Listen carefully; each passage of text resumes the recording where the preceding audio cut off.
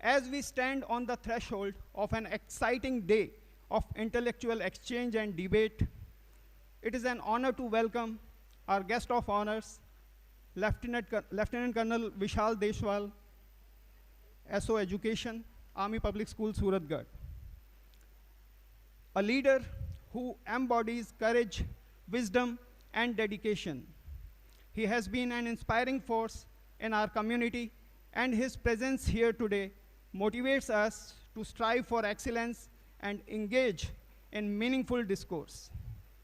I request everyone to welcome our chief guest with a great round of applause.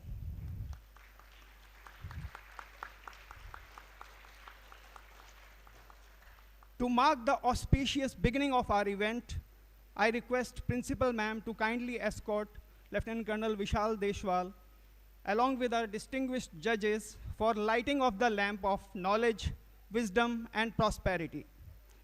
Kindly do the honor, sir.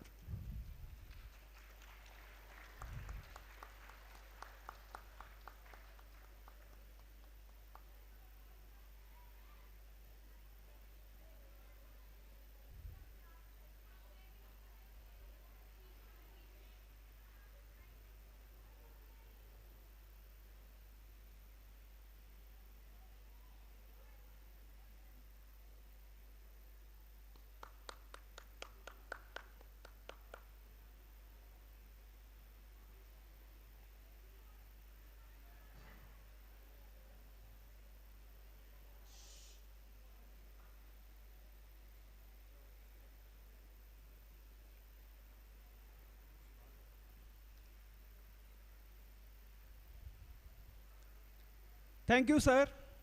May this light guide us towards truth and illuminate our minds as we go deep into the spirit of debates. Before we start our journey in today's debate competition, we have a graceful and vibrant welcome dance for our distinguished guests, jury members, and everyone present here. It is a heartfelt expression of our joy and the respect we have for our guests. I request the participants to present Swagatam Shubhavandanam.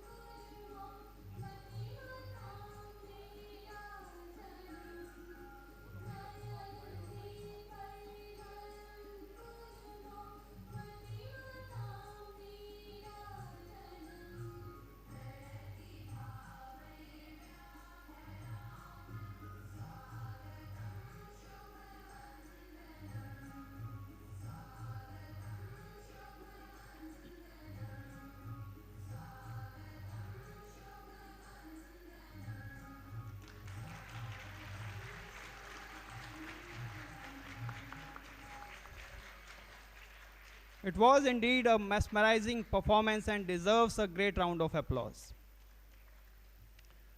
As we move forward, it is my privilege to introduce the distinguished jury members who will be evaluating today's debates.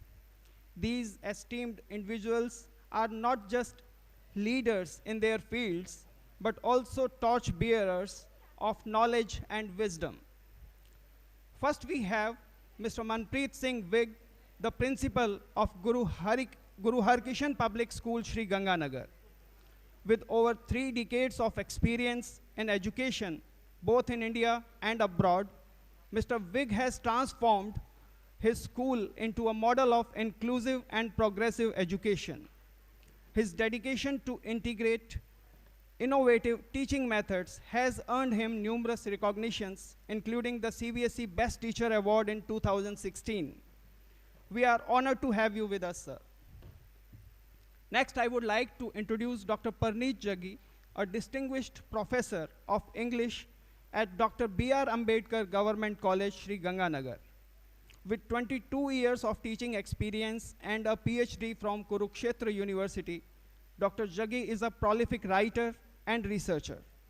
Her contribution to literature and education are immense, with her works being recognized both in India and internationally. Welcome, ma'am. Lastly, we have Assistant Professor Parul Bhateja, an accomplished English educator at Swargay Shri Guru Sharan Chhabra Government College, Suratgarh. As the co-author of 2 NEP syllabus-aligned books, she has significantly contributed to shaping the academic landscape in English literature. Her dedication to foster literary appreciation among students is truly commendable. We are delighted to have you with us, ma'am.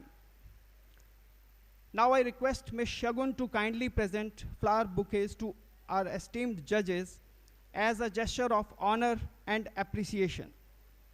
I request everyone to welcome our distinguished judges with a great round of applause.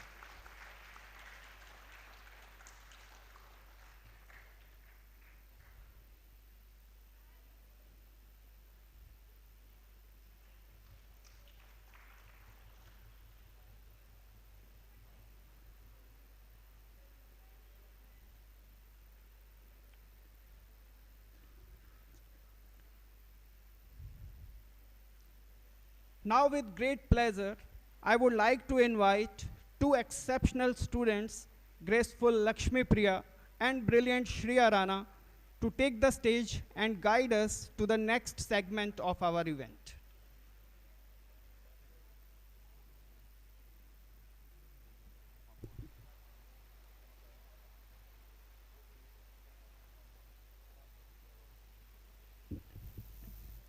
When minds meet and ideas soar, the clash of thoughts reveals much more.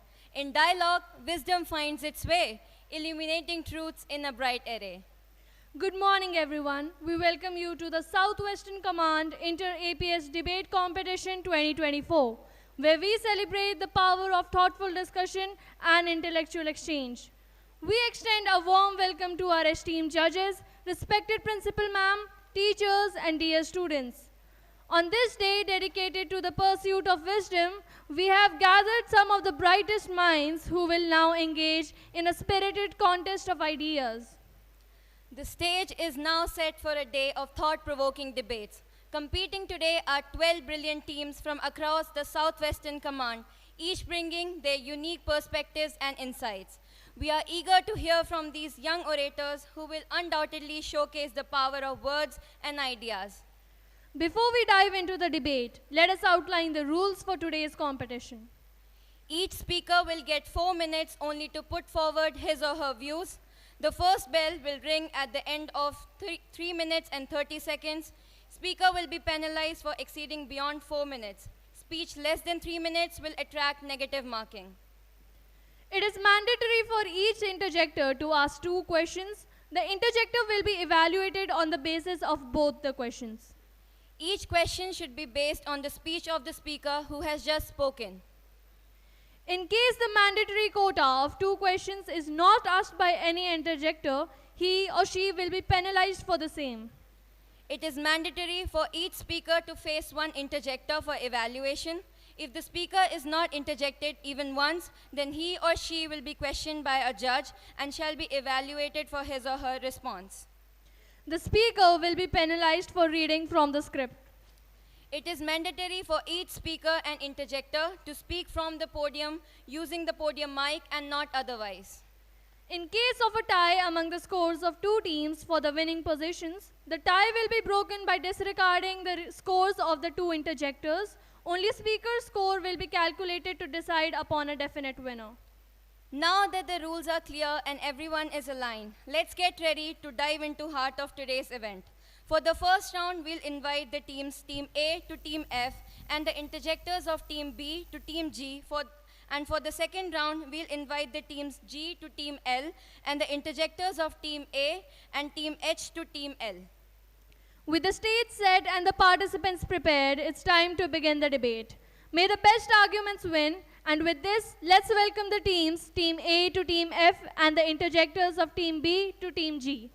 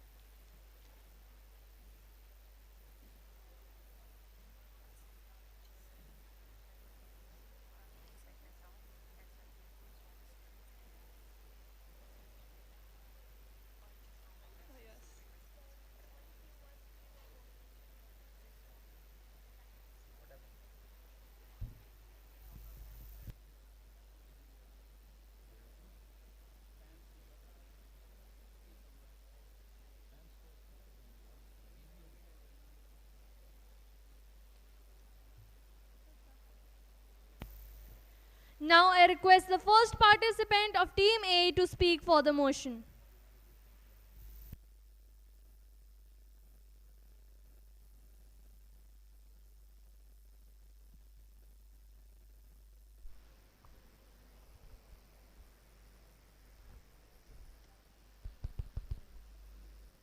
As the great science fiction author Isaac Asimov once said, the saddest aspect of life right now is that science gathers knowledge faster than society gathers wisdom.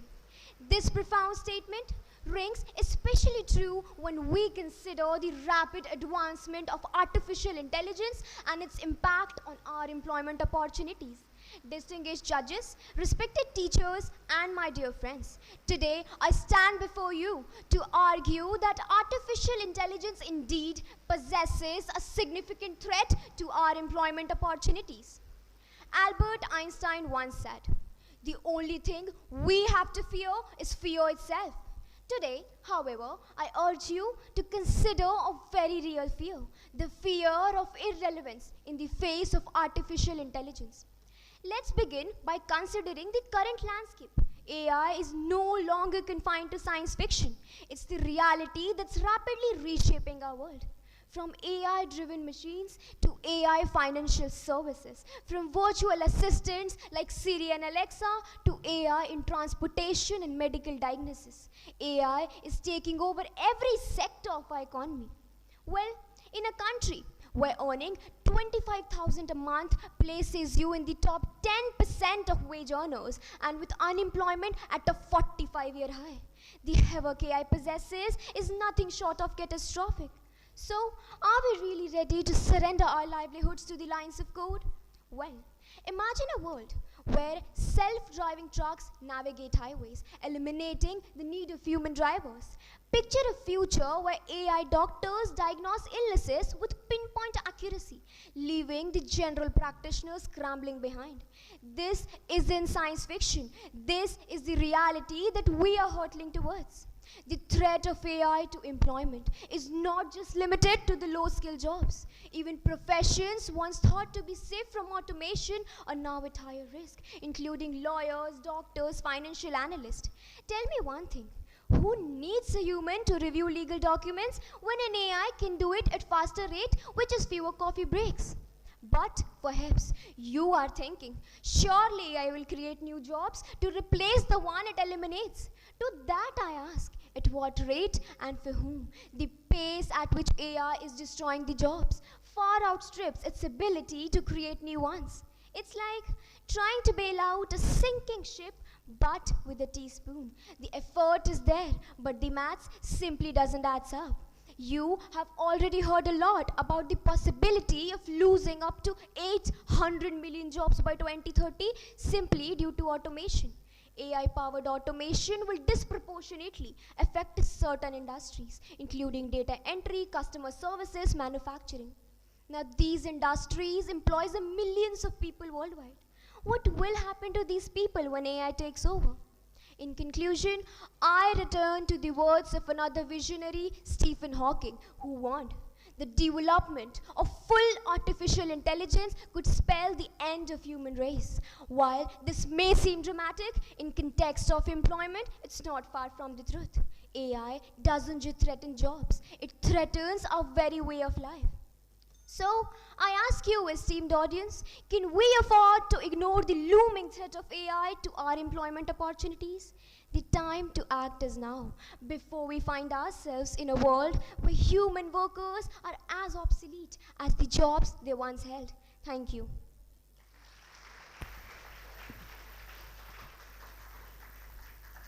Now I request the interjector of Team B to pose a question to Team A.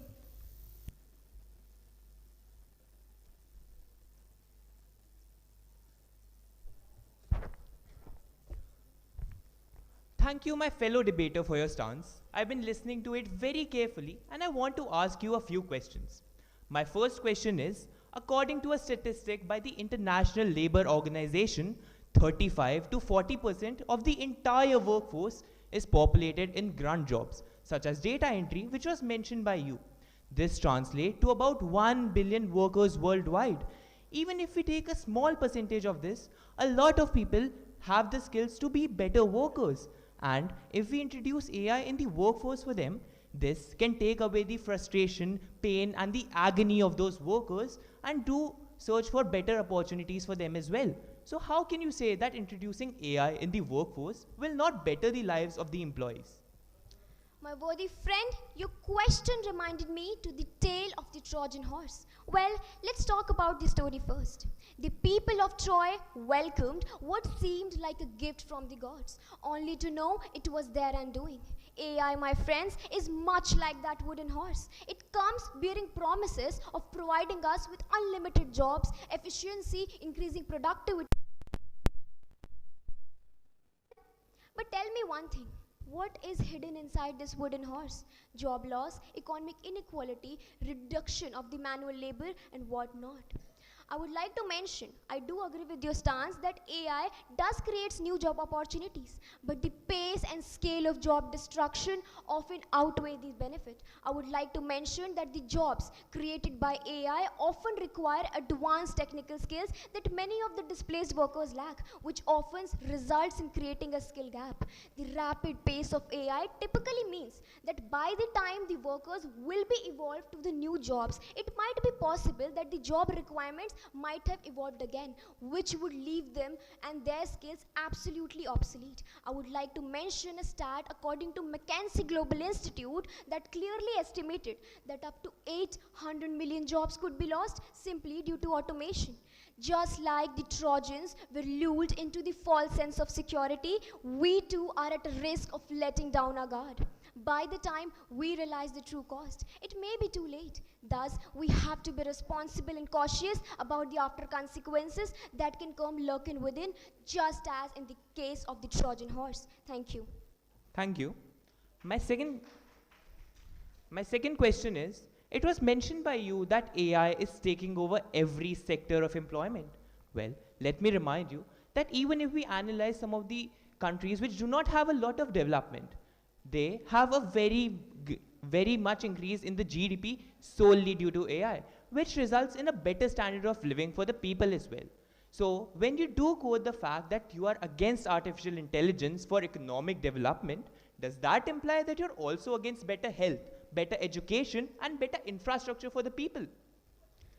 Thank you, my worthy friend. Your question reminded me to a tale of the sorcerer's apprentice. Let's talk about the story first. The sorcerer's apprentice, in eagerness to lighten his workload, enchanted a broom to fetch water for him. At first, it worked like wonder until the broom wouldn't stop, and the apprentice found himself drowning in the very consequences of his own creation. AI is just like that enchanted broom. We have set it in motion, thinking that it will free us from the repetitive mundane tasks and it will provide us with better healthcare and sufficient knowledge. But tell me one thing, what happens when AI doesn't stop? When it takes over not just the mundane and repetitive tasks, but also the tasks that once required human interference into it? I do agree with that point that AI is providing us with new job opportunities and better healthcare facilities. But tell me one thing, are these facilities, are these knowledge is equally available to everyone out there? Don't you think that everyone out there is not equally affected by the AI-driven automation? I would like to mention a stat according to World Economic Forum that clearly estimated that AI is not only impacting the basic entry-level jobs, but also the jobs that requires human interference into it, including legal research, medical diagnosis, and whatnot. Thus, instead of welcoming AI with open arms, we have to be responsible and cautious about the after consequences that can come lurking within. Thank you. Thank you. Now let's welcome the second participant of Team A to speak against the motion.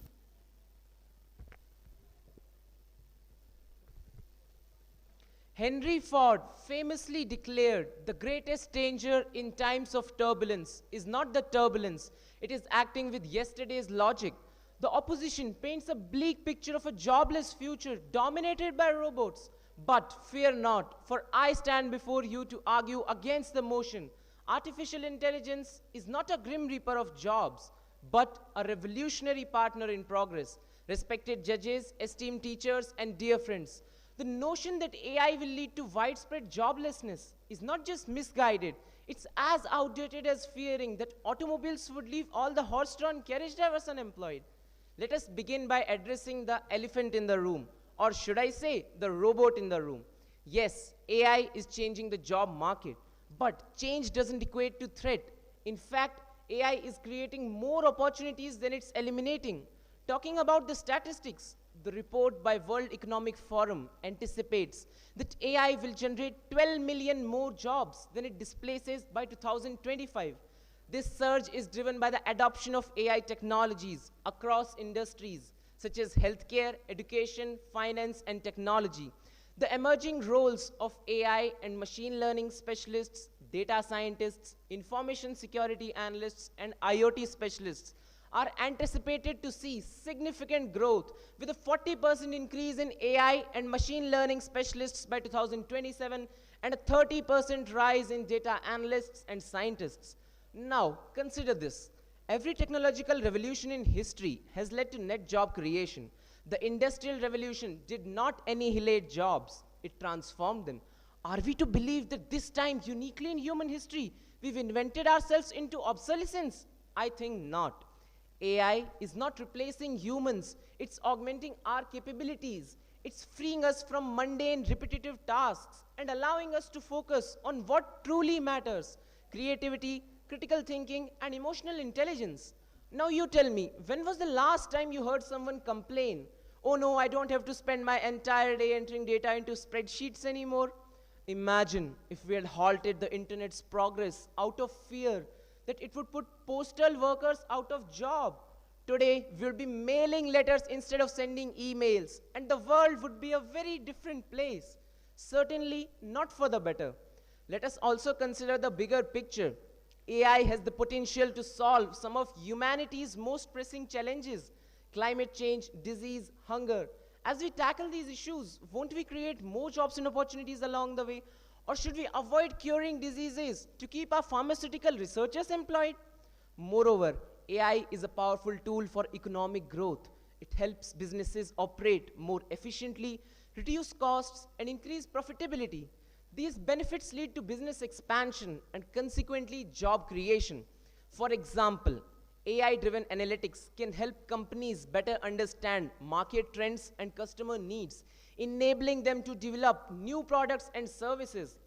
Critics might argue that the transition will be painful. And yes, change can be uncomfortable. But since when has comfort been the driving force of human progress? Our strength lies in our ability to learn, to adapt, to grow. The question isn't whether AI will eliminate jobs, it's whether we'll rise to the challenge of embracing new opportunities. So I ask you, dear audience, are we going to cower in fear of progress, or are we going to seize the incredible opportunities that AI presents? Will we choose to be the innovators of tomorrow or the Luddites of yesterday? The choice is ours to make. Shouldn't we embrace a technology that offers such immense potential for progress? Thank you.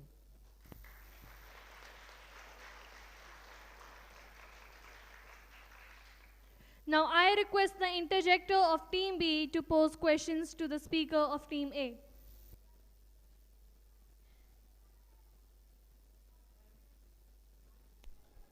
Thank you, my fellow debater, for your stance. I listened to it very intently, and I want to ask you a few questions. My first question is, as you mentioned in your stance, it is true that AI is causing economic growth. But at the same time, there has been a reported increase in the number of errors done by AI while carrying out the tasks. For example, a company named Zillow's AI-driven algorithm purchased 27,000 homes but could only sell 17,000. This resulted in a heavy financial loss for the company. So, how can we introduce AI to do our work when there is no one to be held accountable for it? My worthy friend, your question reminded me about the story of the great architect Gustav Eiffel. When he designed the Eiffel Tower, many people doubted that it might fall down under its own weight and not stand the test of time. Many feared that it might sway dangerously in the wind or even fall down in a storm, just like the predictions and fears that AI will lead to potential failures. But Eiffel had confidence in his design and in the power of engineering. He knew that by building with right materials and choosing the latest technology, his creation would not only stand the test of time, but also would prove to be an iconic symbol of innovation and resilience. And so it was. The Eiffel Tower still stands tall today, not because it was free from fear, but because it was built with precision, foresight, and understanding. So just like we consider the case of AI, we should not discard it out of fear of failure, but build it with the same precision, foresight, and understanding. AI is like the Eiffel Tower. It is a marvel of human ingenuity.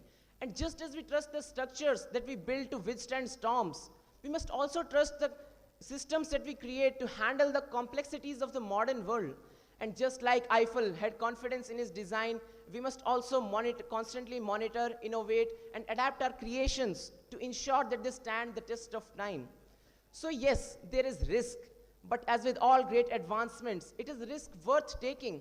After all, no one ever marveled at the things that were never created because of fear. Thank you. My second question is, the benefits of artificial intelligence and automation are often concentrated in the urban areas and the tech hubs, leaving the rural and the remote areas behind when there's a vast population in those areas that can also benefit the economy. So how can we introduce such technological infrastructure that everyone is included and everyone can contribute to the economy? My worthy friend, your question reminded me about the tale of a king who had two advisors. One believed in hoarding all the kingdom's wealth at one place and securing it, while the other advisor believed in sharing all the kingdom's resources equally among the citizens of the kingdom. The king, who was confused by their debate, he gave each advisor a plot of land, seeds, and fertilizers. The first advisor fenced his plot and grew crop only in his field, but the second advisor shared seeds and fertilizers with his neighboring farmers and also encouraged them to plant and cultivate together. At the time of harvestation, the first advisor managed to yield only a little crop, but the second advisor, with the help of collective effort and hard work, he managed to increase the productivity of his farm many times. So we should follow the advice of the second advisor while considering the usage of AI. Governments and businesses, they can implement targeted training programs for those workers who are low skilled and who lack financial resources to be able to catch up with the new roles created by AI. in emerging sectors of AI programming, machine learning, data science, robotics, cybersecurity, and AI ethics. AI helps us to automate the mundane and repetitive tasks, which are often time-consuming, and it allows us to focus on the tasks which require human soft skills and human interference, like creativity and intuition.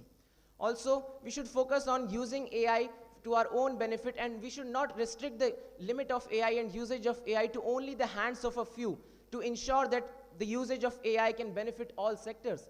If we restrict the usage of AI to only the hands of a few, then we might not be able to fully utilize its potential. But if we share its resources through education and technology to all the sections of society, then we can ensure that the society as a whole can prosper and benefit. So we can say that artificial intelligence is not a threat to employment opportunities, but a driver of economic growth, provided we choose to use it in a way that benefits everyone and not just a selected few. Thank you. Thank you.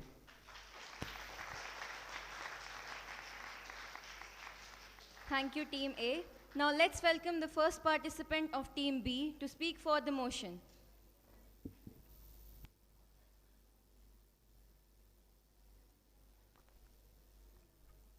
Check. Workers stand in shadows, careers erased, facing a future where roles are displaced.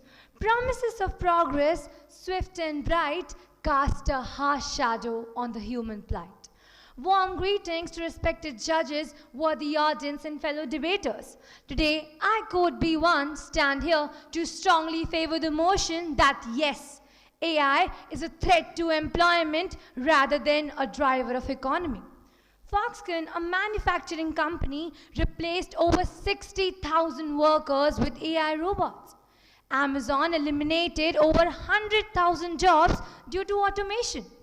Now let's multiply these 60 and 100,000 lost jobs with other members of the employee's family.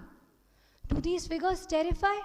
Yes, because the numbers are real. The pain and agony behind is true, and the impact on economy, catastrophic. Many countries, including India, have sectors like manufacturing and customer service as pillars of their economy. And if AI becomes more prevalent, it will lead to job losses in these industries, negatively impacting crucial indicators of economic growth, that is, employment and purchasing power. Worthy judges, please note that according to a report by McKinsey Institute, AI could dispense with 400 to 800 million jobs.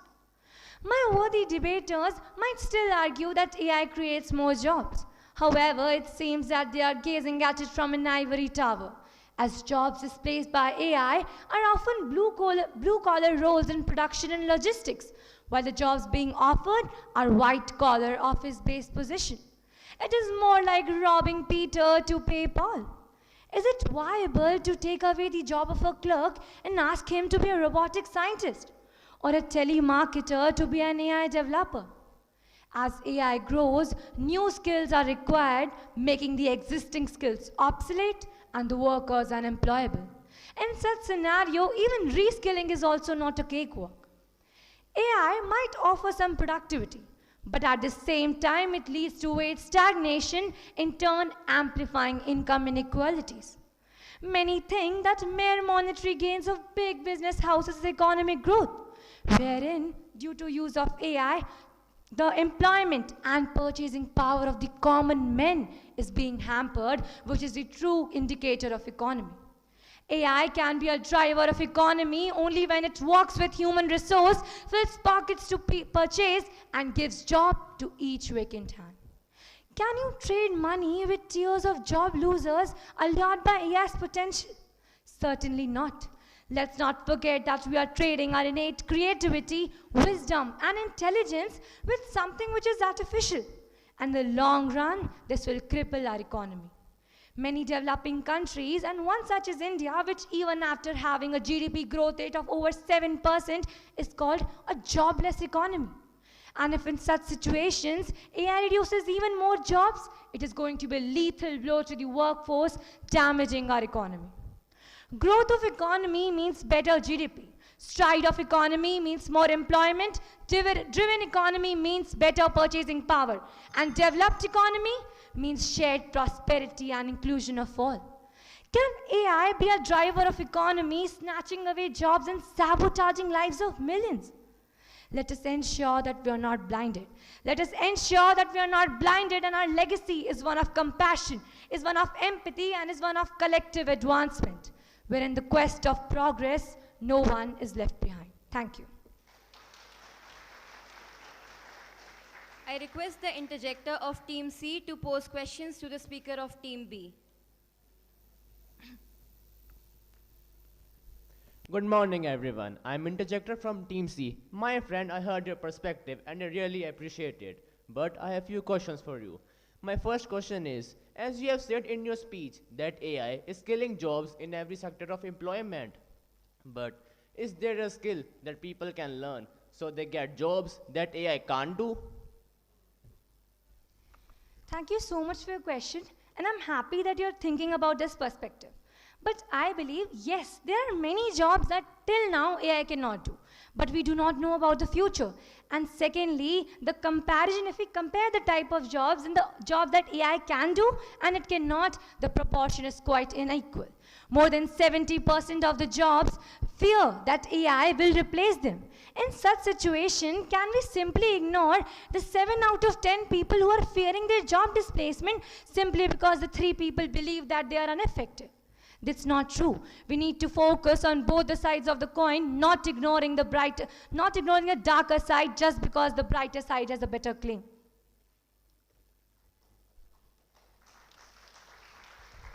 Thank you for your answer. My next question is, how does the pace of AI development outstrip the ability of workers to reskill and find new employment? Thank you so much for your question. Actually, your point makes my point very clear. That yes, the pace with which AI is developing is very high. And in a country, especially like India and many other developing countries, if we see the educational infrastructure, if we say the technological infrastructure, we are lagging a lot of facilities that will allow workers to reskill themselves, to retrain themselves so that they can keep in par with this technology. Therefore, we need to build mechanisms, policies that will help people get better jobs in future instead of simply bringing in AI and pushing them in the pit of poverty. We need to bring it through a gradual change so that they get time to adapt to these technological advancements. I hope I've said. Thank you. Now I request the second participant of Team B to speak against the motion.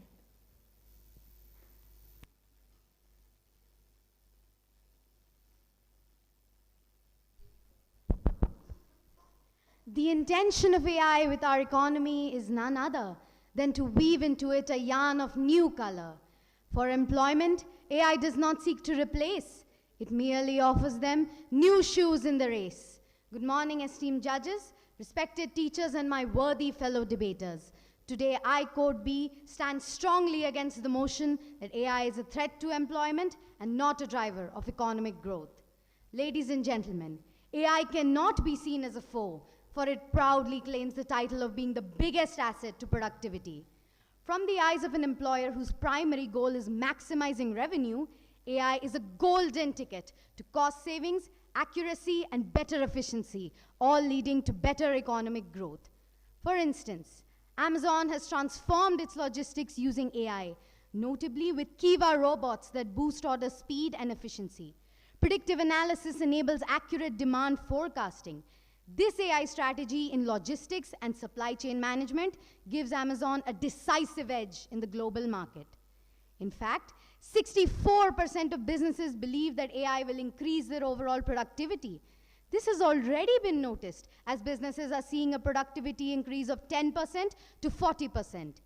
AI's contribution to GDP is $3.5 trillion to USA, $800 billion to Germany, and a prediction of $957 to our India. And as a country's GDP rises, it manifests into increased incomes, more job opportunities, better access to healthcare and education, the indicators of economic growth. AI is a magic wand that gives us access and control over customer thinking power by personalized product recommendations and increased customer engagement, by which brands like Sephora have seen conversions by as much as 35% and have reduced operational costs by 40%. I ask you all, despite these benefits being known to us, could we really dismiss the future of our economy? My worthy opponents may claim that AI is a threat to employment, but this is a false assumption, because in spite of introducing AI, there are still a lot of opportunities for even the low-skilled workers in fields of maintenance and supervision of AI. Additionally, it lightens the load of white-collar workers by freeing up precious time for more creative and complex work, which is directly proportional to economic boom. Additionally, AI offers an estimated of 97 million new jobs, such as AI research, robotics engineering, and whatnot. The combination of AI with human resource will lead to a massive growth in the economy, as exemplified in China, where it has boosted its economy by $1.2 trillion. Hence, the fear that AI's contribution to the economy will be at the cost of employment is just a passing cloud covering the bright sky of development. Let us not resist the call of prosperity, the call of productivity, the call of precision, the call of innovation. Let us look at the bright future. I rest my case by saying, AI will not lead to extinction, but expansion. It will not act as an exterminator, but as a contributor. Economy and employment will be in a place where none can destroy, because around it, man and machine will build the walls of Troy. For we all know that when time has come to grow, the question is not how far we've come, but how far we can go. Thank you. Now I would like to invite the interjector of Team C to pose questions to the speaker of Team B.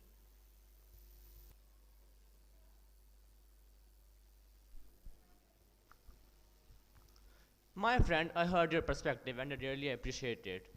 But I have some questions. My first question is, when you buy short-term pleasures, you're investing in long-term pain.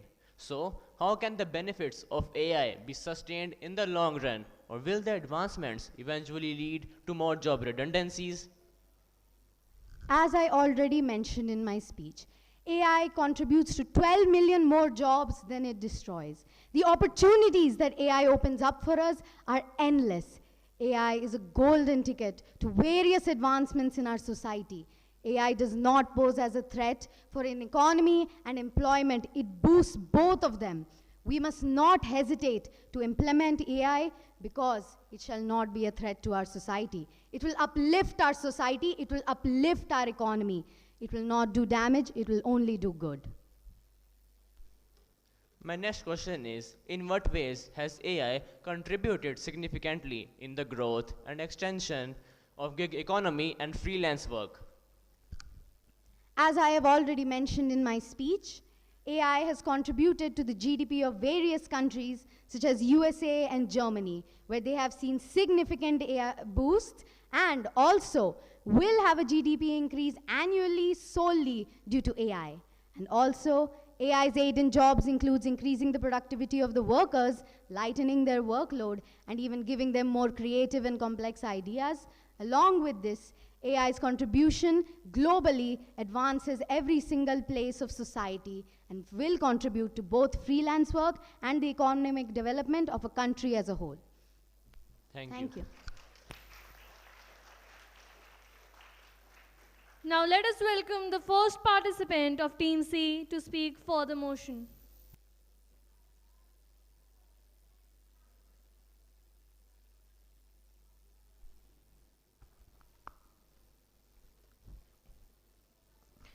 Technology is a useful servant, but a dangerous master. Good morning, everyone. Esteemed judges, respected dignitaries, and all my fellow debaters.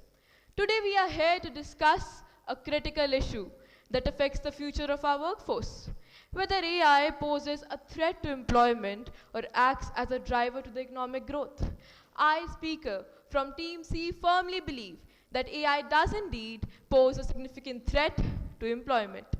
AI's rapid development and implication in various sectors have led to automation of tasks that were previously performed by humans. This is not a distant future scenario. It is happening now. According to a report by McKinsey Global Institute, up to 800 million jobs could be lost worldwide till 2030 due to automation. 800 million jobs. That's not a small number. Jobs in manufacturing, retail, and even some white-collar jobs are now being replaced by machines and algorithms. This not only affects individuals, but also has a profound impact on their families and communities, accelerating economic inequality. You can't judge a book by its cover, and AI may seem perfect on the surface, but can have underlying issues. AI is now taking over jobs that millions depend upon. Manufacturing, data entry, customer service roles, all are now being automated. Machines work tirelessly round the clock without pay. But this is not the progress. It's the destruction of stable middle-class jobs. And AI isn't just coming for low-skilled jobs. It's coming for high-skilled professionals too. Lawyers, doctors, financial advisors, all are at risk. AI can now perform medical research, legal diagnosis, financial predictions, putting even highly trained professionals at risk.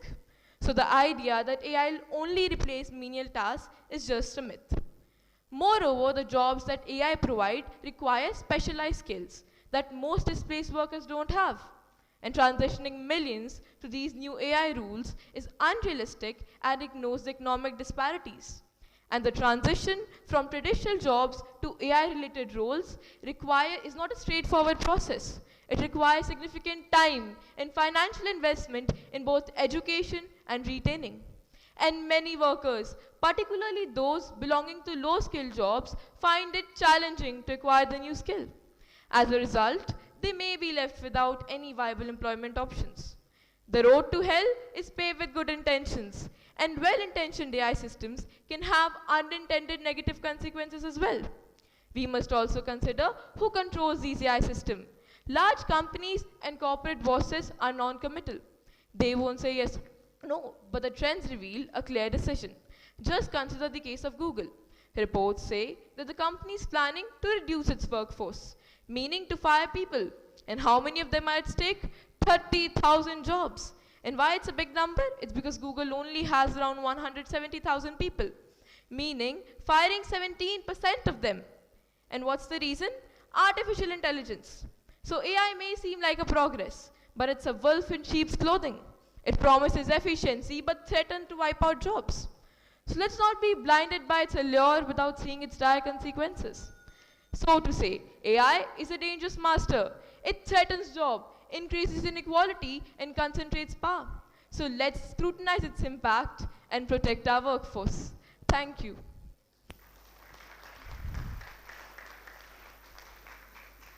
Now I request the interjector of Team D to pose questions to the speaker of Team C.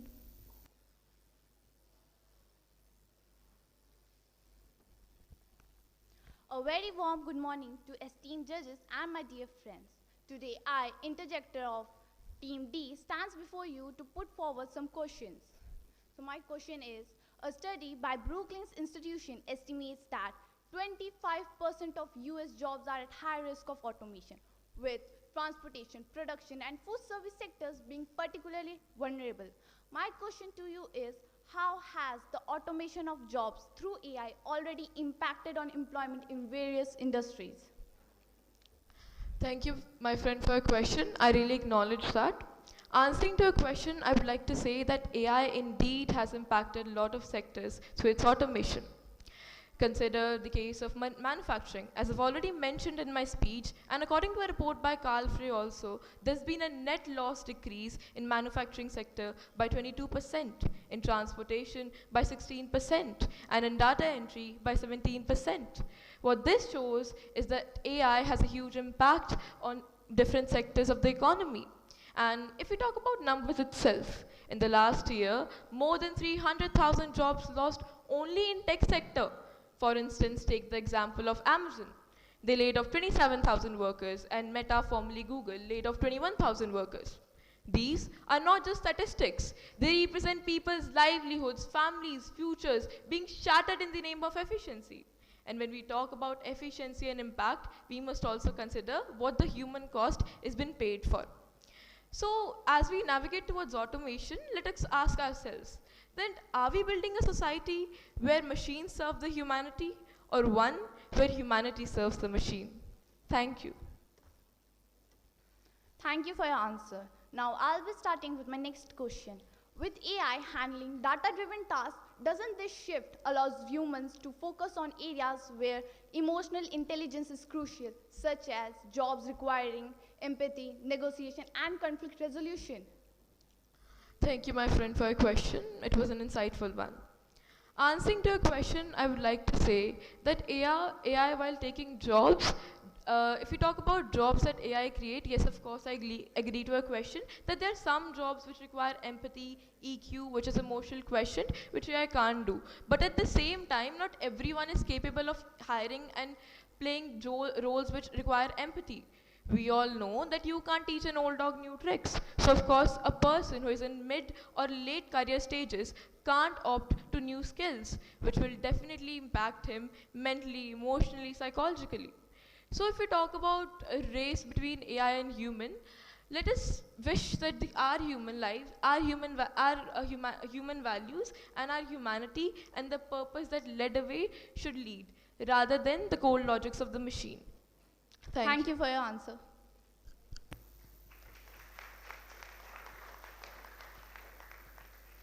Now let us welcome the second participant of Team C to speak against the motion. A very good morning to everyone, esteemed judges, faculty members, and fellow debaters. I'm the speaker of Team C, and today I'm here to present my views on a pivotal topic, the use of AI. Is it a threat to employment opportunities or a driver of economic growth? And I stand firmly against the motion stating that indeed AI leads to economic growth. AI certainly is capable of enhancing productivity in many sectors. AI-powered automation can perform repetitive and monotonous tasks more efficiently than us humans. So then it allows us to focus on the complex tasks meanwhile. As Henry Ford once said, if I had asked people what they wanted, they would have just said faster horses. AI is our faster horse, having the potential to revolutionize industries. And while it does automate some jobs, but more importantly, AI simultaneously creates new job categories which did not exist before. Sectors like data science, AI ethics, machine learning, maintenance, etc. are flourishing today. And some forums even predict that by the year 2025, that is the coming year, 97 million jobs will be created by AI alone. Necessity is the mother of invention. This age-old wisdom aptly describes how the necessity to harness AI's potential is driving unprecedented innovation and job creation. Moreover, AI provides competitive advantage to companies, enabling them to optimize operations, reduce costs, and even deliver superior quality products and services. Companies leveraging AI are more likely to succeed in the global market, contributing to the global economy as well. For instance, AI-powered predictive analytics helps businesses anticipate market trends and consumer behavior, allowing for more strategic decision-making. Additionally, AI augments human capabilities rather than replacing them. AI-powered technologies empower the workforce by providing them with advanced tools for data analysis, problem solving, and decision making. This can and will lead to a more skilled and efficient workforce. A rising tide lifts all boats. The economic benefits of AI have the potential to elevate economies. Moving on, one of the most compelling examples of an economy which has been benefited from AI is South Korea. South Korea has heavily invested in AI as a cornerstone of its economic strategy. South Korean government had given a sum of $2 billion in AI by the year 2022. And this investment had spurred advancements in various sectors of that country. As we continue to embrace AI, we shall expect to see more countries reaping similar economic benefits. Now let us consider some real-world examples, such as healthcare, where AI is revolutionizing diagnostics and treatment plans, leading to better patient outcomes and cost savings. In the agriculture sector too, AI-driven technologies have optimized crop yields and resource management, promising food security and boosting the agriculture sector contribution to the economy as well. I would like to end my speech with a quote that says, "Artificial intelligence is not a substitute for human intelligence, but rather it is a tool to amplify human creativity and ingenuity." Thank you.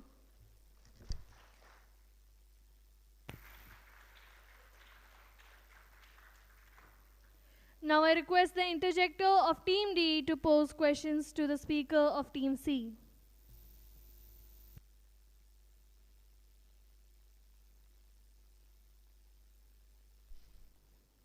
I'll be starting with my question. You said that AI can augment human capabilities by handling repetitive tasks, which allows workers to focus on higher value works which requires emotional intelligence and creativity. So my question to you is, in what ways can AI enhance human capabilities and productivity, leading to higher value jobs and economic growth? Well, thank you for your question, my friend. It was really thought-provoking one. Well, AI can increase the productivity and efficiency in the workforce in several ways. So according to a study, humans need occasional breaks and time offs for their work because they have to manage their work life and personal life. But on the other hand, AI can perform tasks more efficiently because it is a mere metal body and it is a mere chatbot. Moreover, for example, in a chemical industry or a waste management treatment plant, the hazardous environment is definitely not suitable for us humans. But AI robots can survive in those conditions, whether it be defusing a bomb or exploring the deepest parts of oceans. So AI can perform these tasks more efficiently.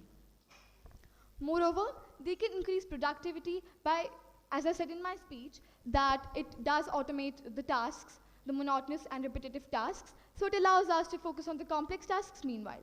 So we're left with time to focus on the creative areas of our work. So in this way, it definitely does enhance the productivity. And I would like to end my answer with a quote that says, "AI is not a replacement, it is a tool." Thank you. Thank you for your answer. Now I'll be starting with my next question. If AI-driven tools can handle complex tasks, what strategies can be made to emphasize the importance of emotional intelligence in retaining human jobs? Can you repeat your question? If AI-driven tools can handle increasingly complex tasks, what strategies can be made to emphasize the importance of emotional intelligence in retaining human jobs? Thank you for your question. It was really an insightful one. Well, answering to it, I would like to say that AI can actually help put emphasis on the tasks which do require the emotional quotient and emotional intelligence. So there are many things which can be done in order to prove this as a point. For example, we can use AI in various sectors like in healthcare. In healthcare, we know that emotional quotient plays a massive role over there. So in those areas, AI can assist, AI chatbots and systems can assist us with those tasks like with the radiologist's progress, or even in the diagnostics and surgeries.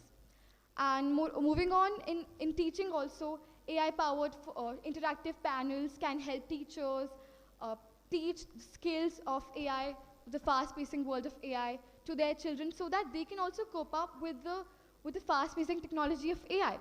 So AI does help in reskilling the workforce, and we can also ensure that it does not neglect the importance of emotional quotient, because that is a very important part of the workforce. So in this way, we can also put emphasis on the importance of emotional quotient in the workforce. Thank you. Thank you for your answer.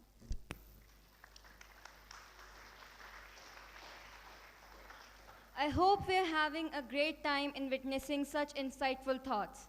Now with this, I would like to invite the fourth team and the first participant of Team D to speak for the motion.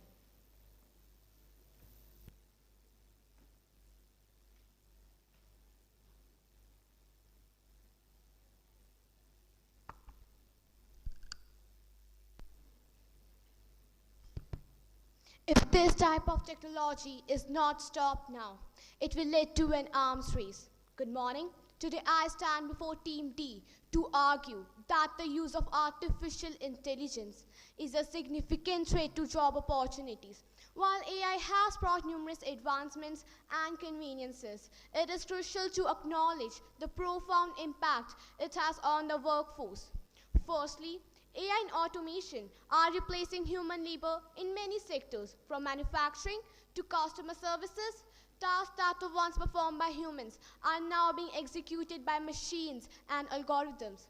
According to a report by World Economic Forum, by 2025, machines are expected to displace about 85 million jobs globally. This not only scares me, but Elon Musk, CEO of Tesla and SpaceX, states that there will be job destruction because exactly what's going to happen is robots will be able to perform everything better than us.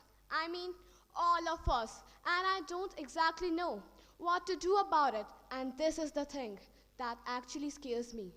For example, in the automotive industries, robots now assemble cars with full precision and efficiency.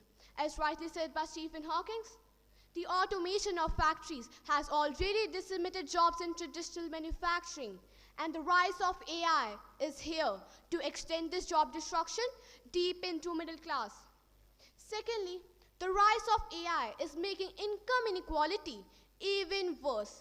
The jobs most vulnerable to automation are often low-skilled jobs that gives livelihoods to millions of workers. As these jobs gonna disappear, those without the skills to adapt to new technological advancements are left unemployed or are forced to work in low-paying, precarious work.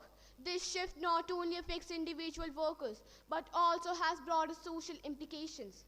AI is gonna take over many jobs and women will be the most affected. As per the NCERT Book of Economics for class 10th, two jobs that have been traditionally considered suitable for women in India are teaching and the hospitality industry. If AI and robots gonna take over these jobs, women will again have to sit at their homes. I want to ask my worthy opponent, do they want to send women back to an era where their lives revolved around their households only? Machines and AI doesn't have genders, but humans do. Machines and AI doesn't have genders, but humans do. Additionally, AI's impact in professional white-collar jobs cannot be overlooked. AI is increasingly capable of performing complex tasks like legal research, medical diagnosis, and financial analysis. These advancements are threat to those job opportunities which were once considered secure. Moreover, the rise of AI raises ethical concerns about the nature of work and human dignity. As machines gonna take over, the value of human labor is diminished. In conclusion, AI is a threat to job opportunity. Displacement of human labor, exacerbation of income inequality, impact on professional job, ethical concerns, all highlight the urgent need to address challenges posed by AI. As a society, we must carefully consider how to balance technological advancements with the meaningful employment and the well-being of human workers. That was my opinion about the topic. Thank you. I request the interjector of Team E to present their questions to the speaker of Team D.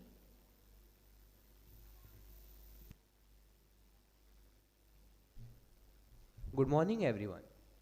My first question to my worthy opponent is, as you have mentioned in your speech, that World Economic Forum says that 85 million jobs would be replaced by AI. Then in the same research, it has been stated that new 95 million jobs will be created because of AI. Then how can you say that it will be a menace for the employment? Thank you for your question.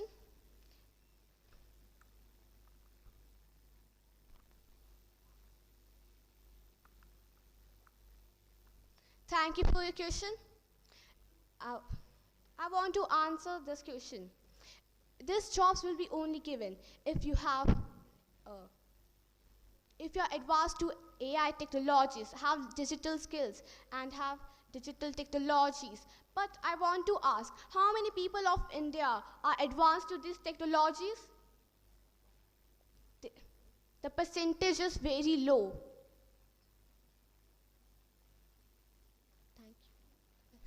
Thank you for your answer. My next question is, as you said, that AI will only generate white collar jobs, but AI is also making education and skills, new skills, training skills, more accessible and more cheaper rates, giving the poor and middle class people to get educated and have the chance to get a white collar job. Don't you think it will lead to prosperity for them?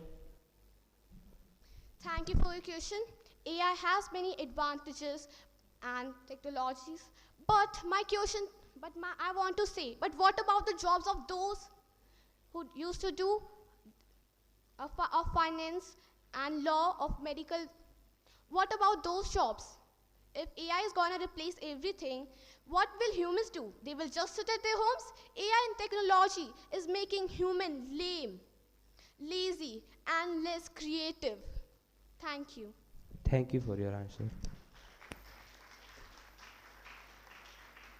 Now I would like to invite the second participant of Team D to speak against the motion.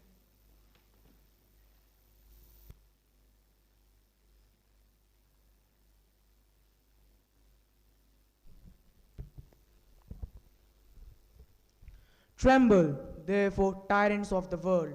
Tremble before the virtual world. It was in mid-18th century when Louis Sebastian Mercier said with conviction that books and printing press were the most important means of spreading enlightenment. And I am here to say that artificial intelligence is the most powerful engine in nowadays for progress and for public opinion. It is the force that will sweep the despotism from your thoughts away. Good morning, ladies and gentlemen, esteemed judges and honored opponent. I am representing Team D as I am here to argue against the motion that artificial intelligence threatens job opportunity. But well, does it really? As Satya Nadella, the CEO of Microsoft, said that the most productive thing you do is the augment of human ingenuity with intelligence. AI doesn't just replace jobs, it creates new ones in many new sectors like data analysis, AI ethics, and machine learning engineering are beginning to grow.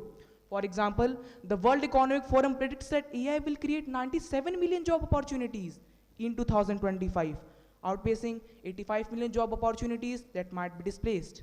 As Bill Gates put it, we always overestimate the change that will occur in next 2 years and always underestimate the change that will occur in next 10. So don't let yourself learn to do such inactions. AI technology also opened up markets and development of new products and services. This in turn led to the emergence of new startups and expansion of existing businesses, generating employment in many new sectors like technology, finance, and logistics. AI also enhances the human capability by automating repetitive and mundane tasks. For instance, healthcare, AI manages and analyzes whole data, enabling doctors to concentrate on patients' healthcare and performing advanced medical procedures. This in turn led to the emergence of new startups and higher job satisfaction and innovation. AI also boosts efficiency and productivity across the industries. For example, many industries use AI-powered robots assembled in the factories to increase production rates that enables the company to scale operations and compete globally, ultimately leading to job growth. The educational institutions are increasingly focusing on AI literacy and related skills, ensuring that the workers are equipped to thrive in an AI-driven economy. This proactive approach will help in displacement of negativity and promote new career advantages in emerging fields. The development of human-centered AI emphasizes the creation of technology and complements rather than replaces human labor, and ensure that AI will serve as a tool for human progress rather than a threat to job opportunity. As Albert Einstein wisely noted, in the middle of the difficulty lies opportunity. AI creates an opportunity to redefine the future of the work for the betterment.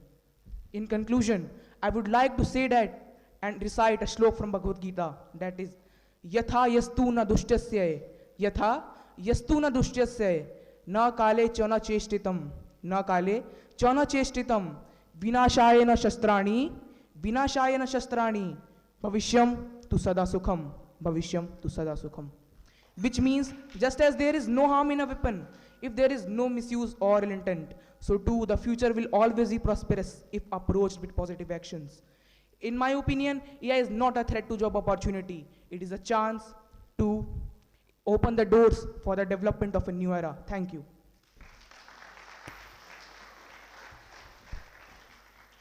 I request the interjector of Team E to present the questions to the speaker of Team D.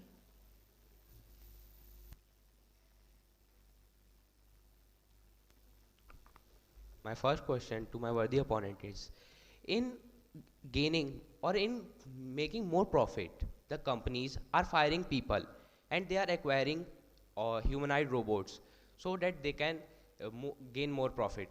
So why we need to focus on those people? How can we make the people more, how can we make AI to help those people who are being fired by these companies so that they can don't get fired? Thank you for the question, my friend. As I have to mention that in industrial revolution, I have to take an example from it. The people on those years were insecure about the jobs they had. Likewise, artisans and some makers. Industrial revolution brought the world closer to the machineries. As I have to mention that likewise AI undoubtedly changes the landscape of the job markets, it enhances them, creating new roles and augmenting human capabilities, driving economic growth and necessitating the reskilling of the workforce. As I have to said that you had said artificial intelligence is firing people, but it is not true. The truth is that it is helping people that to concentrate on more complex tasks that help the people to increase productivity in many industries. Thank you. Thank you for your answer. My next question is, due to malfunctioning of AI, like in different sectors, like in medical, a medical chatbot, Vaisa, when he was asked that by a patient that I want to kill myself, he said that then you can jump off from a bridge. And in many sectors, like in stock market, because of a simple bug, in stock market there was a loss of $40 million. Then due to these bugs, AI is leading to many harmful losses. Then how can you say that it will boost the economy? Beg your pardon, can you repeat the question? Due to many small bugs in AI system, like in different sectors, like in medical, like a medical chatbot, Vaisa was asked by BBC reporter that I am feeling that I want to kill myself. Then he said you may jump off from a bridge. And in different, like in stock market, because of a simple bug, there was a loss of $40 million in just 45 minutes. And there are many things like an case of Canadian Airlines. A person booked a ticket. He asked the chatbot of that company, will I get the return money? He said, yes, you will get. But the company rejected. And then the company had to pay him for a huge amount because of this loss. So because of these small bugs, companies are getting huge losses. Then how will AI bring prosperity, or it will boost the economy? Thank you for your question, my friend. As I have to say that every person in this room or in this world have some mistakes. So AI is also developing. It can make mistakes. So the scientists are trying to focus on their emotional intelligence and their productivity so they can't make mistakes in the future. Thank you. Thank you for your answer. Now let us welcome the first participant of Team E to speak for the motion.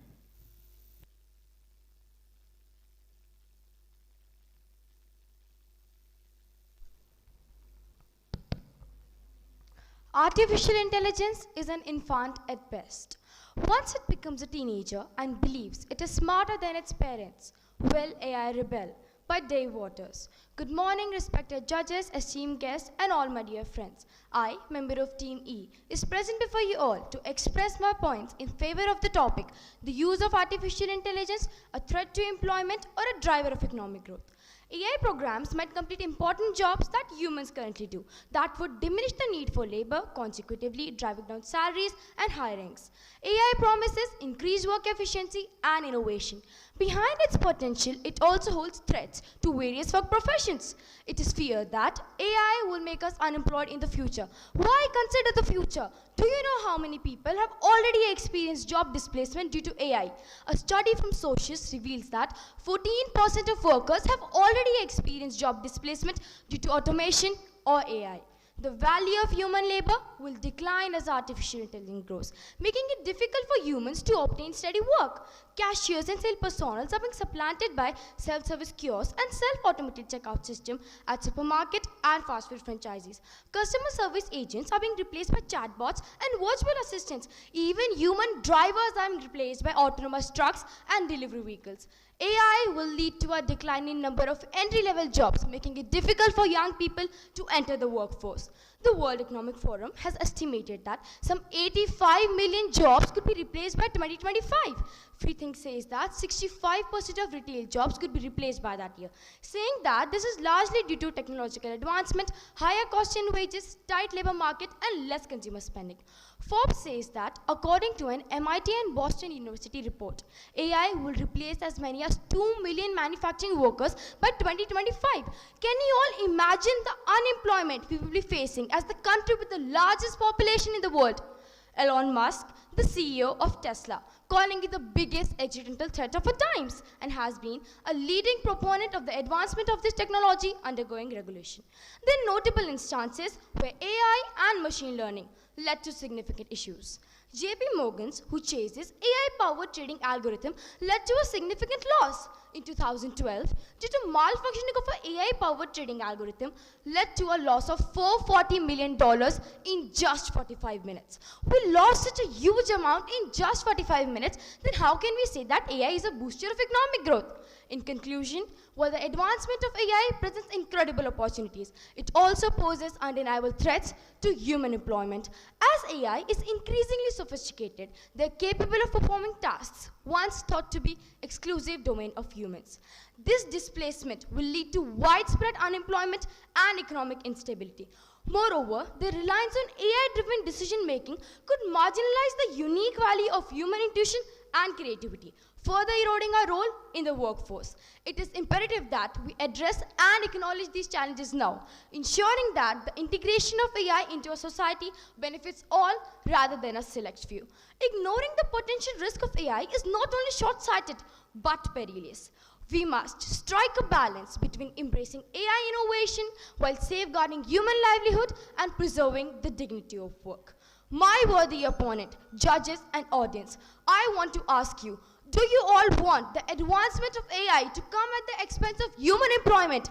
It is definitely something that I don't want, and I hope you don't either. With this, I come to an end. Thank you.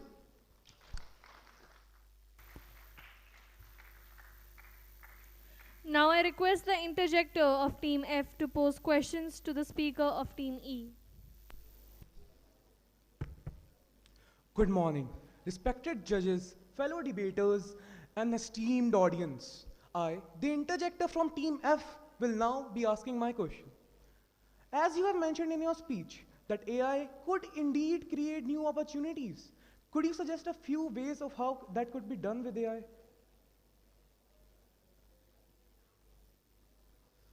Can you repeat your question, please? Surely. You have mentioned in your speech that AI could create new opportunities. Can you list a few things that can be done to make such opportunities efficient and effective? Thank you for your question. But I never mentioned in my speech that AI will create new opportunities. I said that AI will not create new opportunities. It will take away employment. AI will make us human unemployed. It will not create new opportunities. I hope I have answered your question. Thank you. Okay, as you have just answered in my in this question, that AI will not indeed create new opportunities for us, so there is no point for us to use it. Given that some countries like the Great Britain are already adopting AI, how do you propose that we stay economically competitive with such countries without the use of AI? Thank you for your question. I don't want that we remove AI from our country. We want development with AI and also human employment. I want that we strike a balance between AI innovation and human employment. It should be artificial intelligence and human intelligence working together in a society. I hope I've answered your question. Thank you. Thank you for your insight. Now I request the second participant of Team E to speak against the motion.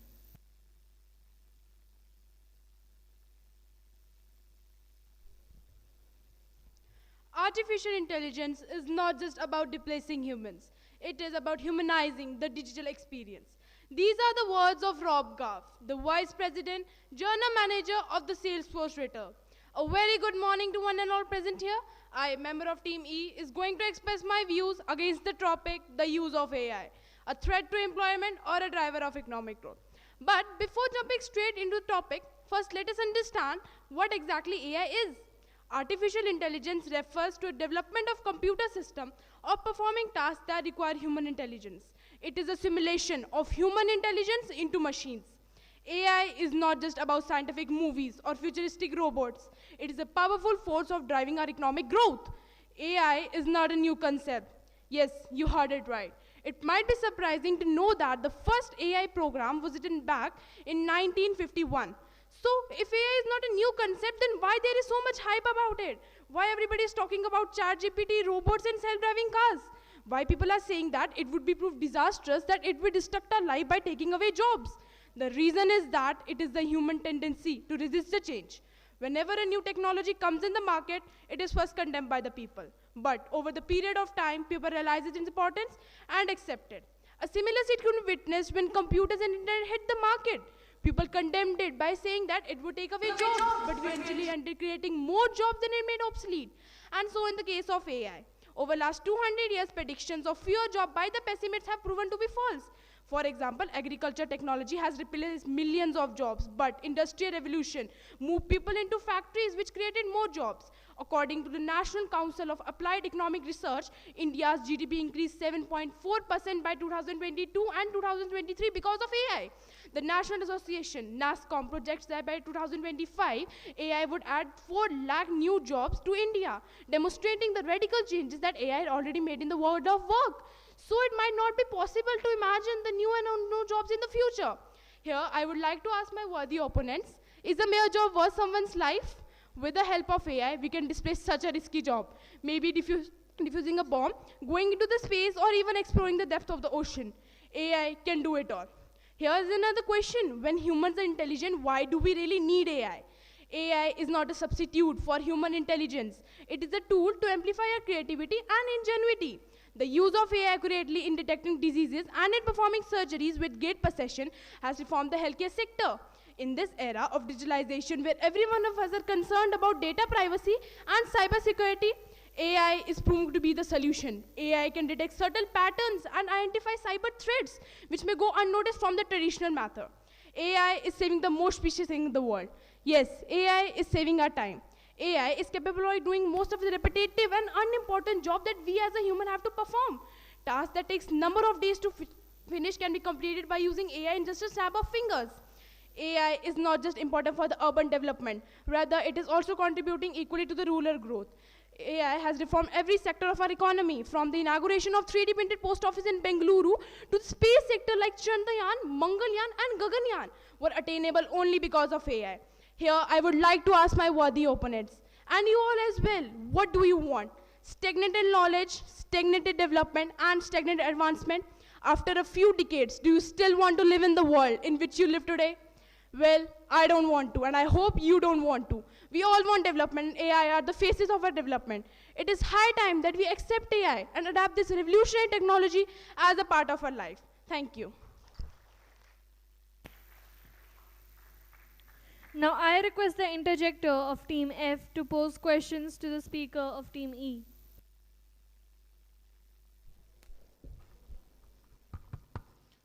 My first question for my learned friend is, the potential new era made by AI will be no more than a race between countries, as some developed countries have the funds to invest in AI, but most countries don't, especially the developing nations.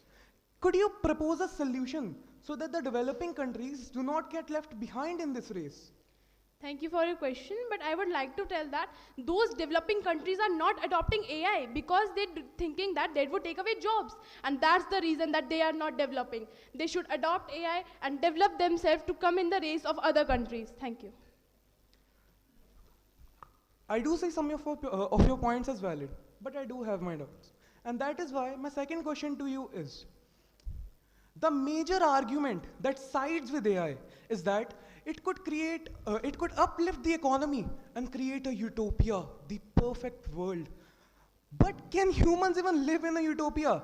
Considering that we are biased with each other on basis of everything, caste, creed, religion, gender, wealth, and many more.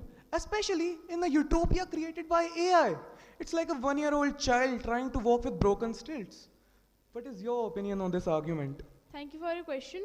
As I want to tell you that with the help of AI, as you said that there are not equality, people are not the people are not equally treated in the society. So with the help of AI, like middle class, we know that India is having half of the middle class people.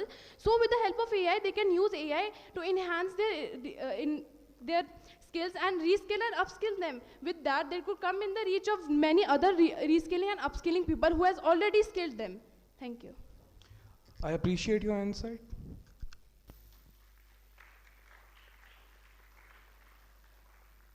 Now let's welcome the last team of this round. I request the first speaker of Team F to take the podium to speak for the motion. Amartya Sen, a Nobel Prize winner in the field of economics, has quoted, "Economic growth without investment in human development is unsustainable and unethical." A very cheerful morning, honorable juries, respected teachers, and my fellow debaters. Today, I, Pranya, speaker of Team F, stand before you to deliberate on a matter of profound importance and urgency. That is, the uses of AI. Is it a threat to employment opportunities or a driver of economic growth?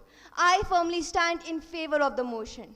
As we stand on the threshold of the fourth industrial revolution, we are often told that artificial intelligence will serve as the panacea for all economic challenges. However, I firmly caution you to beware of this Trojan horse. Behind the dazzling facade of innovation and progress, AI harbors a formidable threat to the very fabric of our economy and society. The promises of increased productivity and efficiency often conceal the devastating impacts on employment. The World Economic Forum predicts that by 2025, automation will replace approximately 85 million jobs globally. This wave of displacement will disproportionately affect the low-skilled workers, leading to heightened unemployment rates and exacerbating income inequality. Consider the transport industry, where autonomous vehicles threaten to render millions of drivers jobless. We must highlight the fact that the economic benefits of AI are concentrated among a small number of tech giants and high-skilled workers, thereby widening the gap between the rich and the poor. This concentration of wealth and power could lead to monopolistic practices, reducing competition and stifling innovation in the long run. Stephen Hawking once warned AI could be the biggest event in the history of our civilization. However, he also cautioned about its potential dangers if not managed correctly. Extending on this idea, the automation in agricultural practices could lead to significant job losses among the farm workers. This is particularly alarming as economic growth depends on the balanced advancement of all sectors. The primary sector, which includes agriculture, is the backbone of many developing economies, and the loss of jobs in this sector can have devastating ripple effects. How does the opposing team justify that traditionally consumers have been the driving force behind economic growth? They create demand, drive innovation, and fuel productivity. However, first, AI-generated content can replace the human-created art, music, and literature, diminishing the need for human creativity. Second, AI-powered robots can manufacture goods, eliminating the need for human labor, and the global supply chains, the backbone of every economy, would be jeopardized. Contrary to the belief of our opponents' claim that AI reduces production cost, companies often obscure the complete picture. Training robots incur significant expenses. For example, training Bloom, an open large language model akin to ChatGPT, consumed as much energy as 30 homes in a year. As we stand on the brink of this AI revolution, we must ask ourselves, are we ready to sacrifice millions of jobs for the sake of progress, or will we allow this technological tide to widen the chasm of inequality? And most poignantly, what kind of future are we even bequeathing to the next generation? I urge you to consider the darker side of AI's ascendancy, for the future of work itself hangs in the balance. Do our economic systems still survive in a world where humans have nothing of value to offer? Take a moment, and more than a moment, to reconsider. Thank you.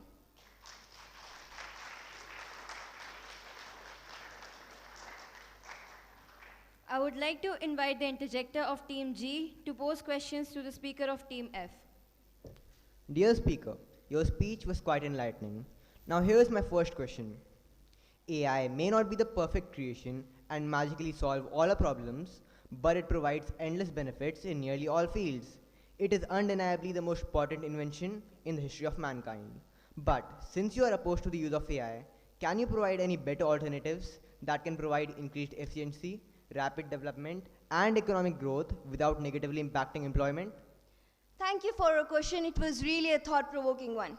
Balancing the implementation of AI while protecting employment and economic growth requires a multifaceted approach, which involves policy, education, and corporate responsibility.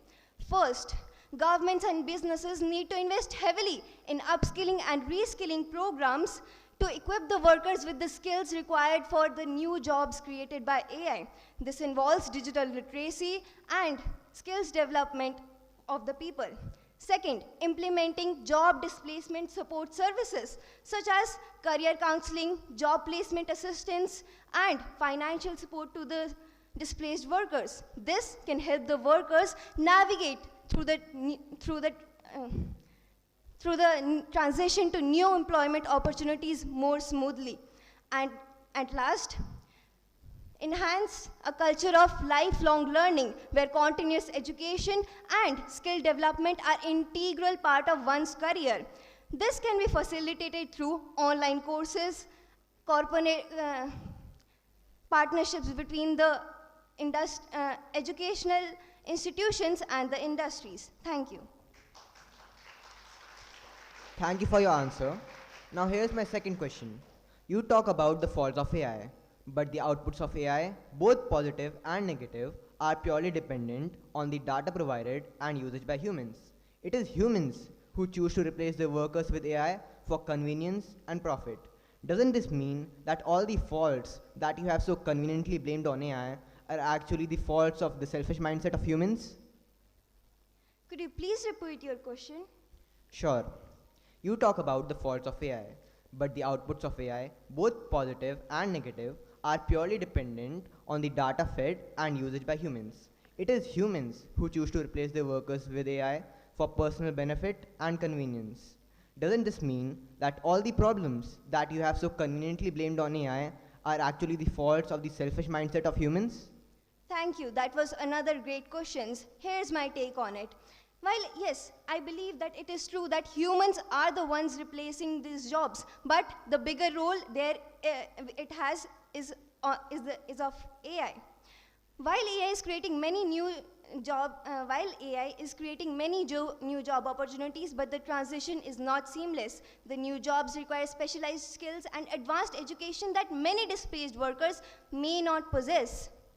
The upskilling and reskilling programs are not always affordable, accessible, or timely enough to bridge this gap. Additionally, the number of jobs created in AI and tech fields are not sufficient enough to match the number of jobs lost. This can lead to a significant impact on employment, with many workers facing prolonged periods of unemployment or underemployment.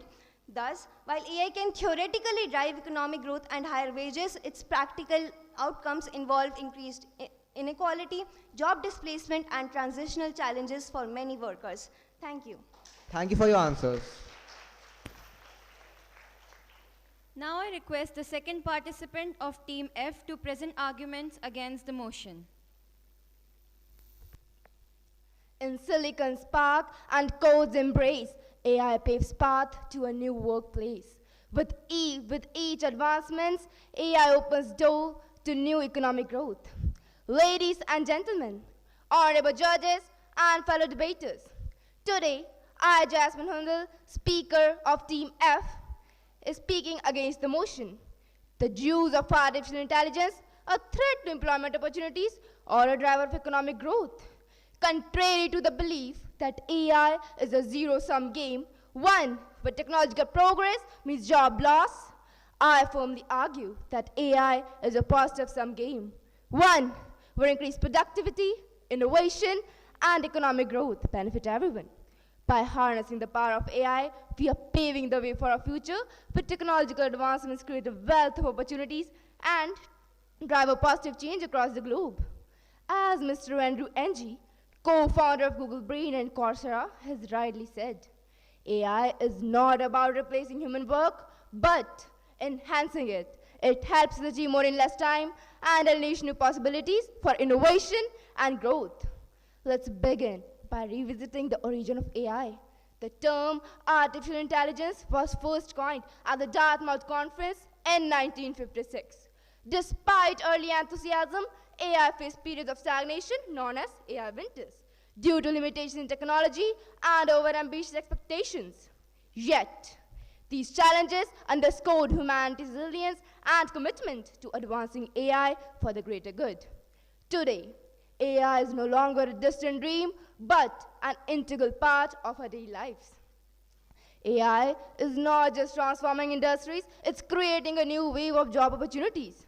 Far from merely replacing roles, AI is generating numerous positions in fields such as air development, robotics, and cybersecurity. Globalization is also an expanding job prospect, particularly in international business, where skills in foreign languages and cross-cultural communication are increasingly valuable. As fintech expert Chris Skinner notes, the future of finance is digital, and AI is a key driver of this transformation. AI is driving innovation across various sectors. In healthcare, AI is leading to new roles in telemedicine and health informatics, with the potential to save up to $150 billion by 2026, according to Accenture. Moreover, the renewable energy sector is also booming, with jobs in solar and wind power on the rise. In finance, AI advancements like blockchain are generating numerous positions in fields such as financial analysis and cybersecurity. AI is also revolutionizing agriculture through precision farming, optimizing crop yields, and resource use. To fully harness the potential of AI, balancing innovation with regulation is crucial. Investing in upskilling, reskilling is essential, as demonstrated by Finland's success in AI-driven education. Government policies and trade agreements also play a significant role in shaping our job opportunities. As McKinsey's Global Institute highlights, to fully harness the potential of AI, we must make sure that our workers are prepared for this transforming economic landscape. At last, I would like to say that as we stand at the threshold of a new economic era, let us ask ourselves, can we afford revolutionizing the power of AI, unlocking unprecedented job opportunities and supercharging economic growth? Shall we embark on this extraordinary journey where technological progress creates a utopia of technology and prosperity for all? Thank you.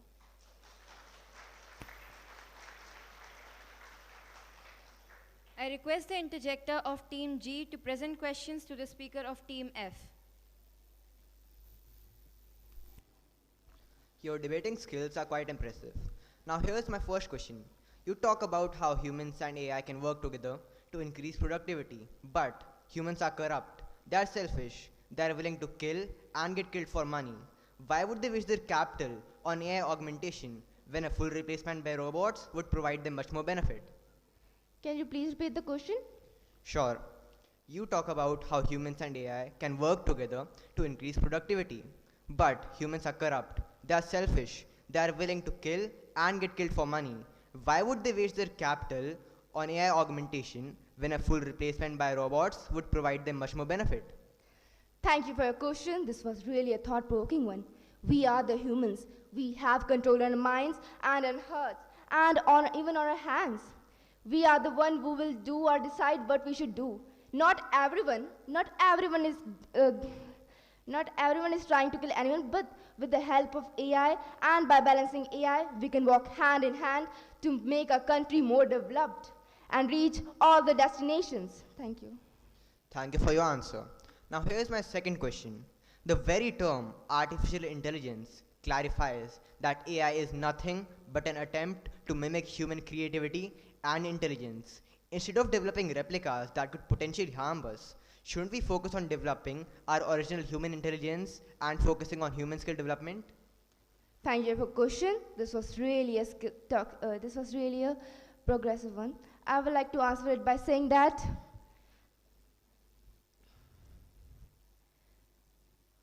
with the help of AI, we can reach many wealth as through skill-based learning, reskilling and upskilling programs, educational schemes, we can achieve it. As reskilling and upskilling programs help us to enhance our abilities.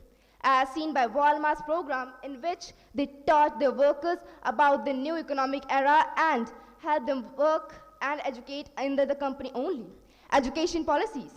As NAP 2020 launched, that skill-based learning would be added in the curriculum of all the students of all the classes so that they are a prepared workforce for the future. AI is also helping us to educate because with the help of AI, we are learning new skills. We are reaching at a greater level. Thank you. Thank you for your answers.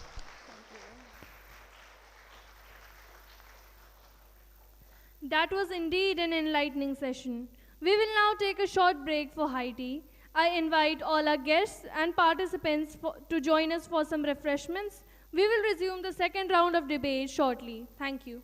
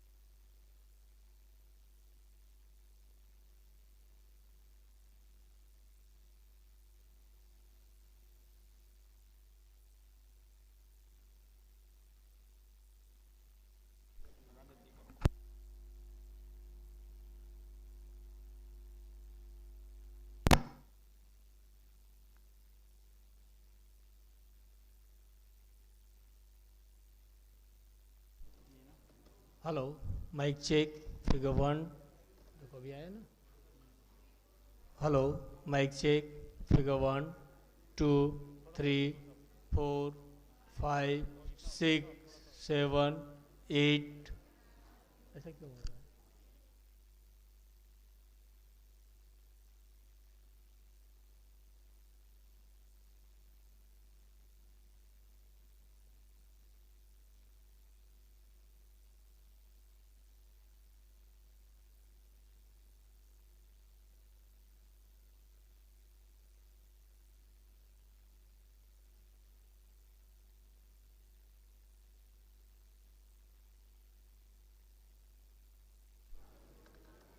Good morning, ladies and gentlemen. Ladies and gentlemen. Ladies and gentlemen.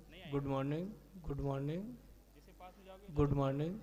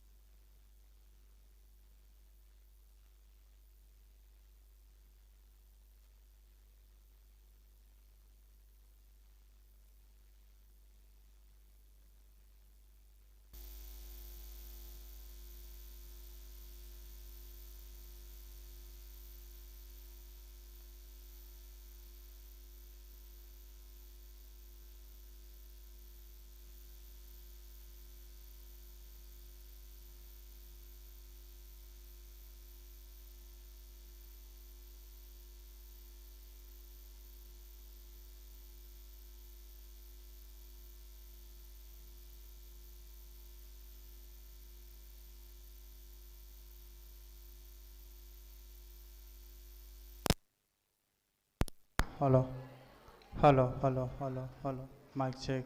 Figure 1, 2, 3, 4, 5, 6, 7, 8, 9, 0.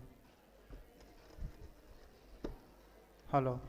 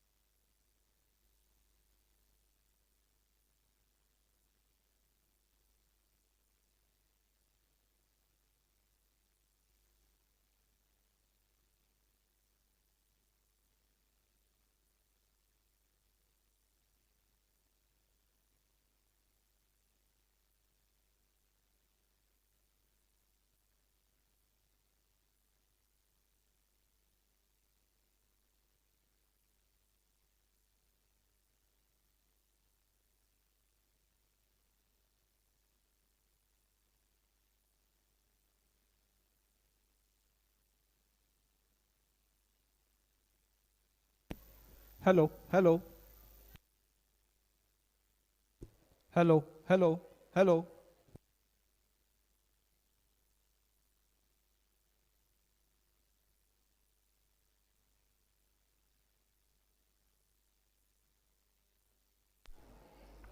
Hello.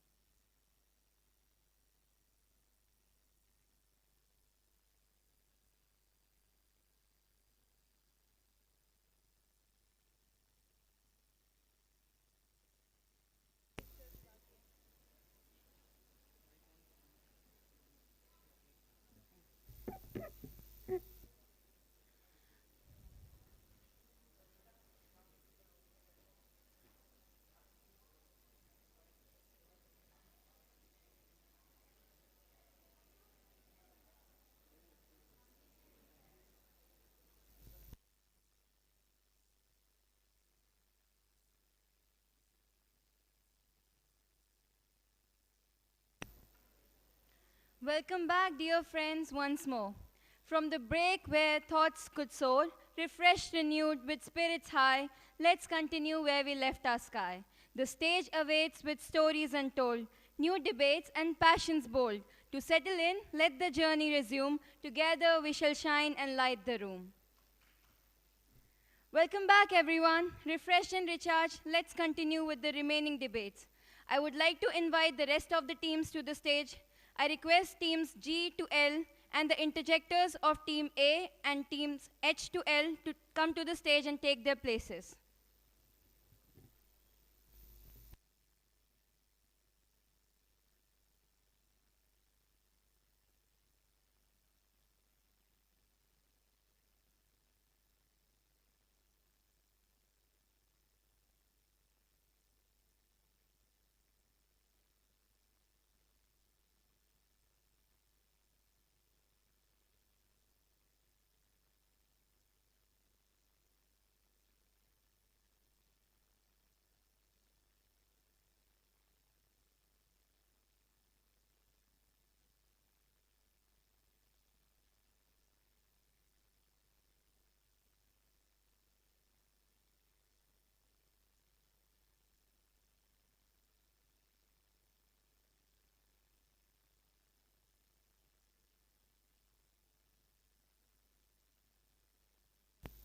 Now that all the teams are settled down, let us invite the first participant of Team G to speak for the motion.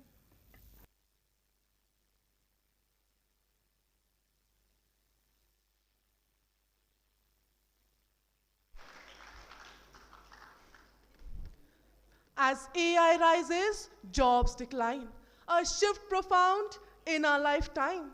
We must adapt or be confined to future forged by codes in line. Good morning, esteemed judges, honorable chief guest, teachers, and my worthy opponents. Today, I, participant one from Team G, stand before you all to advocate in favor of the motion. My worthy opponents claim that AI will create new jobs in various fields, but have not they noticed the fact that most of the jobs created by AI will require a high level of technical qualification which a poor often cannot attain? By implementing AI to automate tasks, we are actually snatching away the livelihood of many impoverished individuals. These people get low-skill jobs at great difficulty, and we take them away without a second thought. I would like the jury members to have attention to this fact that according to a report by well-known McKinsey Global Institute, AI will replace about 800 million jobs by 2030. Yes, you heard me right, 800 million jobs. Additionally, AI-driven tasks erases individual creativity and uniqueness. AI's role is now expanding in more common areas which were once a domain of human inventiveness. Foxconn, a major supplier for Apple, is a prime example where 60,000 workers were replaced by AI-driven robots in 2016. The net job loss was significant, demonstrating that AI replaced more jobs than it creates.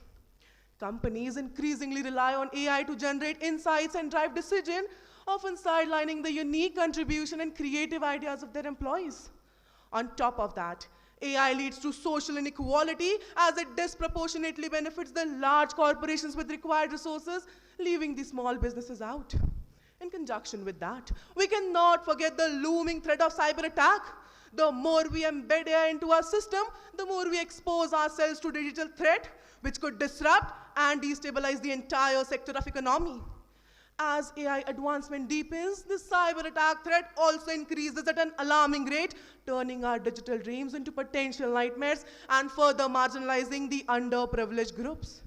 AI in its relentless march often mirrors the prejudices of its creators. Moreover, AI has indirectly suppressed wages as machines and algorithms are capable of performing the tasks that humans used to do. This devaluation of human labor hits the low-income workers the hardest, pushing them further into financial insecurities at a time when mental health issues are becoming increasingly common. AI too contributes to this problem by displacing workers who often become the victims of depression and anxiety. It is the same as living under a dark cloud with constant threat of storm that washes away their sense of security. To encapsulate, as we embrace the capabilities of AI, we must not overlook the harsh realities it presents. AI possesses a critical threat to employment. As the saying goes, all that glitters is not gold. It is imperative that we address these challenges head on, ensuring that the pursuit of innovation does not come at an expense of losing the human workforce. Also, I would like to say, to sum up with a poem, as AI advances, a shadow looms. Machine takes jobs, leaving none to bloom. Thank you, everyone.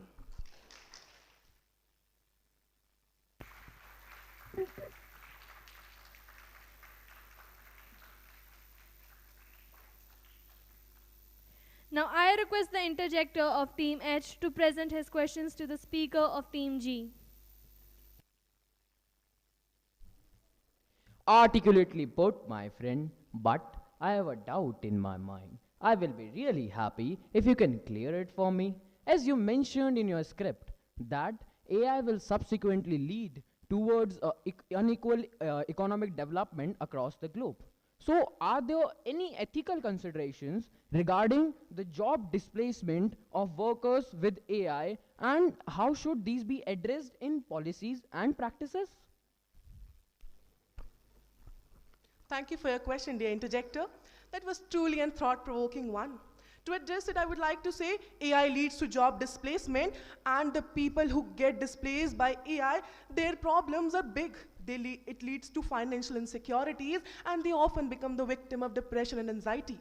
People have the burden of their families, and how do they tackle it? Mostly at this time, AI is replacing repetitive tasks, manufacturing and retail tasks, which poor people are often into this. Also, I would like to say that we need high level of technical qualification, which not everyone can afford. Also, it leads people into financial burdens.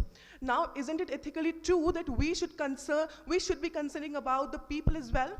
Here we need to tackle a question, that is, will we let technology leave behind millions of people and move forward? We live in a country where we unite together and fight the enemies, and AI is the threat to employment as that as well. Thank you.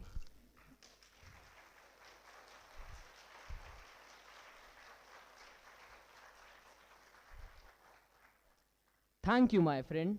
I'm somewhat satisfied with your answer, but still, I have a doubt in my mind. I will be really thankful to you if you can answer it for me also. So, how does the rapid advancement of AI undermine job security across various industries? Can you provide me with some specific examples of sectors where AI has significantly reduced employment opportunities? Thank you for your question. I have the answer like this one. AI has led to job displacement in the sectors like manufacturing, retail. AI is now doing repetitive tasks and had led to an unemployment in the sectors of manufacturing. People are not required here. Second, retail. People are displaced from the cashier positions and has led to a significant job displacement. For example, Foxconn, which is a major supplier for Apple, here sets a prime example where 60,000 workers were replaced in 2016. Why? Because manufacturing work was very easy by the machines. Thank you. Thank you, my friend.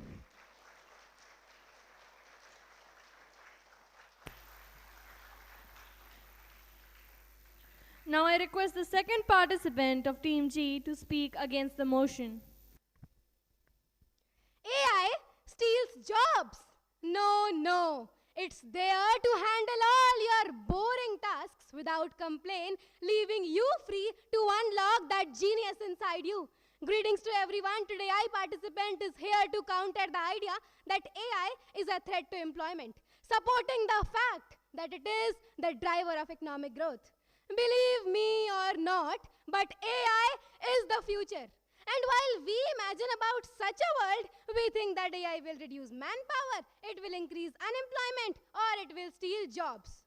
History has proven that technological advancements often lead to initial fears of job displacement, but ultimately lead to new job creation and economic growth. The Industrial Revolution and the advent of computers are prime examples of this. A report by the World Economic Forum found that AI and automation are expected to create 97 million new jobs by 2025. It will displace 85 million jobs, but if you know simple maths, it's resulting in a net gain of 12 million jobs. Clearly, the displacement is not negative, it is positive.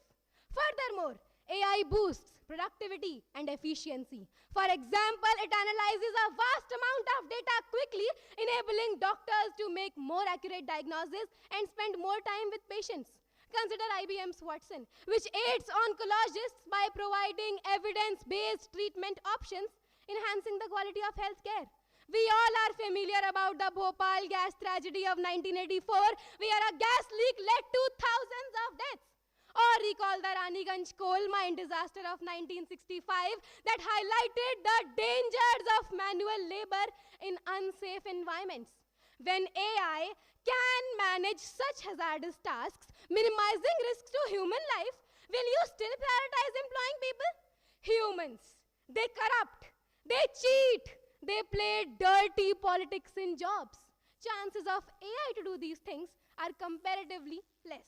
For instance, Unilever's AI-driven hiring process hires candidates based on their performances and skills, leading to a more diverse and inclusive workforce, reducing the risk of corruption.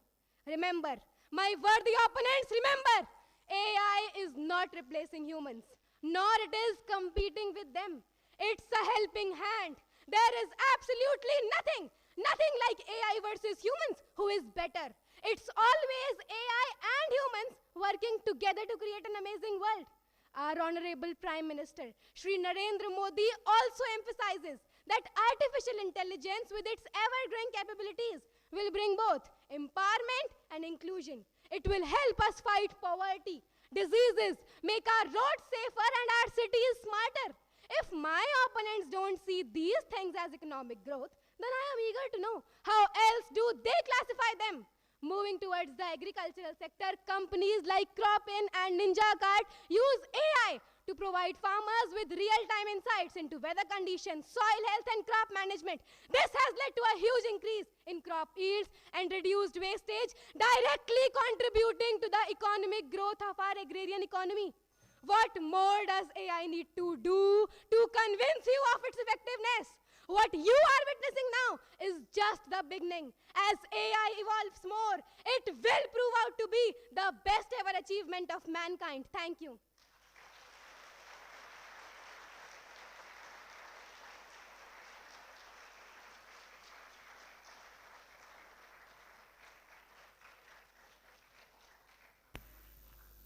Now I request the interjector of Team H to pose questions to the speaker of Team G.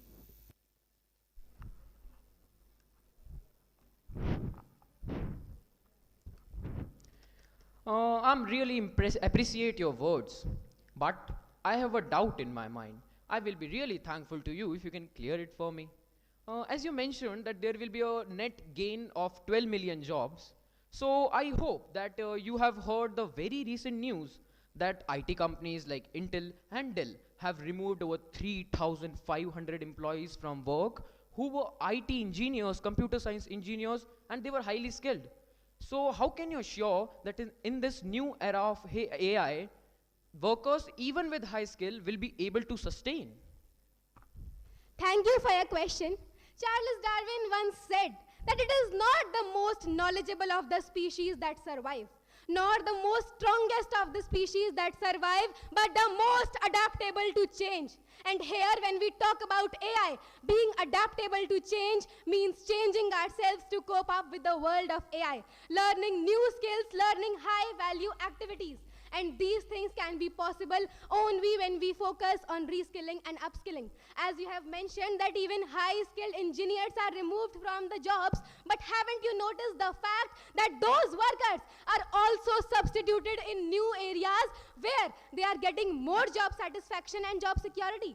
For example, when the coal miners were retrained in the renewable energy sectors, they were appreciating the safer working conditions and job satisfaction that they got there, which were not there earlier. Earlier, they were bound and forced to work in hazardous tasks. But now, they are happy to learn new skills and contribute to a sustainable industry. Thank you.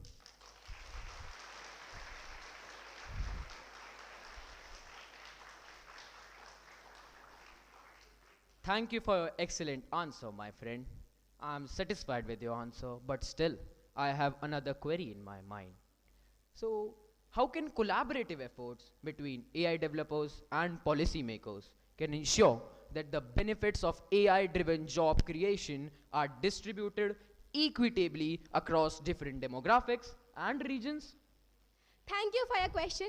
I appreciate your keen observation, but I would like to let you know that there are certain companies like Patriotic and TensorFlow that are working to ensure this thing only, that the benefit of artificial intelligence is there worldwide and not just concentrated in few demographies. Also, there are many schemes like the GPAI. Many countries are collaborating there to ensure that AI benefits everyone and not just a few. Thank you. Thank you, my friend.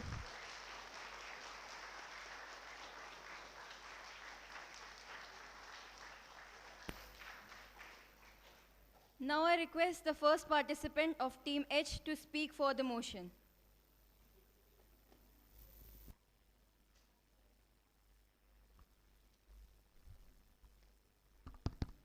The potential benefits of artificial intelligence are huge, but so are its danger. Honorable Chairperson, esteemed judges, and my valued audience member, a very warm good morning to all present. Picture a world where machines outpace humans in countless fields. This isn't a distant sci-fi fantasy, but an emerging reality. As we delve into today's topic, the use of artificial intelligence, a threat to employment opportunities or a driver of economic growth, I stand for you to explore how this technological marvel, while brimming with potential, casts a long shadow over our job market. Artificial intelligence is one of the most transformative advancements of our time. According to IBM, the AI technology enables machines and computers to stimulate human intelligence and problem-solving capabilities. But be aware, my friends, this technological revolution might just be a snake in the grass. A survey of 2,700 AI researchers has predicted a 50% chance of AI surpassing humans in every task by 2047. And don't be too shocked, because several companies have already started to cut employees. It is estimated that there will be a wave of layoffs of at least 44% throughout 2024 alone. I would like to bring to the notice of my august house the impact AI is having over various sectors. For example, in manufacturing sector, AI-powered robots are progressively assuming roles that were once the domain of human employees. In education sector, with the introduction of ARIS, India's first ever robot teacher in Kerala, to Pantaloon in Bangalore, the prospect of robot teachers is quickly becoming a reality. It seems the adage of human touch will soon be a phrase of the past. As AI advances, a significant skill gap is emerging between what the job market demands and what the current workforce can offer. Many workers might struggle to adapt to new roles, especially older ones who often lack the time and resources needed to reskill. This shift towards AI-driven industries favor those who have specialized skills in AI development, data science, and robotics, while workers in the traditional roles may face obsolescence. This shift could aggravate the already existing social and economic inequality, as high-paying AI jobs concentrate on a very small, highly educated segment of the population, leaving a large portion of the workforce at risk of economic hardship. My intelligible opponents might argue that AI will create new jobs. However, the transition between job displacement and creation is also likely to be lengthy. Not to mention, job loss and insecurity can lead to increased stress, depression, and anxiety among workers. The threat of AI to employment is both significant and complex. While AI offers potential benefits in efficiency and innovation, its potential to disrupt jobs, displace jobs, disrupt economies, create skill gaps, and affect the social and psychological well-being of the workers cannot be overlooked. I would like to end my argument with a quote by Stephen Hawking. Success in creating AI would be the biggest achievement of human history. Unfortunately, it might also be the last, unless we learn how to avoid the risk. Thank you.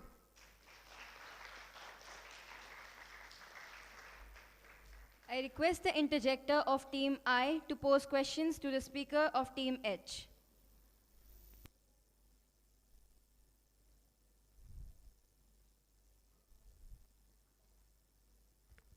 Good morning to everyone present here. I'm honored to have the opportunity and privilege to be present here today as the interjector from Team I. Dear speaker, I listened to your speech with the utmost attention and would like to commend you for your earnest efforts. My first question to you is, you mentioned in your speech how AI is taking over jobs in a multitude of sectors. But by leveraging AI technology in hazardous industries like underwater coal, oil, and mica mining, we can greatly reduce the risks that pose a significant threat to human life. Don't you think AI implementation in these industries saves precious human lives while creating new, safer employment arenas by rendering humans control and management of these AI technologies? Thank you for your wonderful question. I would like to answer it in this way. Yes, AI will create job opportunities in a few sectors, but haven't I mentioned enough that it displaces jobs way more, not in just the mining sectors that you're talking about. Yes, AI will create more opportunities. It will drive the efficiency and innovation in that industry. However, can we really ensure that the retraining and reskilling of those mining workers are equated and accessible to everyone? With the corruptions that we face today, can we really guarantee that these workers would be benefited if they are displaced from the jobs? Yes, AI might do it, but do we really have the guarantee for it? Thank you.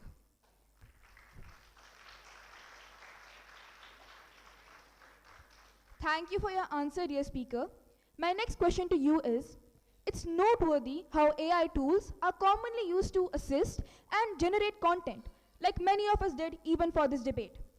Recognizing AI's potential as a technology of the future, NEP and our very own AWES fraternity has made provisions to implicate AI education into our curriculum right from the primary school level. So then, how do you project AI as a bane, not boon, for economic growth? Thank you for your thought-provoking question. I would like to answer it in this way. The potential of AI in content writing or the creative sectors of human endeavors affects the emotional intelligence of humans. AI can generate tasks and assist us in writing contents and ideas, but, and I say this but in capital letters, ladies and gentlemen, it lacks the human depth and ingenuity.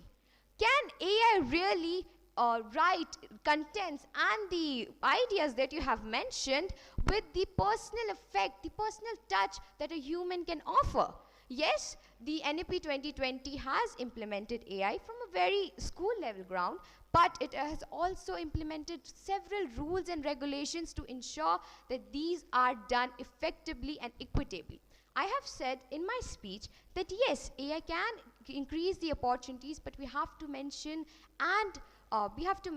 that these opportunities are equitably accessible to people who are affected by these job displacement. Thank you. Thank you so much for your answer, dear speaker.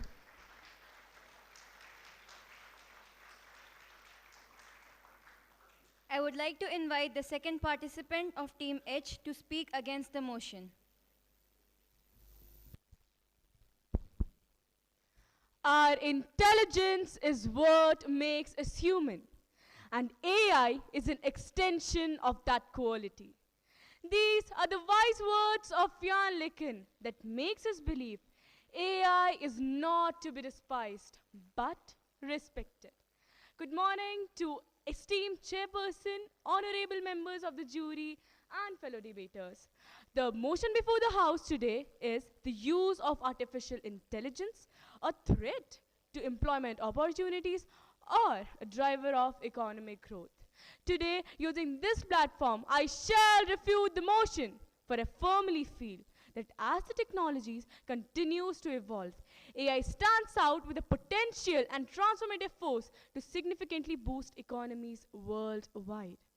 At the onset, I would like to talk about a research held by Accenture, a consulting company in the US covering 12 developed economies. It forecasts that by year 2035, AI might double up the economic growth rates, and it will be due to three main reasons. First, it will boost labor productivity up to 40% through better time management. Second, it will create virtual workforces with intelligent automation that can learn independently and solve problems accordingly. Third, due to the spreading of innovation across the sector, this will create and generate new revenue streams too. Not only that, PricewaterhouseCoopers PwC ensures and indicates that AI will be the reason of 14% of growth in global GDP by year 2030, and it will be due to the development of the technology and take-up of AI.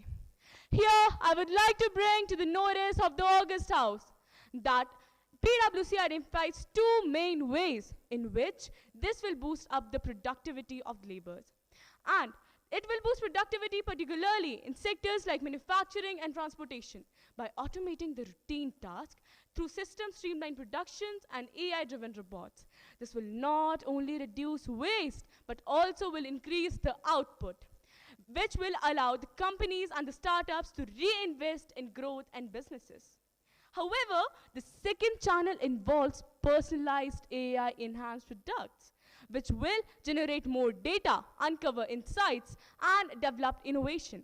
This will allow startups to leverage AI for creating cutting-edge applications, which will allow them to have new opportunities and chances throughout the new job market.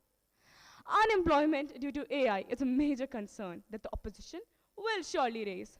But a research indicates by year 2035, AI might eliminate 85 million jobs. But there's a twist, ladies and gentlemen.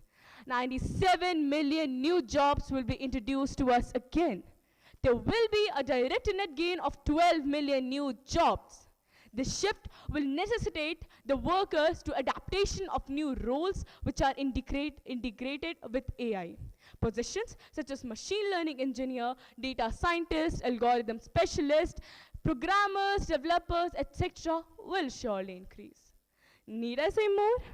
At the end, I would like to conclude my speech by some words by Chris Heisey, Investment Officer of Merrill and Bank of America. AI is going to transform the global economy as surely as steam engine and electricity did in their own times. Thank you. Now I request the interjector of Team I to pose questions to the speaker of Team H.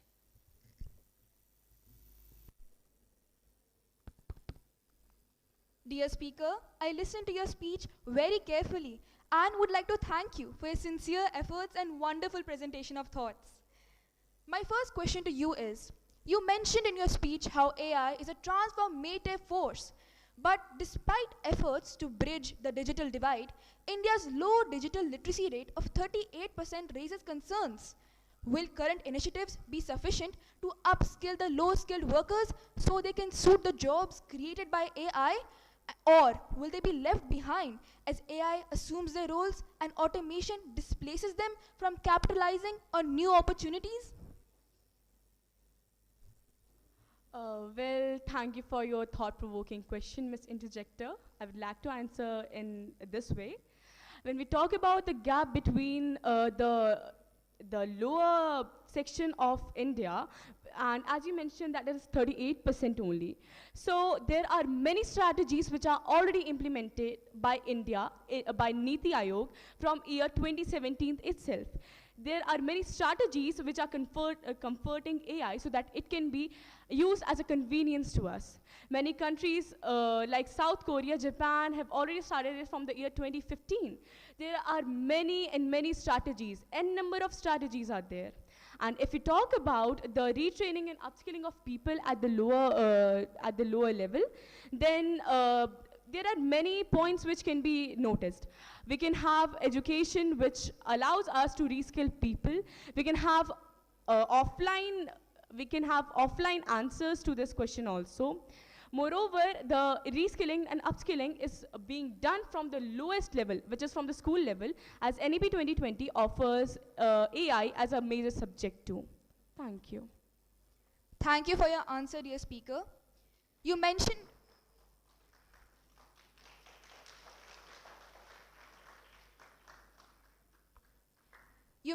in your speech how AI will rocket the global GDP by 2030. But in the same year, AI is projected to take over 30% of jobs. We cannot afford to wait and find out if the benefits of AI will trickle down the low-skilled workers who will need to find new jobs due to automation. Recognizing the peril AI poses and its jeopardy to employment, notable AI icons like Elon Musk and Nick Bostrom have expressed incredulous concerns about AI development. So, are these warnings from former AI icons a sign we should reevaluate our own pursuit of AI advancement?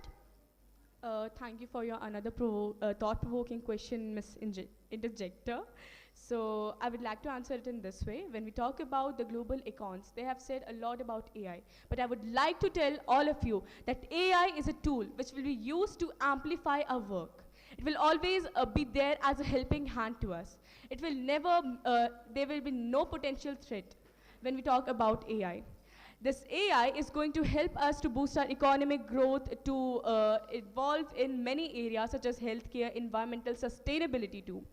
Mark Zuckerberg has already told us that AI will give a solution to the problems which we don't have right now, such as climate change, such as environmental sustainability. So, hope you got your answer. Thank you so much for your answer, dear speaker. Now let us welcome the first participant of Team I to speak for the motion.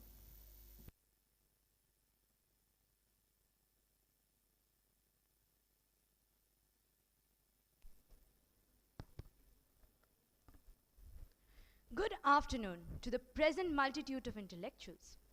When this topic crossed my eyes, it electrified my vice.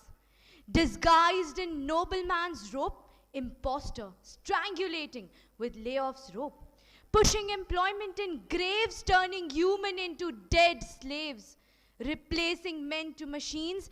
AI is killing employment dreams. AI is killing employment dreams. Today, we stand on the brink of a transformative epoch where rapid advancement of AI prompts us to confront a pressing and a complex question. And that is the topic for today's debate. So I, Simran, member of Team I, stand here to asseverate that AI is a formidable threat to employment opportunities. My informed opponents have cleverly tried to brush the grave issue under the carpet by blowing the trumpet of some far-fetched facts and figures, claiming that AI will open up Pandora of jobs. But let me peel the onion layer by layer, giving you its bitter essence. The dynamic demographic dividend of not only our country but the world has been devastated with automation and AI in plethora of sectors. Where Pew stated a loss of 35% jobs in healthcare, McKinsey revealed 30% in administration. BLS stated 40% decline in wholesale and retail, whereas OECD claims 70% in manufacturing. Deloitte detailing 30% in banking, cutting 20% too in education as testimonied by PwC, and 15% in arts and entertainment industry by Forrester Research. And the statistic stretches steady, steady, steady. Not turning a blind eye to these facts, a reality. Unlike my zealous opponents having an escapist attitude, I can see AI as a digital tsunami, a gale force which has, and will capsize the ship of global economic stability. I call this school of ideas not to get baffled between perplexing terms like job placement, replacement, displacement, and let's not target a tedious, troublesome tangent of solution in skilling upskilling or reskilling. Because this has only suited the high-skilled professionals, unleashing an economic Armageddon where majority of the workforce is semi-skilled or unskilled laborers will not be able to shine in the Silicon Valley and the humdrum of IT hubs, leading to widening income gaps and bewaging inequality. I like to remind my opponents that even the godfather of AI, Dr. Zephyr Hinton, remorsefully stand hand in hand with me while navigating the catastrophic future of job spectrum when he declares to quit his lifetime work on AI. After enough of debating, discussing, let's discover and ponder upon, contemplate and introspect over a holistic solution. As we navigate this change, we must address this shifting range. For the quest in tech's advance, some are left without a chance. Some are left without a chance. Thank you.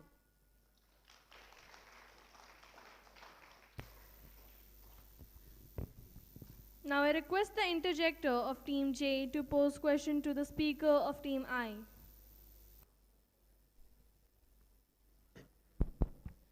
Good morning, everyone. I am an interjector from Team J, posing questions on the topic, the use of artificial intelligence, a threat to employment opportunities or a driver of economic growth. My first question to you is that in this widespread incorporation of AI and its technologies, actively and positively contribute to fostering economic growth, boosting productivity and catalyzing innovation, thus creating new employment opportunities across a spectrum of industries. So, doesn't it contradict your statement? Thank you for the question, dear interjector. But I firmly believe on my stance that AI is a threat to employment opportunities. I, the youth of this nation, is not against progression or development. But let me enlighten you and everyone that do you know whenever 1% increase of AI robots, actually 4.6% of the people face their jobs are being replaced. And that adds up to 20 years, and that is 76% in 20 years. So, while answering your question, I'm reminded of a recently book that is read by me, and that is named as Leviathan. That is written by a famous English philosopher, Hobbes. Hobbes first referred Leviathan, a sea monster just like AI, as a powerful modern state and a supreme of monarch.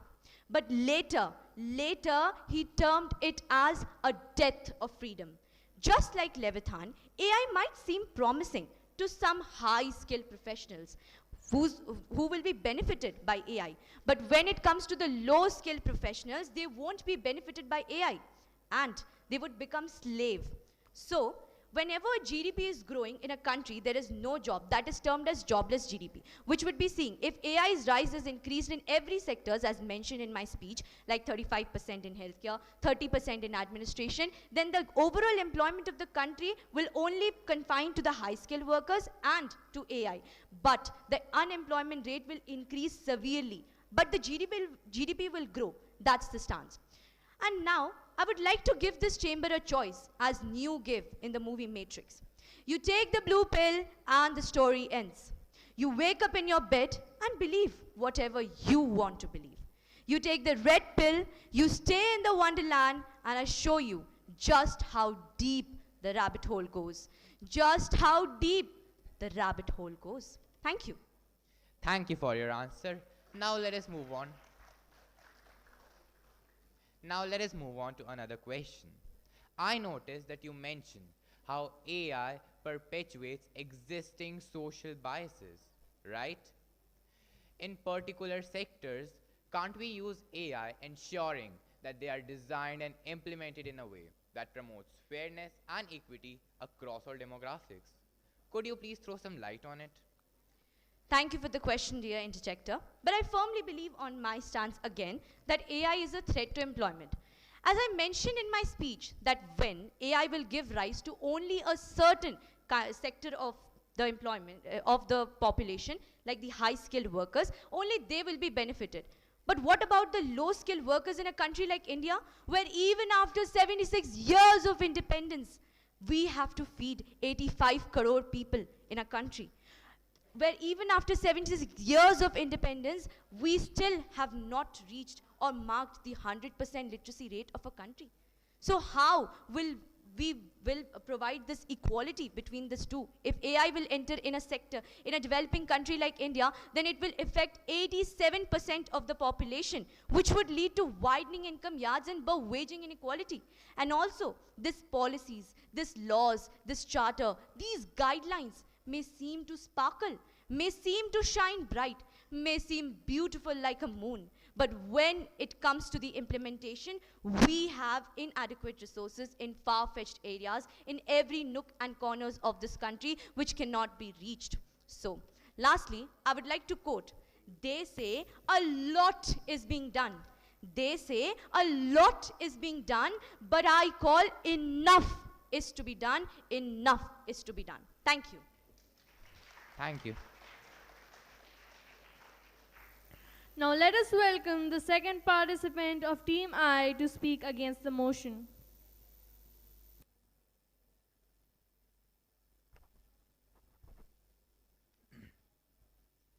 Once there was a time when I couldn't move a single inch, drowned in pain, felt dejected in every pinch. With AI, employment I did seek, and let my success speak. This is the help cry of a common man with special needs, which rightly portrays the call of many, that AI with its scope boundless is ready to embrace endless, renders help to you and me both as a driver for economic growth. And it is this economic growth for which I, Speaker of Opposition of Team I, advocate the case of AI, a catalyst for innovation, progression, and development. Let me burst the bubble and prove how AI-powered tools can provide personalized guidance by learning or tailoring content. It enables learners and workers to strike a better work-life balance. Stepping stone to this, SnapLogic findings substantiate that 81% workers have enriched their decision-making ability and 40% have increased their labor productivity. Let me elucidate this school of ideas that AI is not an economic tragic, but a human's magic. And this magic wand is estimated to create 133 million jobs as validated by World Economic Forum and Gartner report. Allow me, a McKinsey Global Institute, clear the hypnotic spell of my worthy opponents that AI as a harbinger of economic renaissance would potentially rocket the global GDP by $15.7 trillion by 2030. Now, to prove my point to my dear lords, my dear friends, human empathy has no replacements, even in job placements. Now, I would like to divert the attention of my respected audience toward the survey by PEW Research Center, which rightly reiterate that workforce training and educational programs can minimize and mitigate impacts of AI, if any. Paving the way, the big techs like Google, Microsoft, IBM, and Amazon have encouraged 68% of their workers to learn these new skills, which will illuminate the path to economic gain of a whopping 45%. To my opponent's claim, who blame AI for crucifying creativity, I would like to explain that AI acts as a crucial lifesaver in horrifying hazardous planes. AI acts as a dawnlight as it can forecast and predict any possible natural catastrophe and works for many men in the dark depths of mining, excavations, explorations, still steered by a human skill.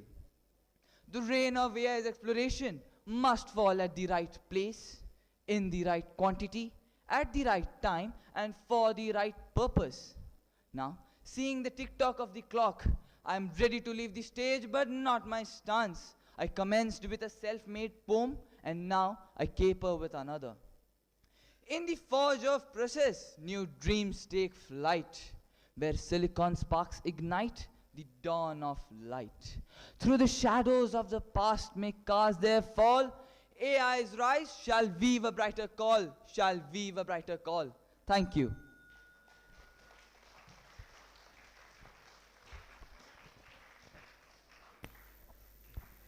Now I request the interjector of Team J to pose a question to the speaker of Team I. My first question to you is that there are valid concerns that the accelerated automation driven by AI has led to a disproportionate loss of jobs, right? In particular sectors which are heavily dependent on human labor, potentially intensify the rates of unemployment and economic inequalities. So, what's your take on this issue? Thank you, dear interjector. It was indeed an intriguing question. Firstly, at this question, I am reminded of a quote by Vince Lombardi that success is not the absence of failure, but the persistence through it. To answer the first part of the question regarding unemployment due to I would like to put forth a data by World Economic Forum which rightly exclaim that AI might displace 75 million jobs but creates 133 million jobs, basically creating 58 more million jobs than it displaced. Moving on to the second part of the question, which is on economic growth. Recently, yesterday I read in the newspaper that our beautiful country, India's National Stock Exchange has hit the 10 crore mark for the first time. And as we know that in the 1970s, India's agricultural employment was 72 to 74%. But in the recent times of the 2011 census, it has decreased to 46.64%. So I believe that initiatives from the government, initiatives from us, and that is what I'm vouching for, that AI shouldn't control us humans, but it is us who needs to control AI, and that the final input lays in our hands. Lastly, I would like to end by saying that we have tried, we are trying, and we will try to triumph. Thank you.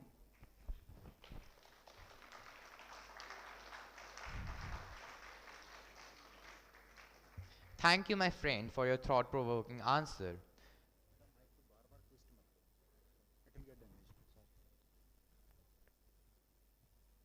Now let us move on to the final question. The increasing reliance on AI and its technologies also raises ethical concerns regarding the potential misuse of sensitive data and the reasons for privacy, undermining the ideology of a fair and just economic society. So how do you clarify this issue? Thank you, dear interjector. It was indeed an insightful one. Regarding the concerns about privacy, I am reminded of a quote that perfection may not be attainable, but the path to perfection makes excellence inevitable. To answer the concerns regarding privacy, many people do state that AI invades privacy of a person. But let me ask you all a question. Aren't us the people who are actually allowing the terms and conditions of every app when we download one? So isn't it us who are to be blamed? Because I personally believe that AI needs input from us humans. For example, let us take another research from Adobe Scanner, which rightly reiterate that artists actually 74% artists use AI to refine their creative arts and masterpieces, out of which 10% have even found better positive results. AI also helps to convert the blue-collar jobs to the white-collared ones with better salary, working conditions, and incentives. So I ask, why not use AI? And use AI only to the limits for us as an aid, us as a helper. And I believe that AI cannot replace a human heart, because at last it is a mechanical part. Now, the poet in me would like to conclude by saying that AI can help and assist. Let us not resist, because I insist that employment and economic growth will persist when AI and man will coexist. Thank you. Thank you.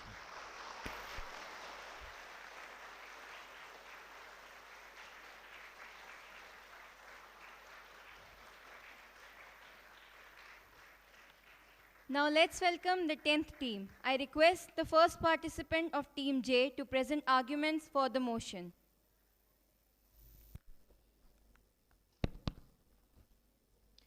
After listening to my fellow debaters singing the praises of AI, I am reminded of the words of the eminent Gray Scott, who said that once AI becomes self-aware, the cognitive hierarchy will be transformed forever, where we humans are no longer the dominant species. Yes. Good morning, everyone. Today I, speaker from Team J, am going to present my views on how artificial intelligence, a sharpened X, is just few inches away from our roots. Dear listeners, we are moving in an era where intellectually everything you and I perform will look stupid and meaningless. Vocations and researches we had worked hard for, burned the midnight oil for, will be there on a small gadget, a small conscious chip, making us just a fuel or data for the sentient AI. Devastating, isn't it? I should intimate you that this happened with my great-grandfather, who used to call himself a maths wizard. The very first time he saw a calculator, I still remember that 110 rupees Panasonic calculator. Tuck, tuck, tuck, tuck. Results of calculations in seconds. He was devastated. He just said that this is a shadow intelligence, a shadow that is waiting for the exact 12 o'clock overhead sun rays when it will engulf the energy and conquer it completely. Dear listeners, we are not talking about computers here. We are talking about digital intelligence. An intelligence that has trillions of connections like our neurons and uses power in megawatts with an unimaginable learning. Alarming. According to a research paper, the future of employment, 27% of our skilled population and 47% of our unskilled population is likely to suffer just because AI is taking their jobs. Cabin instead of cashiers, ChatGPT instead of content writers, working robots instead of laborers. How we are going to convince these people to give up their jobs on which their livelihood depends? It's not easy. Confidence without clarity, my dear friends, lead to a horrible process. I am so sorry, but what economy are we talking about? I think the one where the term human resources will become completely literal. We, the rulers, will just be a resource. And resources exhaust. They are replaceable. Far is not the day when AI is gonna look back on us the same way we look at fossil skeletons of Africa. Shh! All set for fearful extinction in this greedy market of AI. At this moment, a quote said by Warren Buffett hits my mind. Be greedy when the market is fearful, and be fearful when the market is greedy. Before resting my case, I would like to say, dear friends, this Hunter AI even knows what you are typing in your search engine on your 3-step secured phone. Fear it. Yes, this is what we see, a mass grave. And what left behind is just a tech slave? Just a tech slave. Thank you and have a euphoric day ahead.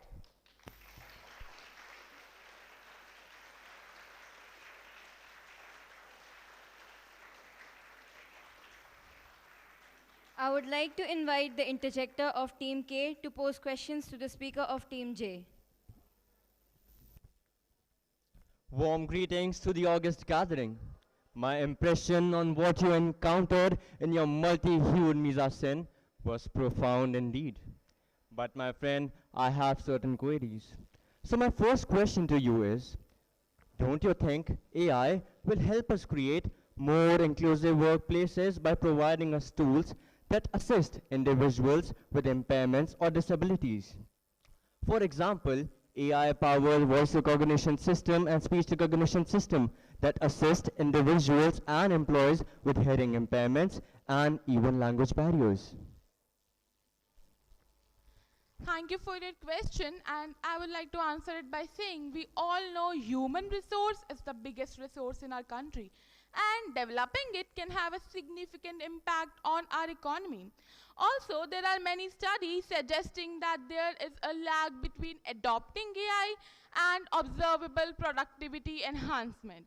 It may even take years to learn about AI's technologies. I would like to add here that AI with human resources is just like two twin cornerstones. And it is obvious automation would lead to job displacement and unemployment. I think that the benefits of AI are not evenly distributed, as the high cost of AI technology cannot be feasible to each and every one. So here I would like to say that AI is not a panacea for economic growth, and productivity is not that positive as it is claimed to be. Thank you very much.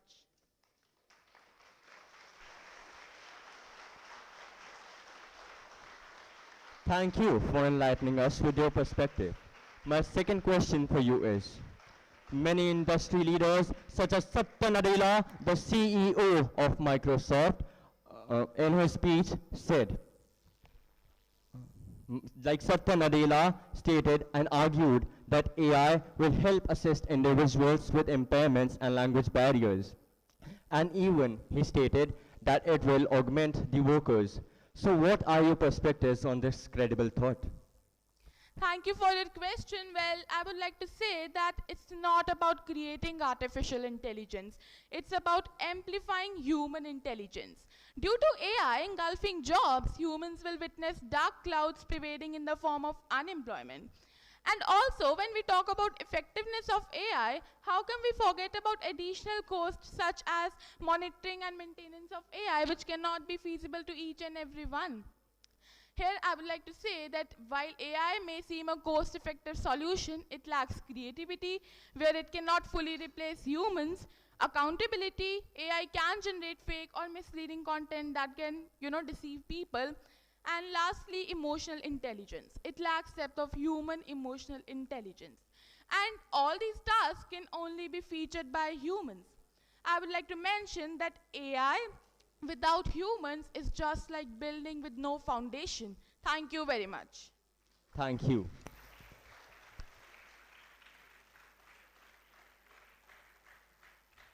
I would like to invite the second participant of Team J to speak against the motion.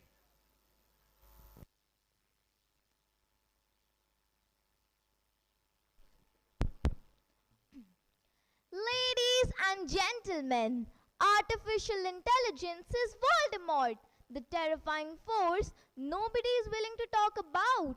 But why? While you ponder over this question, let me give you my introduction. I, speaker from Team J, feel privileged to radiate forth my views against the motion on the topic, the use of artificial intelligence, a threat to employment opportunities or a driver of economic growth. I'm not here to enlist the advantages of AI. I'm sure you already know that they are infinite in number.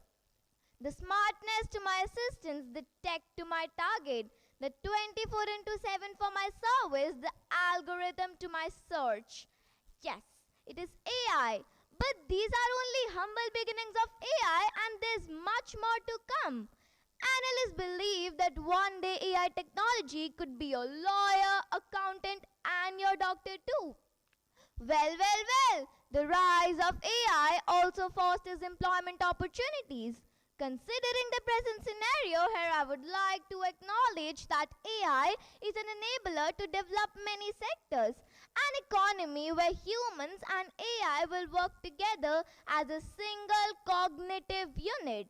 A unit that can pave career path and boost economic growth, like that exponentially growing Chinese bamboo.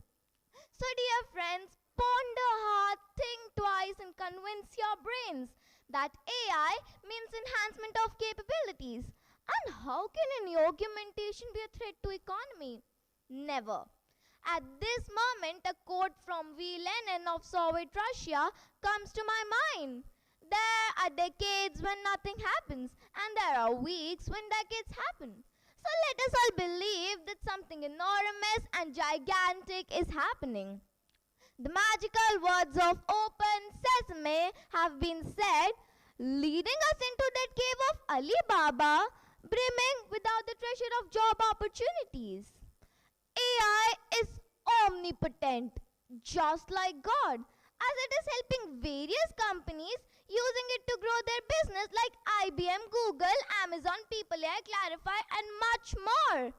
In fact, our visionary Prime Minister Narendra Modi is one of the most tech-savvy leaders and has always encouraged e-governance from the very beginning of his tenure. My dear beloved audience, may I have your attention to this fact with which everyone sitting here must be well aware of. Yes, it is none other than the Chandrayaan series. Had it not been accumulation of AI this time, it wouldn't have been possible to undertake such a huge mission which gave a quantum leap to the economy of our nation. So rather than jingling it with a fear, turn it into your courage, as fear mastered is a king born. Chris Hayes, Chief Investment Officer of Bank of America, stated that AI is going to transform our economy as surely as electricity and steam engines did in their own times. Dear all, let us breathe the vision. The freedom is waiting for us on the breezes of sky, and we ask, what if we fall? But my friends, what if we fly? What if we fly? Thank you and have a eupheistic day ahead.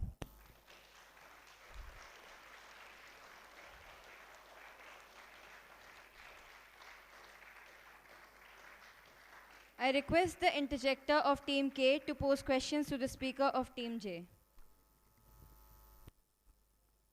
A prism surely has the capability of divergence. Divergence of light into 7 different colors. Indeed, the ray of color you chose was really captivating. But, my dear friend, I have to raise certain queries.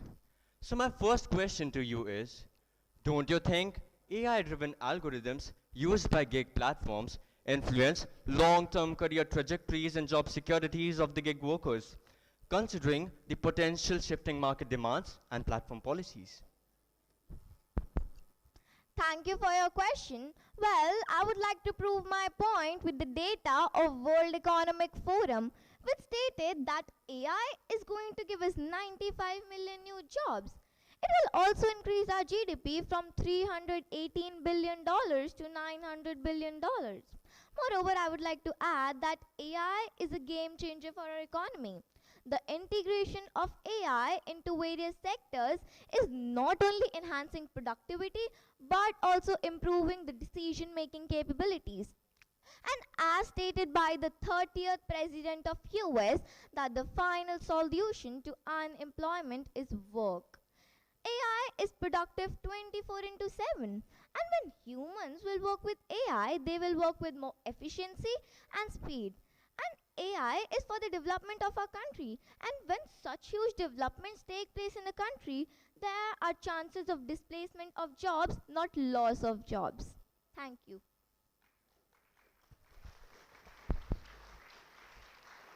Thank you for enlightening us with your perspective. My second question for you is, don't you think the increasing dependence of AI in economic decision-making contributes to systemic risk failures in financial markets due to its potential vulnerability in data security? Thank you for your question. Well, I would like to say that AI robots have the potential to enhance the data security. It's in the hands of humans. Either they have to lock the digital vault or leave the back door open. Secondly, talking about the word security. Let me give you an example. Even the app WhatsApp is providing us a rigid security feature, end-to-end encryption, which means that the person you are communicating with can only read or listen to what is sent. Even WhatsApp cannot have access to this information. I would like to give you another example of Germany's supermarket named Tegut, which is fully automated with no human workers. This means that it depends on us how we are using AI. Even the best security system needs a human touch. Thank you very much. I hope I have satisfied your question. Thank you.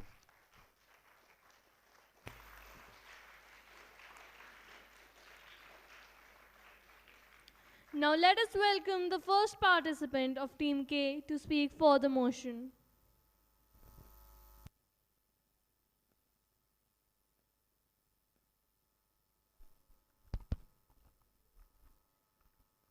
Picture a bustling factory, heartbeat of a small town, where generations have worked and thrived. Then almost overnight, AI-driven tools replaces the workers, leaving the town silent and its people jobless. Good morning, respected jury, esteemed teachers, and my worthy opponents. This scenario isn't just a story, but a looming reality. Today, I take a stance to argue that race of artificial intelligence poses a significant threat to our employment opportunities. Let us embark on this journey with open minds and thoughtful hearts. In the unfolding landscape of today's world, we witness a profound shift. Artificial intelligence has begun to displace human jobs. Jobs that were once filled by humans are now taken away by these advanced machines. And we are faced with a reality where AI is continuously steering the course of our workforce. The changes brings with it challenges and uncertainties for those whose jobs are now at risk. The rise of AI is not merely a matter of technology, but a deep and pressing issue that requires our attention and action. Mobility, technological advancement have led to job displacement, and AI is intensifying this trend. With a 2023 report from International Labour Organization forecasting that up to 21 million jobs could be displaced globally by 2030. In manufacturing, AI has already displaced 1.7 million jobs. In service sectors, these advanced machines have started to handle tasks such as customer care and data analysis, steering the course of our workforce and snatching away jobs from people that were once secure. This data highlights a troubling reality. Losing job to AI can seriously mess up with people's head. When folks get pushed out of their jobs, it's like a mental hurricane. Stress, anxiety, and depression go through the roof. Getting booted from your job can totally wreck your sense of self-worth and amp up gnawing fears about what's coming next. Isn't it just like being hit by a double whammy? No job and tons of emotional baggage. In today's classroom, AI is all the rage, but it's kind of killing the vibe. Sure, tech can spit out information and handle grading without breaking a sweat, but it totally misses the mark on human touch. Just like in the fun they had, probably if you all remember class 9, where the students found the idea of old school learning far more engaging. We're losing out on real conversations, high fives, and the personal pep talks that made school feel alive. It's like we're trading in a genuine student-teacher connection for a soulless and robotic experience. Sure, AI might look efficient, but it's turning classroom into dull and impersonal zones, where the warmth and excitement of learning are getting seriously squashed. Stephen Hawking warns us saying, and I quote, "Automation could lead to widespread unemployment and social unrest, emphasizing the need to address the profound shift posed by artificial intelligence, emphasizing the need to tackle human and societal repercussion." Concluding, we must not allow the march of technology to trample over the well-being and livelihood of countless workers in just the name of AI. And I'd like to wrap my argument by quoting Bill Gates. Humans should be worried about the threat that is posed by artificial intelligence. Thank you, my dear friends.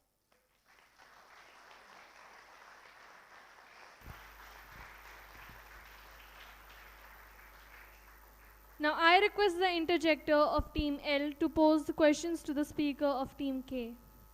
Good morning, my dear friend. Your arguments were august, but I have a few questions for you. My first question would be, From your arguments, I got to know that you're feared of changes.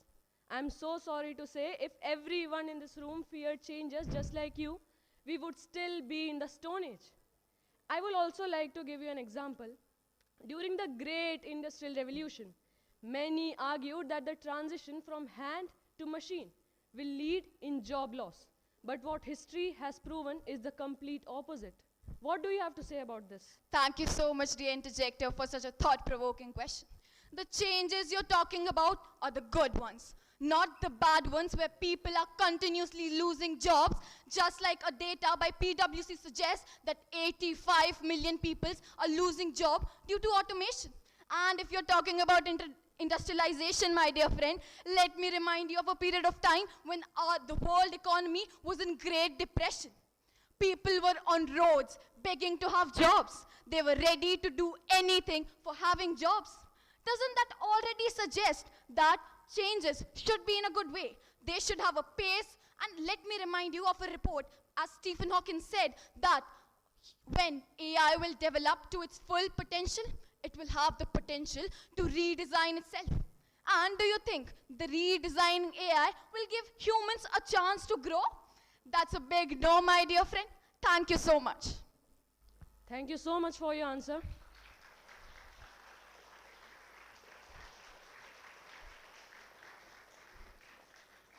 My second question would be, you argued that AI will create mass unemployment in sectors like automotive and retail. But what are the possibilities that AI will enhance these sectors, and also what are the possibilities that AI will not cause unemployment? Thank you so much for your question, dear interjector.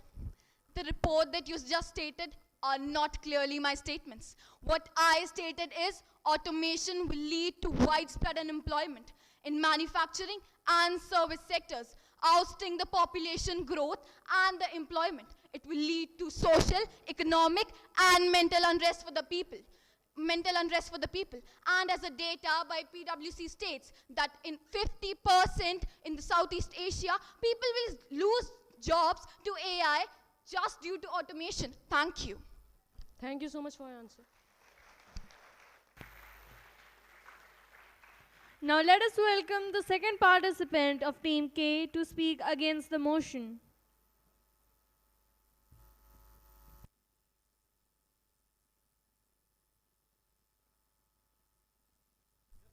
Mic check. Just wait for a moment.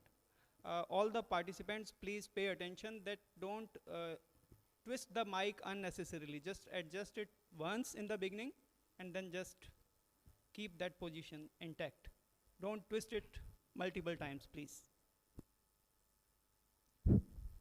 Have you ever pondered upon the thought of being progressive? What would it look like if I quote artificial intelligence? Do you pursue to cling on to the remnants of past, or sneak in for an expeditious and multifaceted alignment with the conquering technology?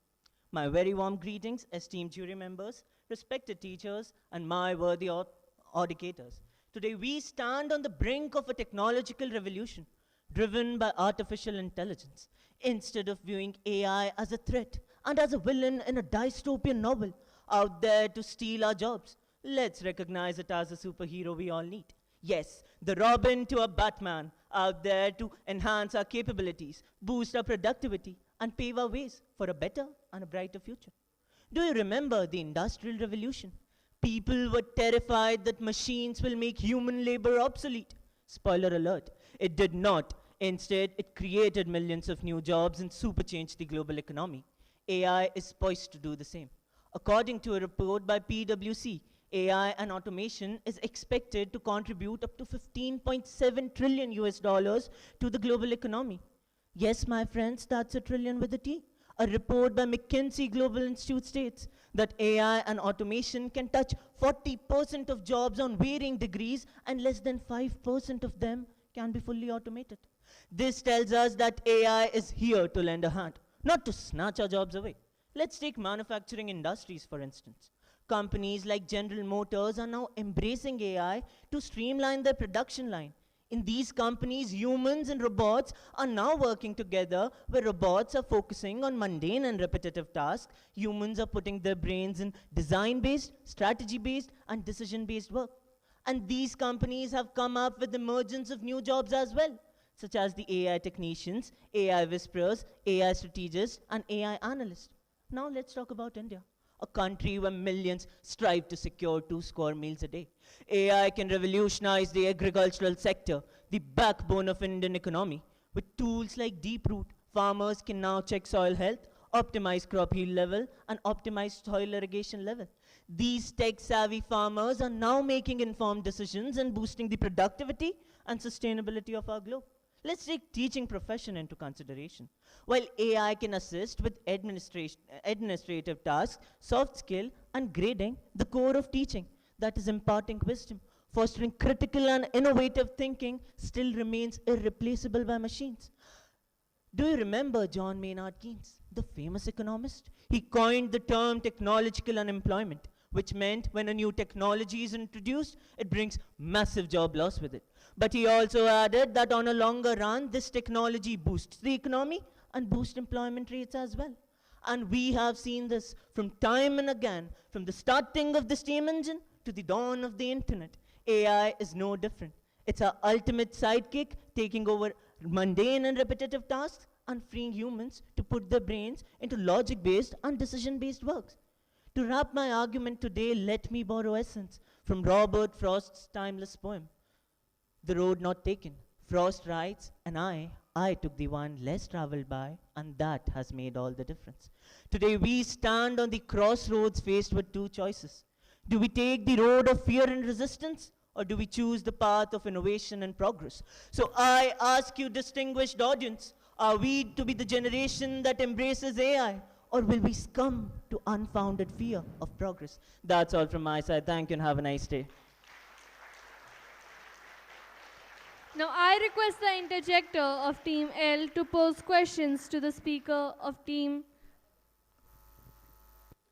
My dear friend, you didn't even leave a chance to praise AI. But I have a question. If AI is this good, I believe you know what is SAG-AFTRA strike. If AI was this good, why did this strike happen? Can you repeat your question? What is SAG-AFTRA strike? And if AI is this good, why did this strike happen in US? Thank you so much for your question.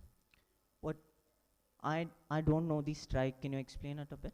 This strike was done by, actually this SAG-AFTRA is a community. Like in US, it consists of actors, gamers, new developers and all. In US, what happened is AI was taking over their jobs. So these communities striked against AI, which led to a huge economic loss in US. Okay, thank you so much for your question, dear interjector. After listening to your question, I'm reminded of a quote. Nothing in this world is to be feared, but to be understood. So now is the time to understand more, so that we fear less tomorrow. What we need here is just 2 basic terms of class 11th economics, that is substitute and complementary. We need to complement our workforce with AI rather than substituting it.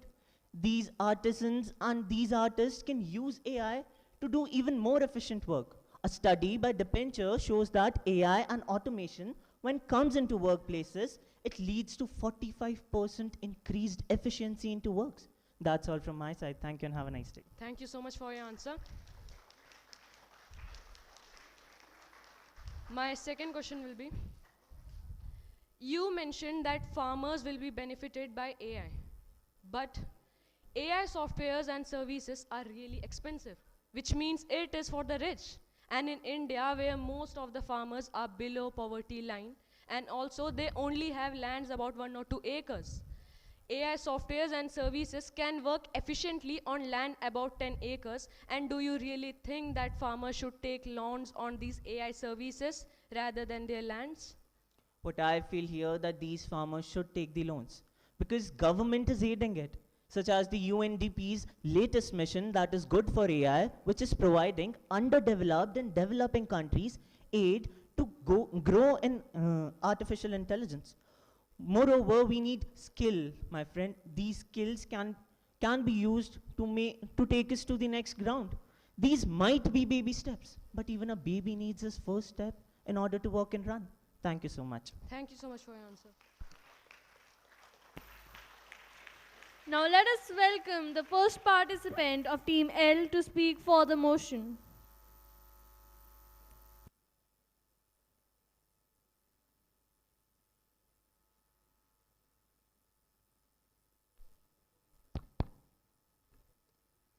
Imagine a single mom working tirelessly as a cashier to provide for her children, suddenly finds herself replaced by a machine. Her steady income, her sense of purpose, her hope for a better future, all snatched away in the blink of an eye. Is this the future we want? A future where economic growth is measured in algorithms and data points while the human cost is ignored. A very good afternoon to esteemed judges, teachers and my fellow debaters. Today I, on behalf of Team L, stand before you to debate in the favor of the motion that AI is indeed a significant threat to employment opportunities. My dear friends, it is about time we address the question, is AI the genie that springs from Aladdin's lamp of science to supply every need and desire of man? Or is it the Frankenstein monster which will destroy the man who created it? Now let's consider some evidence before us. The WEF has estimated that AI will replace some 85 million jobs by 2025. Just a few months back, Ford announced the layoff of 4,000 employees due to increased automation.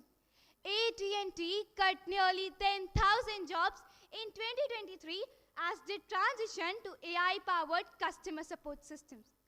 Can we afford to ignore these findings? I challenge my opponent to tell us how many people have been hired till now specifically due to AI. I don't think we have a number. In every sector we turn to, AI is on a relentless path, sweeping through jobs with a force that is both swift and unforgiving. In the automotive industries, giants like Tata Motors and Mahindra are modifying assembly lines with AI-driven robots. Banks such as HDFC and ICICI are deploying AI-based chatbots. And retail giants like Reliance, Amazon, Big Bazaar are introducing self-checkout counters. And I'm sure you must have heard about IBM's Watson, how it is encroaching on human roles in the medical field. Even in creative industries, the story is not different. In 2018, an AI-created painting titled Portrait of Edmond de Bellamy sold for over $400,000. But I ask you all, what does this mean for artists who pour their heart and soul into the work? What about the thousands of customer service agents who were the empathetic voices on the other end of the line? The skilled workers who are proud of their craftsmanship? Cashiers who rely on these jobs to feed their families? What happens to the doctors who spent years, even decades, honing their skills? My dear opponent claims that AI is a driver of economic growth. But which economic growth are they talking about? A growth that makes the poor poorer and rich richer? Or a growth that leaves behind millions of displaced workers struggling to make ends meet? Let us not forget that our economy is built on the contributions of millions of individuals. Their labor, their creativity, their dedication. These are the true drivers of economic growth. In the end, I would rest my case with only a single request to you all. Let us fight for a future where technology serves us, not replaces us. Thank you.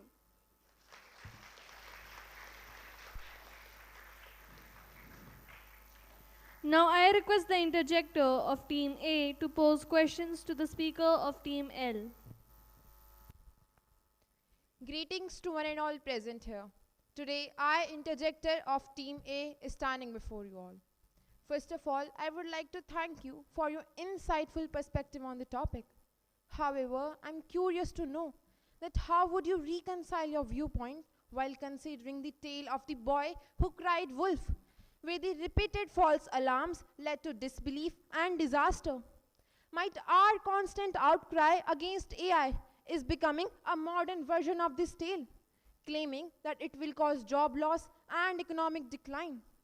Could we be so focused towards the perceived threats that we might miss the genuine opportunities that AI could bring, similar to how the villagers ignored the real danger due to the boy's repeated cries? First of all, thank you for an insightful question. I understand that AI is often seen as a helpful tool to enhance productivity and to assist workers.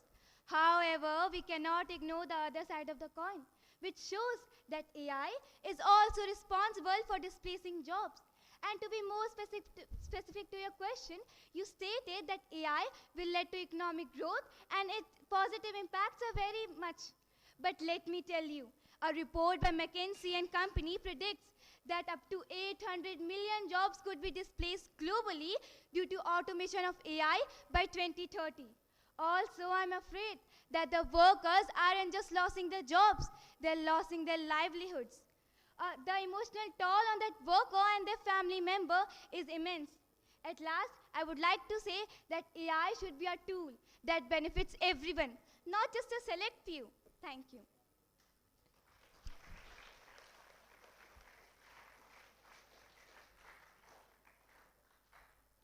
In the tale of the Pandora's box, which released the unforeseen troubles despite its initial promise, might our opposition to AI be akin to the hasty closure of the box?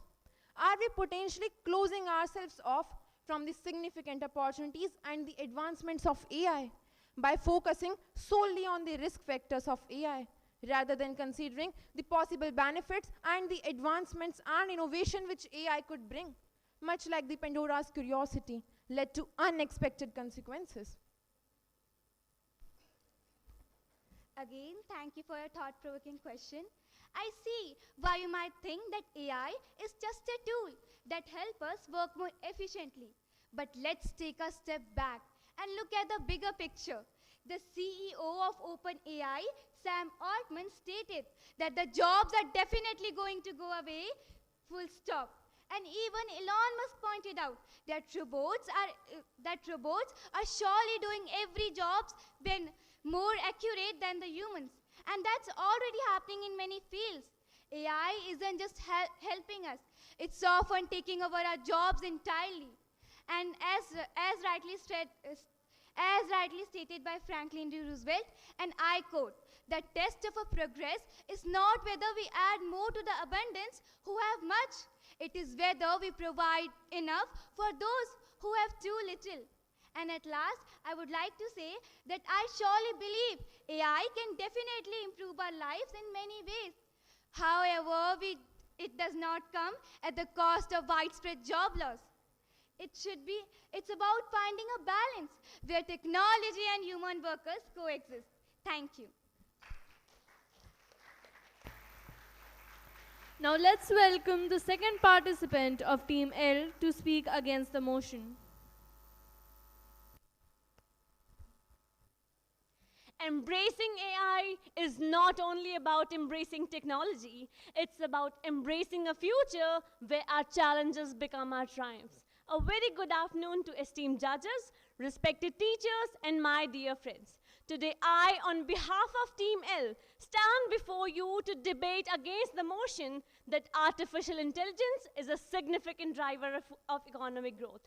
While skeptics paint a picture of despair and job loss, let us not forget that history has shown us time and again that change, though challenging, brings about progress and innovation.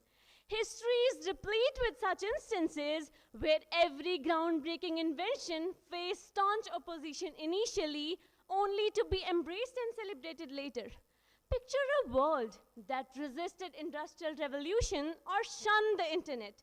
It is clear that stagnation spells doom, while progress breathes life into our society. And in this perpetual journey of human advancement, AI is going to transform the global economy as surely as electricity and steam engine did in their own times. Fear and skepticism about new technologies are natural, but they shouldn't halt progress. Challenges like data authenticity and deepfake should not stop us from innovating. Take nuclear technology, for instance. Once used for bombs, it now powers electricity, medical diagnosis, and more. The issue isn't the technology itself, but how we use it. Now let's address the elephant in the room, the misconception that AI will replace jobs and lead to mass unemployment. To put this into perspective, consider how AI has integrated with your daily tasks. I am sure many of you have used AI, Meta AI in WhatsApp, or even ChatGPT to prepare for our debate competition today. So has AI replaced you, or has it helped you become more efficient and saved your time? This is exactly what AI will do for our societies, nations, and economies. While it is true that it will shake up some professions and may lead to mass unemployment, but advancements don't just eliminate jobs, they also create entirely new businesses and industries. In fact, the countries which have the highest robot density have among the lowest unemployment rates. Technology and humans combined in the right way will drive prosperity. Now let's focus on the fact that how India has embraced AI's potential to drive progress. The Namo Drone Didi scheme is empowering women by promoting technology adoption and creating new opportunities. Also, during the 2023 G20 summit, AI-powered translation bridged language barriers. In agriculture, AI can double farmers' income, and in banking, it assists in financial risk modeling. These practical applications illustrate how AI is the present-day driver of economy. So as we stand on the brink of this exciting new chapter, I ask you, are we ready to harness the power of AI to drive a more dynamic and prosperous economy? Are we ready to leap into this transformative future with our both feet? The choice is ours and the time is now. By embracing new opportunities, we can lead the world just as India has always done. Together, let's take bold steps and shape our future with more confidence. Thank you.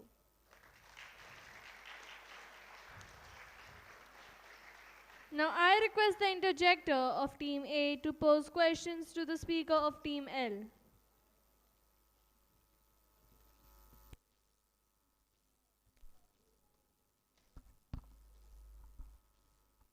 Well, thank you for your arguments against the motion. Let us consider the tale of the emperor's new clothes, where the emperor paraded his invisible garments as the height of fashion.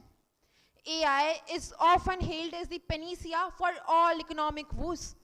Yet, is it not possible that AI, in its quest for efficiency, is merely cloaking its true impact? A vast expense of job displacement beneath the veneer of technological advancement. How can we be certain that AI revolution is not just the another grand illusion masking the reality of job loss? Thank you for your question, my friend.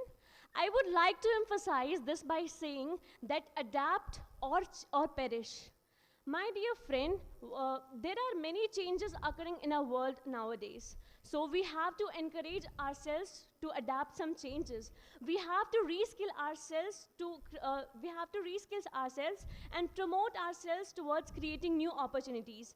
We have to make the proper use of AI and not misuse it. If we are using AI in a proper manner, it can create a lot of new opportunities which will be more engaging and less repetitive. Thank you.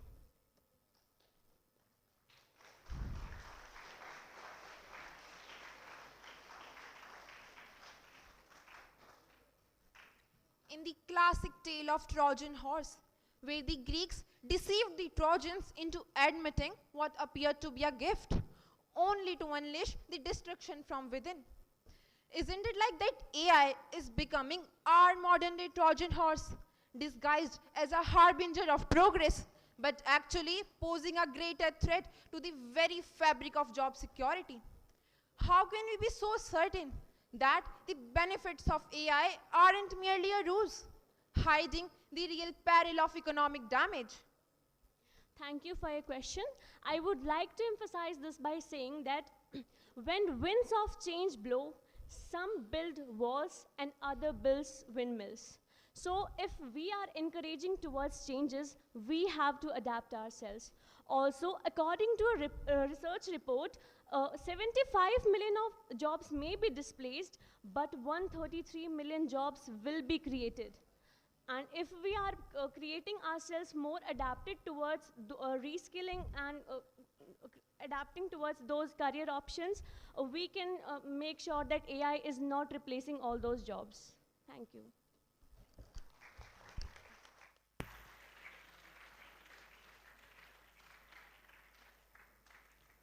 As we draw close to the conclusion of this remarkable debate competition, it is time to reflect on the outstanding performances we have witnessed today. Each participant stepped onto this stage with a blend of confidence, eloquence, and a deep understanding of the subject matter. The dedication and hard work put into their preparations were evident with every argument made and rebuttal delivered.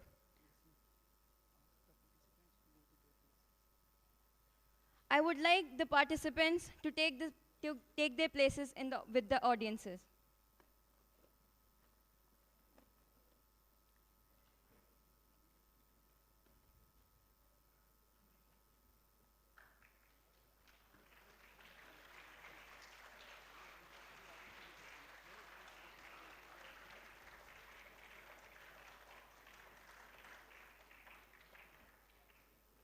What stood out today wasn't just the ability to present facts, but the passions with which each debater defended their stance. The participants displayed a commendable level of critical thinking, tackling complex issues with clarity and conviction. They navigated through counter-arguments with finesse, showcasing not only their knowledge, but also their ability to think on their feet, a quality that truly sets apart great debaters. Moreover, it was heartening to see the respect and sportsmanship each participant exhibited towards their opponents. In conclusion, I must say that every participant today has proven themselves to be a formidable thinker and speaker. Whether they emerge as winners or not, they have all gained invaluable experience and showcased talents that will undoubtedly take them far in life. Let's give a huge round of applause to all our debaters, for they have not only entertained us, but also enlightened us today.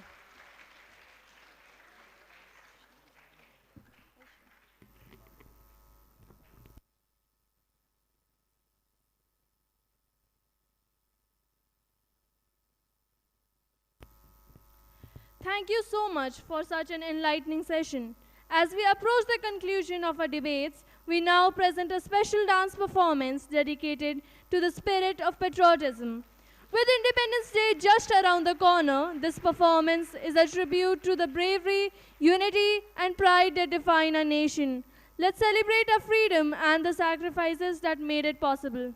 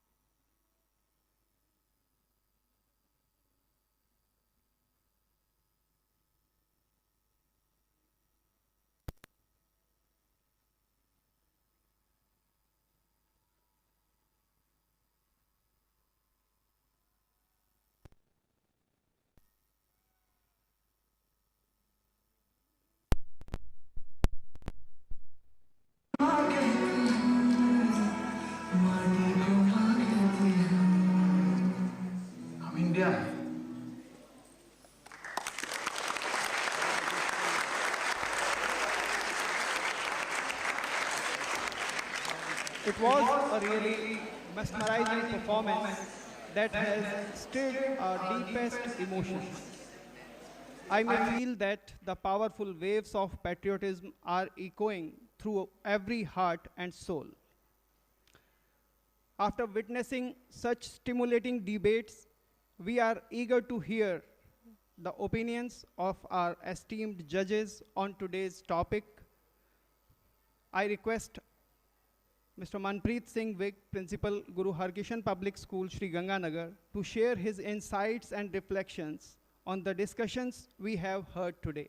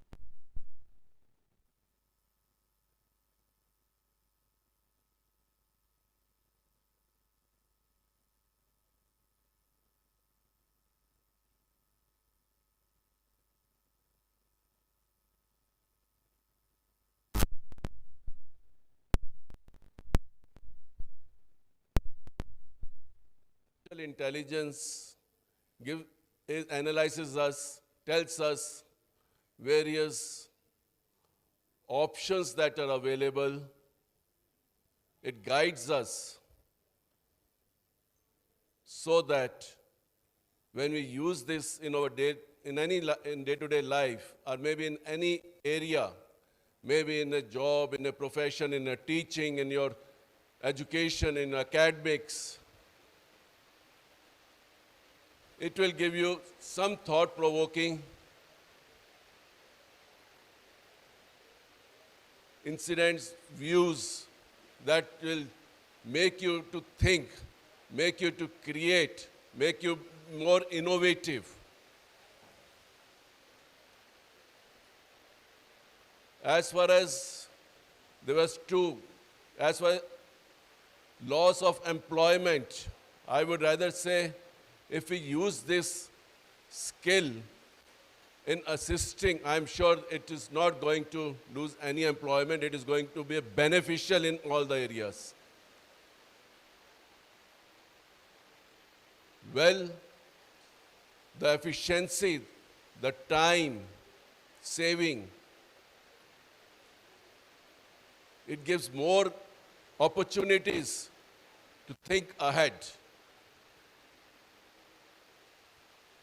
So I would like to congratulate all the participants who expressed really very thought-provoking, I'll rather say, views. And I'm sure we all have to think over it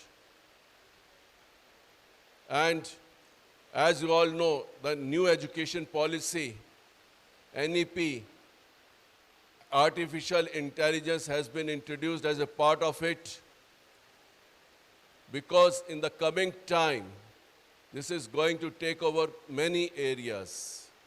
But I'm sure we will not lose, because as many of you have expressed the human touch, the artificial intelligence, it lacks somewhere as far as the human touch is concerned. For that, we all, human being is required. Somebody expressed the teachers, the role of a teacher can be taken up by artificial intelligence. No. The teachers, we are all there because the human touch that is required for a children, that can only be provided by the teachers. It cannot take its role. So, artificial intelligence can only be areas where we have to analyze, we have to think ahead, make our job a bit easier. But every technology, there are some disadvantages. It is up to us how we use this technology, how we use it in a skill, in a better way, in a good way, and we can take the maximum benefit of it. I would like to congratulate all of you. Everybody is a winner, I'll rather say, because they have expressed all the points, whatever they have expressed, for or against, all the points are valid points, I'll rather say. And it is for us to now ponder over it, think over it, and further use the artificial intelligence and use it in our day-to-day work. So thank you very much for giving me an opportunity to be here. Part of it, I will thank the ma'am for inviting me. Thank you, ma'am. Thanks a lot. Thank you. Thank you, sir, for your enlightening words.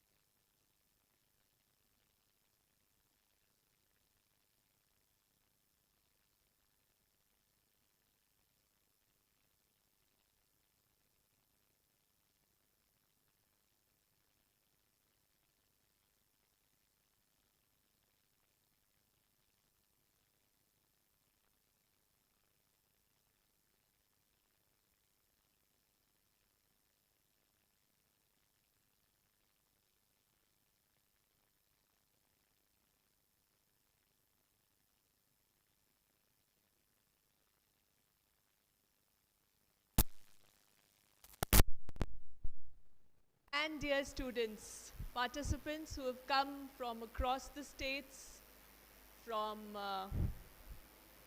other regions of the country, I will not talk about the topic because a lot of it has been done earlier. The two words, human intelligence and artificial intelligence, they say it all. Artificial is artificial. It is not real. So for us humans, artificial will remain artificial. So we have to see how much we can embrace it, how much we can imbibe it, how much we can adapt it, and how we can use it as a servant, not as a master. This is all it is about, if we just put it in a capsule. Now what I want to talk here for just 1 minute is that why are we debating? You will not believe me, but I was not able to breathe all this time because the speeches were so engaging. They were so enthralling, if I say that in a very literary word, because I have seen students using literary language and I was much impressed by the way you are articulating your ideas and opinions. Now, why are we debating and how it will help you? It is not about winning a trophy, an individual prize or a cash prize or coming here for an excursion or a tour or for a picnic. How is it going to work for you in your life? This debate competition is a microcosm of your life. What is debating? Debating is you're giving a topic, you start observing. After observation comes analysis, and after analysis comes articulation. So life is also about that. You are successful only if you have a critical mind. If you are a debater in life, you observe, you analyze, you apply the power of your mind, and you articulate. And I compliment all the participants whose stamina was invincible, whose confidence was invincible, it was inexhaustible. I congratulate all of you, not because you are here for some prize or reward, but because you are the truest basis of democracy. Democracy means to feel something, to form your own opinions, to articulate them, and to see them being implemented. So in the debate here, what I saw was the practical democratic setup where our students are forming their critical minds, their critical opinions, but I think they are tired, so I should not be speaking much. Thank you all for being such a fruitful stage here in this area of Rajasthan, and being the future of our democracy, wherein you have put in powerful thoughts on this topic. This topic will always be debatable unless a time comes when we will completely accept it in our life. So thank you for having me. Thank you for being such a feast, such a nice feast of knowledge. Thanks. Thank you, ma'am, for sharing your valuable opinion and insight. In between, we calculate the final results for today's events. I would like to invite any of the guest teachers, those who have come from different Army public schools, for their opinions or their views about the event. I request Mrs. Jyoti Narang from APS Shri Ganganagar to please come and share her opinions and views and overall impression about the whole event.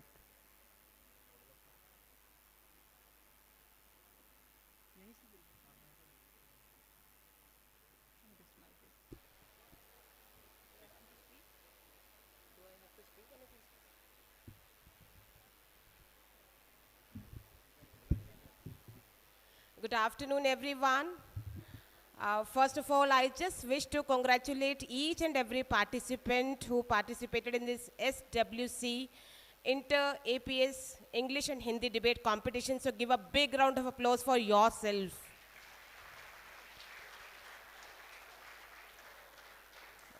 I could see the stamina and the articulation of each and every participant.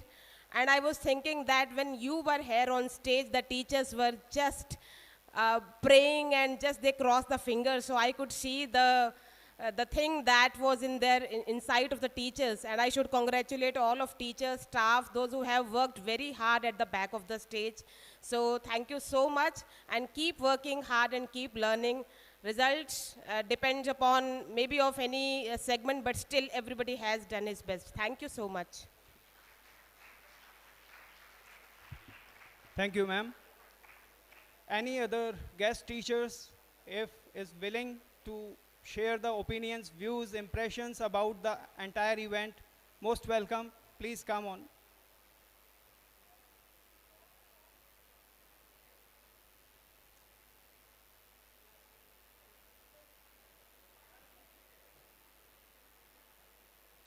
Most welcome, ma'am. Please come.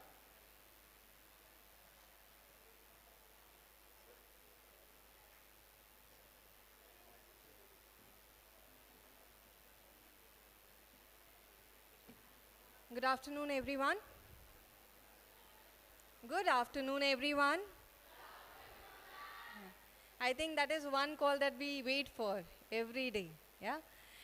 So first of all, I would like to thank APS Suratgarh, the whole team, and the fraternity for giving us this opportunity to meet up again.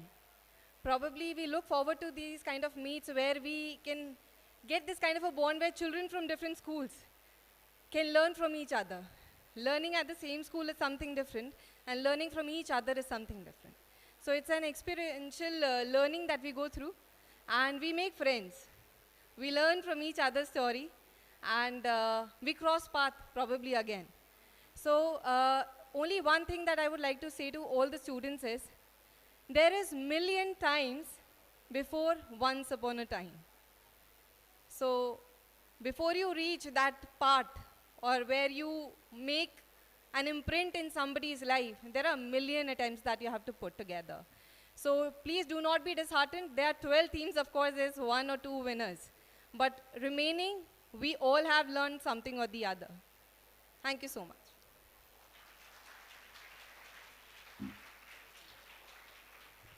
Thank you, ma'am.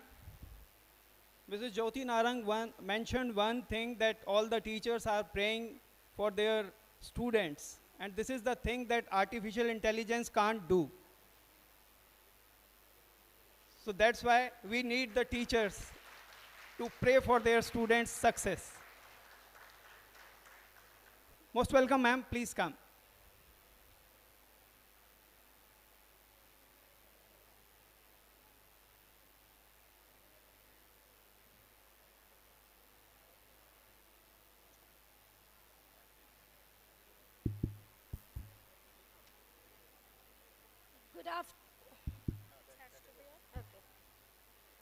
Good afternoon, the chairperson, principal ma'am, APS Suratgarh, esteemed judges, my respected colleagues, and above all, my fellow dear students.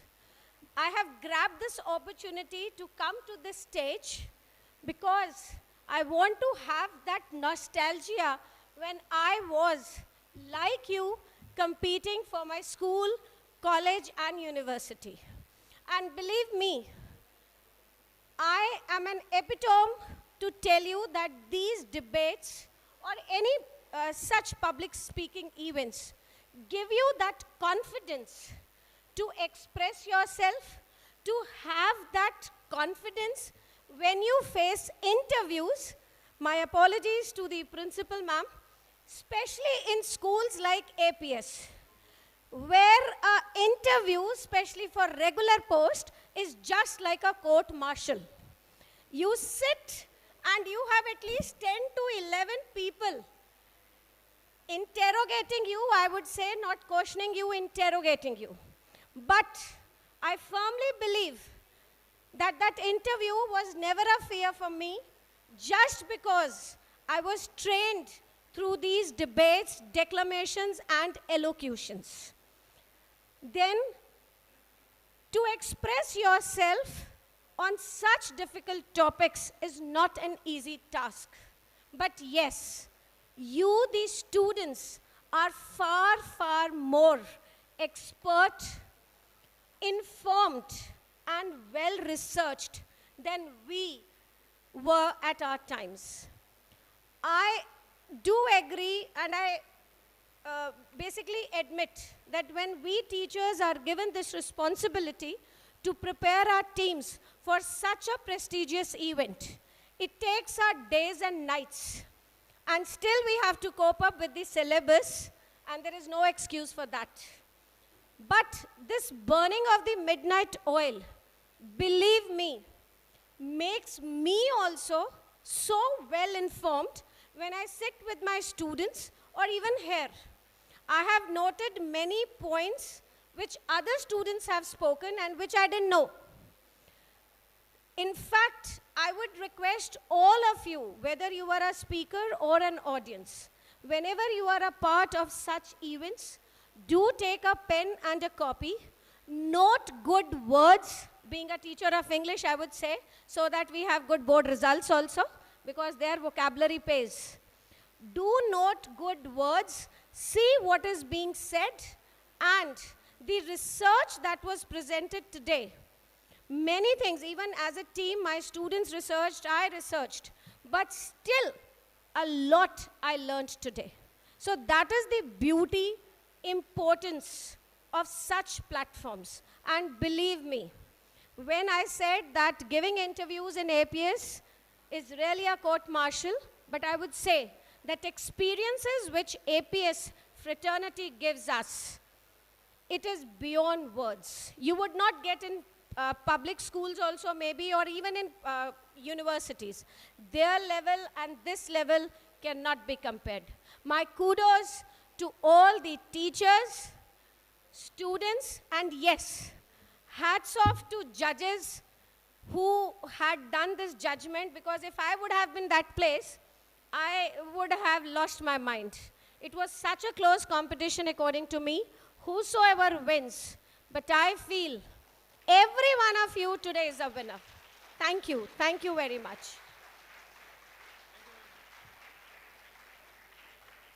Thank you, Neeti ma'am. And well said that all the regular teachers have gone through the process of court-martial. So I hope soon we are getting the final results for today's English debate, and we would be able to announce the final results, and the prize distribution ceremony will be the next event. Before that, if any other teacher would like to share, please, most welcome to the stage. Any student from other Army Public School, please come, please come.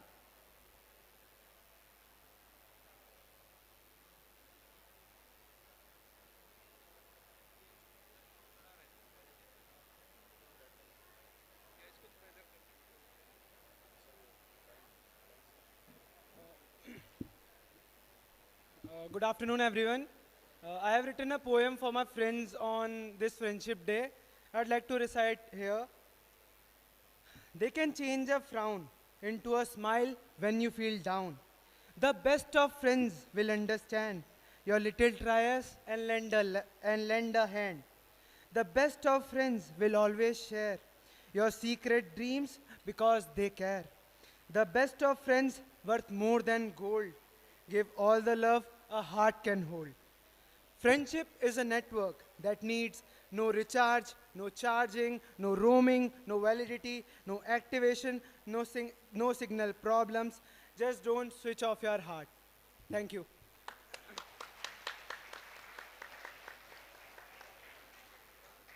Yes, please, most welcome. If you also are willing to share your views or anything, please come.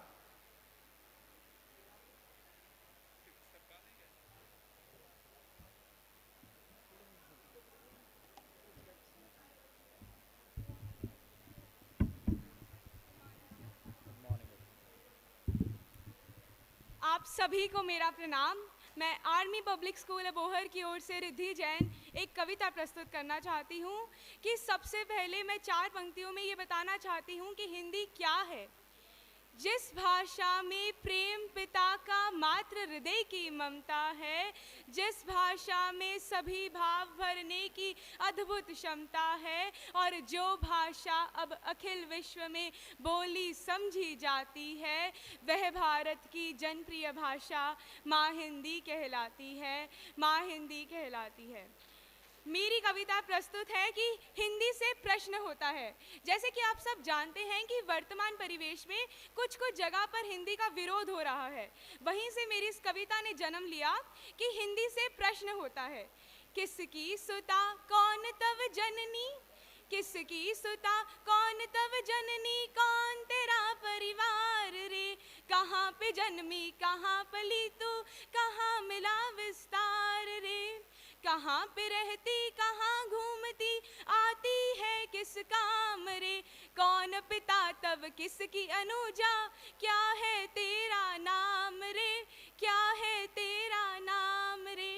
Hindi जवाब देती है कि सुन रिद्धि में सुता संस्कृत, सुन रिद्धि में सुता संस्कृत, भारत मेरा ग्राम रे, आर्य जनक मम प्राकृत भ्राता, हिंदी मेरा नाम रे, हिंदी मेरा नाम रे। जन्म हुआ मेरा भारत में, मुझे यही विस्तार मिला, लगती हूँ अति प्रिय सभी को, मुझे सभी का प्यार मिला, सबको एक सूत्र में बांधूं, यही है मेरा काम रे, सुन रिद्धि मैं सुता संस्कृत, हिंदी मेरा नाम रे। हिंदी कैसे बनती है कि 33 व्यंजन 11 स्वर। जैसे कि आप सभी जानते हैं कि व्यंजनों और स्वरों के मेल से बनती है हिंदी, कि 33 व्यंजन 11 स्वर ये मेरे आधार हैं। अब भ्रंश अवधि ब्रज भाषा सब मेरे परिवार हैं। मैं ही सूर की कृष्ण सुदामा, मैं तुलसी की राम रे। सुन रिद्धि मैं सुता संस्कृत, हिंदी मेरा नाम रे, हिंदी मेरा नाम रे। मैं आर्मी पब्लिक स्कूल के प्रांगण में, मैं APS के प्रांगण में, मैं APS के प्रांगण में, मैं बिहार के खलियानों में, मैं पंजाबी खेतों में, मैं दिल्ली की लोकसभा में, राजस्थानी रेतों में, मैं प्रयाग में, मैं काशी में, मैं ही मथुरा धाम रे। सुन रिद्धि मैं सुता संस्कृत, हिंदी मेरा नाम रे, हिंदी मेरा नाम रे। अंतिम पंक्तियों में मैंने देश की चारों दिशाओं का वर्णन किया है कि गांधी के गुजरात में हूँ मैं, अरुणाचल के आंगन में, कन्याकुमारी कर्नाटक में, जम्मू के जनजीवन में। अरे हर हिंदी के, अरे हर हिंदी के हृदय में हूँ मैं, दक्षिण हो या वाम रे। सुन रिद्धि मैं सुता संस्कृत, हिंदी मेरा नाम रे, हिंदी मेरा नाम रे। अंत में मैं बस यही कहना चाहती हूँ कि सरलता है, सबलता है, सरलता है, सबलता है। देखिए मैं आप सभी का सहयोग चाहती हूँ। सरलता है, सबलता है, सहज संस्कार है हिंदी, है माँ की गोद हिंदी और पिता का प्यार है हिंदी। सरलता है, सबलता है, सहज संस्कार है हिंदी, है माँ की गोद हिंदी और पिता का प्यार है हिंदी। मेरा अधिकार है हिंदी, मेरा व्यवहार है हिंदी, भवन भाषा का है जिस पर वो दृढ़ आधार है हिंदी। और कभी तुलसी, कभी मीरा, कभी रसखान है हिंदी, हमारी संस्कृति साहित्य की पहचान है हिंदी। प्रगति पथ का प्रथम सोपान है, उत्थान है हिंदी, हमारी जान है हिंदी, हमारी शान है हिंदी, हमारी जान है हिंदी, हमारी शान है हिंदी। धन्यवाद। Thank you for this poem. I would like to request the volunteer teachers to please verify the result as it is ready.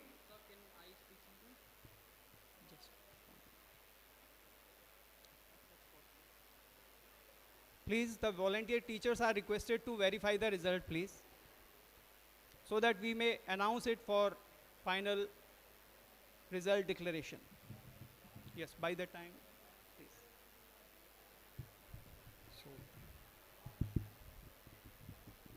मेरा नाम तेजस जैन है, मैं APS कोटा से हूँ और आज आप सभी के समक्ष मैं एक APJ अब्दुल कलाम जी के द्वारा एक साहित्य कविता लिखी गई है उसको प्रस्तुत करने जा रहा हूँ। क्या हार मैं, क्या जीत मैं, किंचित नहीं भयभीत मैं, संघर्ष पथ पर जो मिले वह भी सही, यह भी सही, वरदान मांगूंगा नहीं। ये हार एक विराम है, जीवन महासंग्राम है, तिल तिल मिटूंगा पर दया की भीख मैं लूंगा नहीं, वरदान मांगूंगा नहीं, वरदान मांगूंगा नहीं।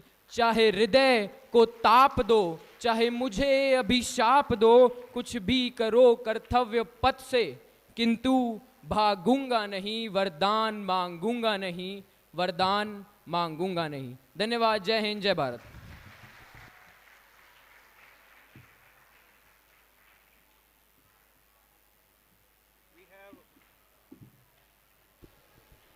We have more students to express themselves through the stage, and we provide them this opportunity.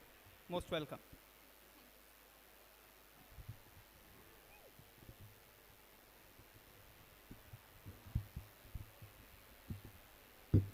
Good morning everyone, my name is Pavni. And I'm Girisha.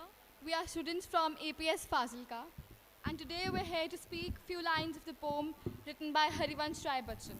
It goes like, कि लहरों से डरकर नौका पार नहीं होती, कोशिश करने वालों की कभी हार नहीं होती। नन्ही चींटी जब दाना लेकर चलती है, चढ़ती दीवारों पर 100 बार फिसलती है। मन का विश्वास रगों में साहस भरता है, मन का विश्वास रगों में साहस भरता है। चढ़कर गिरना, गिरकर चढ़ना ना अखरता है। आखिर उसकी मेहनत बेकार नहीं होती, आखिर उसकी मेहनत बेकार नहीं होती, कोशिश करने वालों की कभी हार नहीं होती। डुबकियां सिंधु में गोताखोर लगाता है, डुबकियां सिंधु में गोताखोर लगाता है, जा जाकर खाली हाथ लौट कर आता है, जा जाकर खाली हाथ लौट कर आता है। मिलते नहीं सहज ही मोती उसे गहरे पानी में, मिलते नहीं सहज ही मोती उसे गहरे पानी में। मुट्ठी उसकी खाली हर बार नहीं होती, मुट्ठी उसकी खाली हर बार नहीं होती, कोशिश करने वालों की कभी हार नहीं होती। कि असफलता एक चुनौती है, इसे स्वीकार करो। असफलता एक चुनौती है, इसे स्वीकार करो। क्या कमी रह गई है देखो और सुधार करो, क्या कमी रह गई है देखो और सुधार करो। जब तक ना सफल हो नींद चैन को त्यागो तुम, जब तक ना सफल हो नींद चैन को त्यागो तुम। संघर्ष का मैदान छोड़कर मत भागो तुम, संघर्ष का मैदान छोड़कर मत भागो तुम। कुछ किए बिना ही जय जयकार नहीं होती, कुछ किए बिना ही जय जयकार नहीं होती, कोशिश करने वालों की कभी हार नहीं होती। धन्यवाद।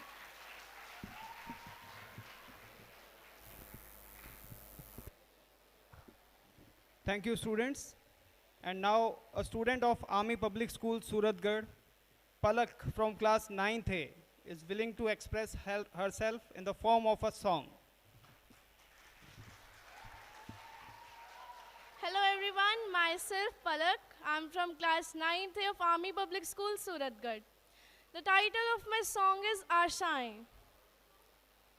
कुछ पाने की हो आस आस, कोई अरमा हो जो खास खास। आशाएं आशाएं आशाएं, हर कोशिश में हो वार वार, कर दरियाओं को आर पार। आशाएं आशाएं आशाएं, तूफानों को चीर के मंजिलों को छीन ले।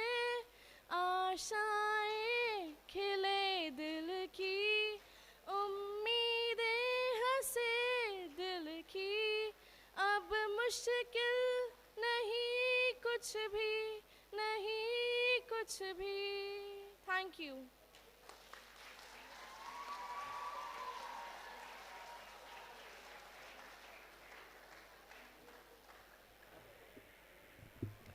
Thank you, Palak, for this melodious song.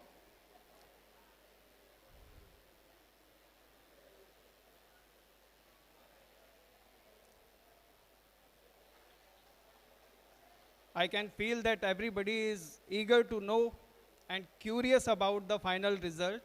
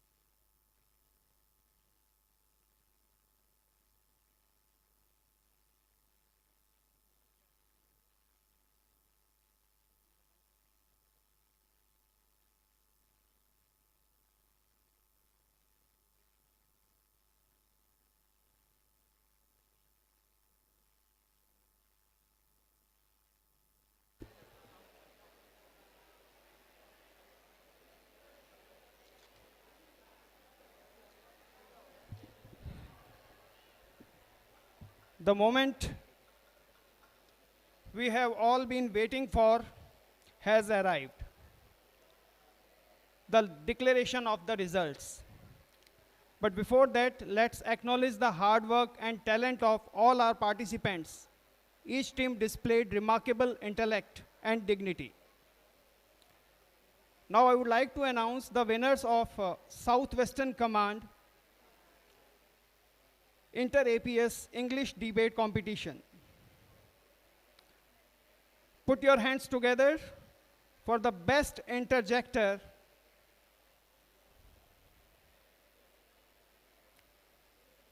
And the prize goes to APS Jaipur.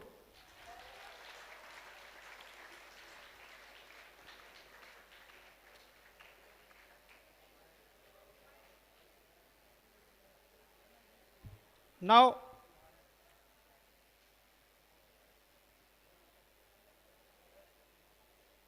the winner of the prize category, Speaker Against the Motion, the best speaker against the motion, it goes to APS Bikaner.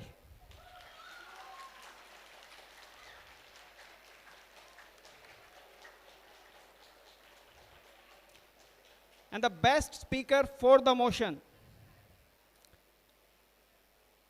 any guesses? APS Batinda.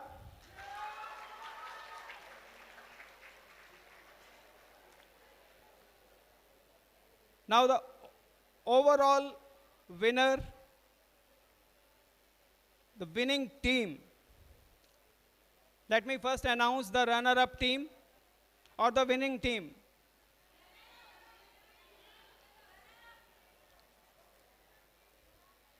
Winning team of Inter-APS English Debate Competition is APS Batinda. And the runner-up team, APS Suratgarh.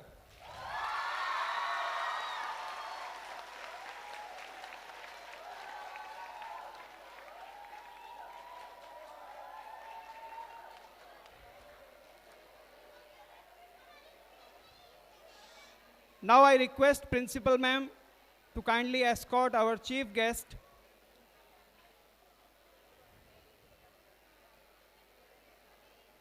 to kindly come forward for the prize distribution ceremony.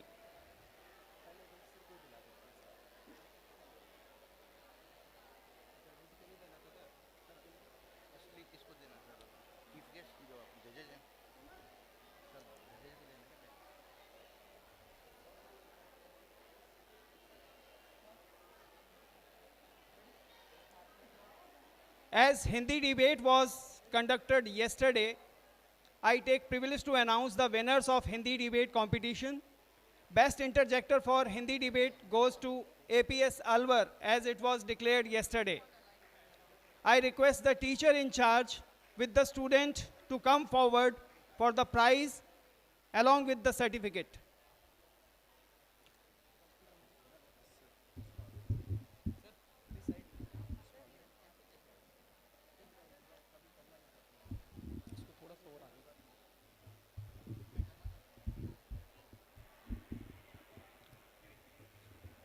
Best interjector Hindi debate, APS Alwar. The categories: best interjector, best speaker for the motion, and best speaker against the motion. They get a check of rupees 4,000 along with the certificate.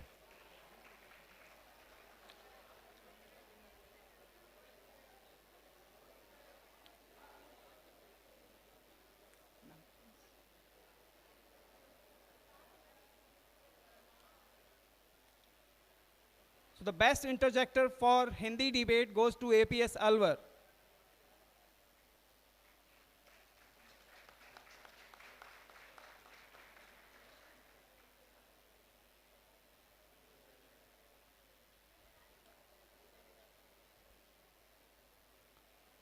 Best speaker against the motion in Hindi debate, and the winner team is APS Suratgarh.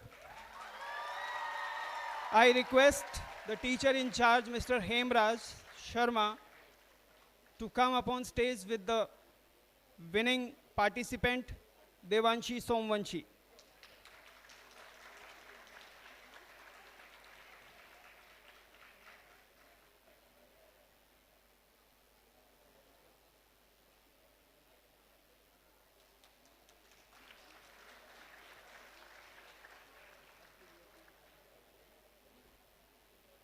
Best speaker for the motion Hindi debate goes to APS Hisar. I request the participant with the in charges to please come up and receive a check of rupees 4,000 with a certificate.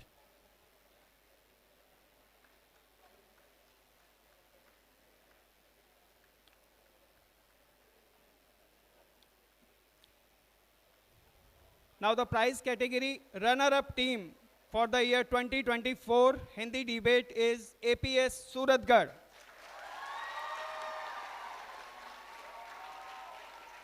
I request the participants of Suratgarh team with the in charge to please come forward for the prize and certificate.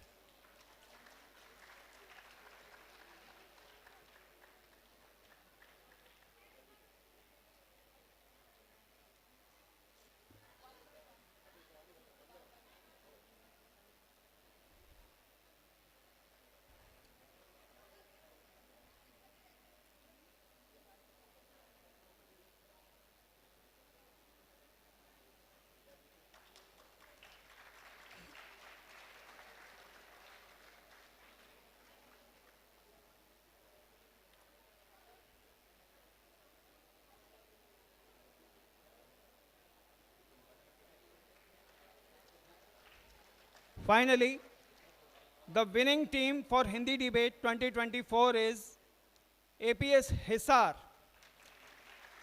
Please welcome the team APS Hisar with a great round of applause. I request the participants with the team in charges, please come up on the stage to receive the honor and prizes.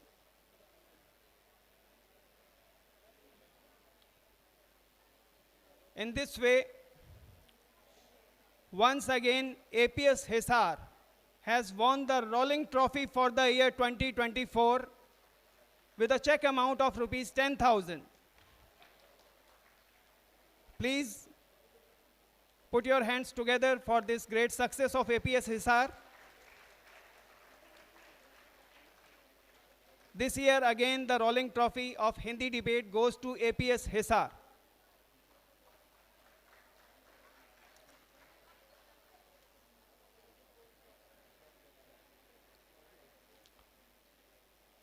Hearty congratulations to the winning team.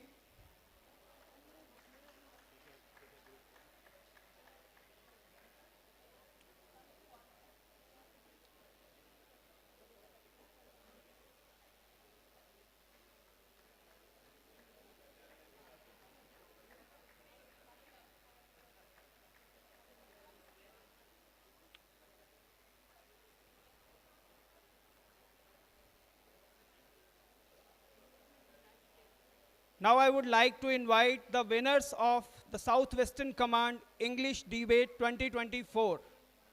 The best interjector for the English Debate 2024 is APS Jaipur.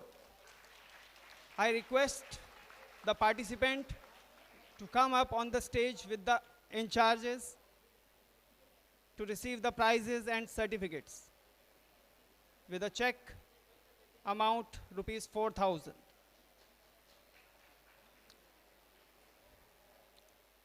Now the participant who deserves the prize for best speaker against the motion is APS Bikaner.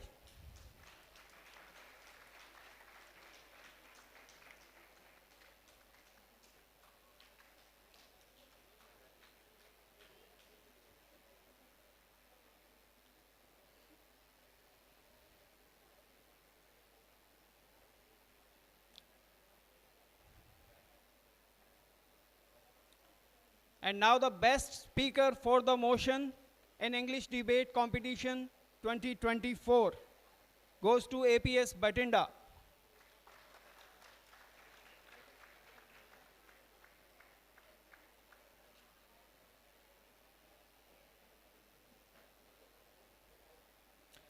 These all winners get a check of rupees 4,000 with a certificate.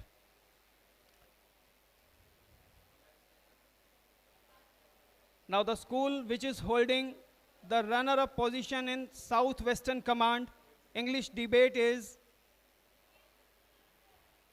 none other than APS Suratgarh.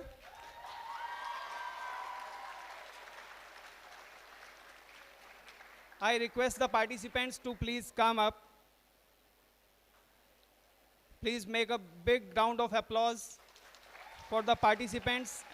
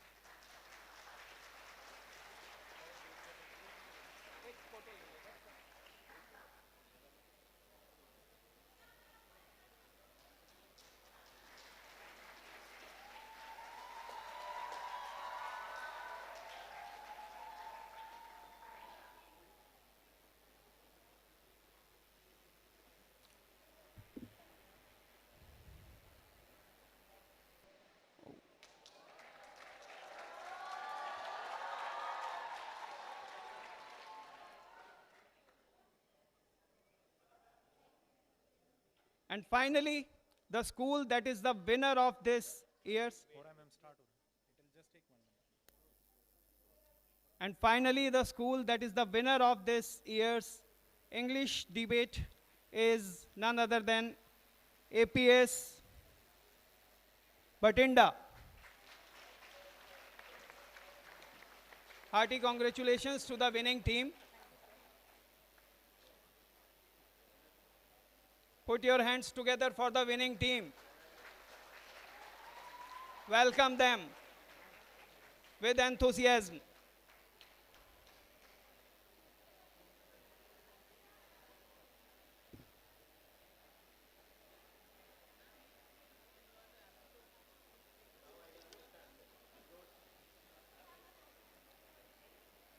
Hence, the rolling trophy for the year 2024 is claimed by APS Batinda.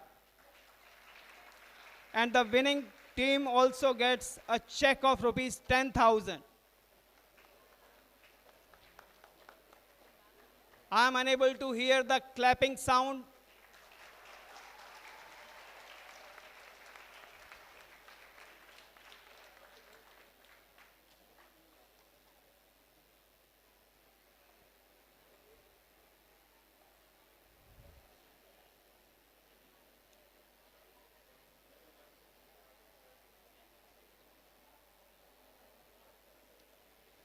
Now I request the team in charges to come forward and receive the participation certificates. First I invite APS Abohar. Team APS Abohar, the in charges are requested to come to receive the participation certificates for both the English and Hindi debate competitions. After APS Abohar, I would like to invite APS Alwar.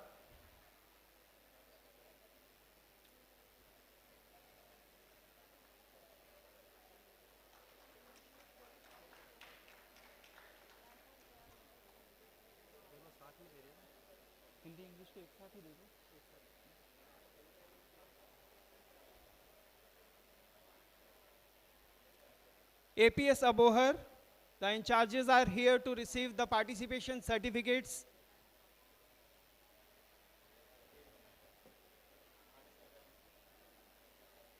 And after APS Abohar, I request APS Alwar. In charges are requested to please come.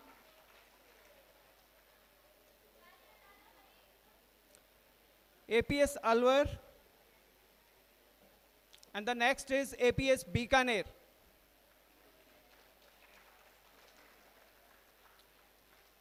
Team in charges of APS Bikaner are requested to please come and collect and receive the participation certificates.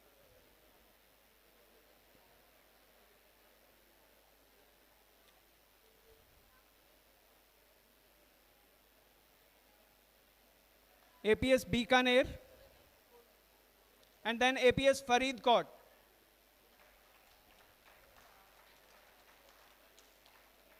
APS Faridkot, and after APS Faridkot, APS Fazilka.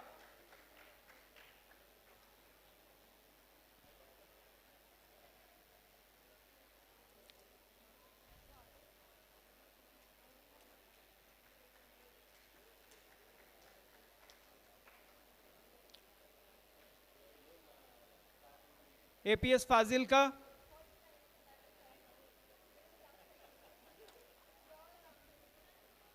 APS Faridkot, please come. After APS Fazilka, APS Hisar. In charges of APS Hisar are requested to come near the stage.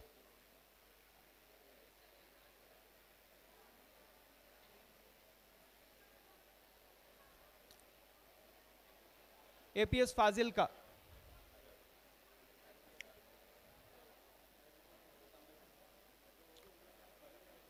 After APS Hisar, APS Jaipur, and the next is APS Kota.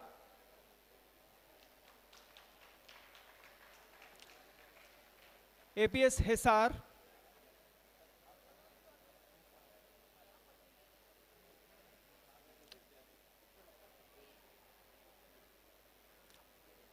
after Hisar, APS Jaipur, team APS Jaipur.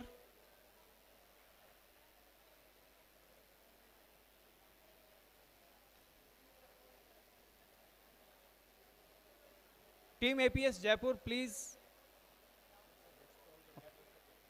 APS Kota.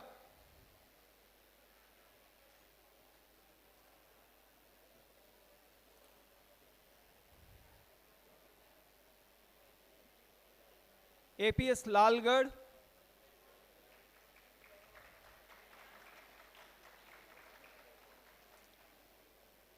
And APS Ganganagar.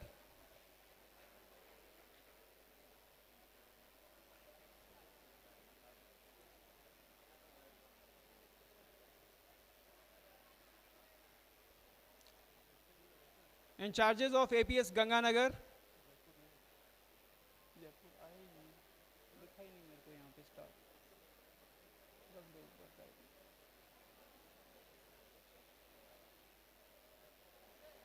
APS Ganganagar. In charges of APS Jaipur, please.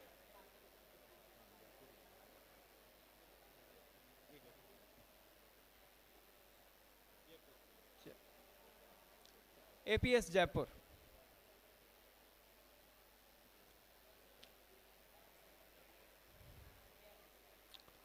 As we move towards the conclusion of our event, it is now time to express our gratitude to our esteemed judges with a token of appreciation. With great honor, I request our chief guest, Colonel R. Shiva Ramakrishnan, Commanding Officer 25 Maratha Lai, along with Principal Ma'am, to graciously present mementos to our distinguished judges. I kindly request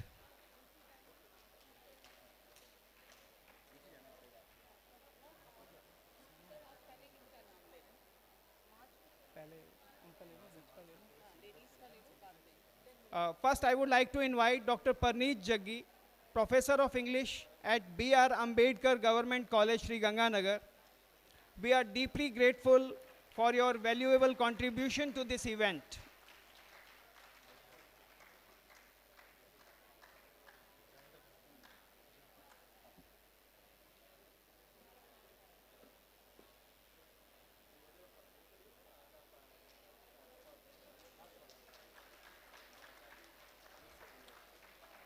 Next, I request Assistant Professor Parul Bhateja from Swargiya Shri Gurusharan Chhabda Government College, Suratgarh, to kindly come forward.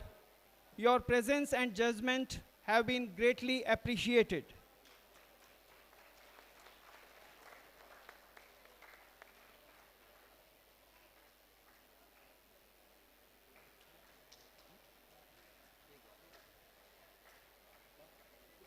I request Principal Ma'am to hand over the memento to Mr. Manpreet Singh Vig, Principal of Guru Harkishan Public School, Sri Ganganagar, and a regional CBSE official to please come forward and accept a memento as a gesture of our heartfelt thanks.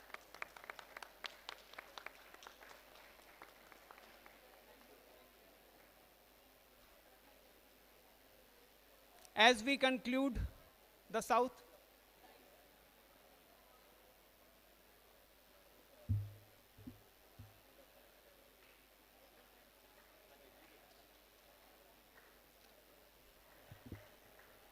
I request our chief guest to please share few words of motivation for all the participants. Hello. Please, sir.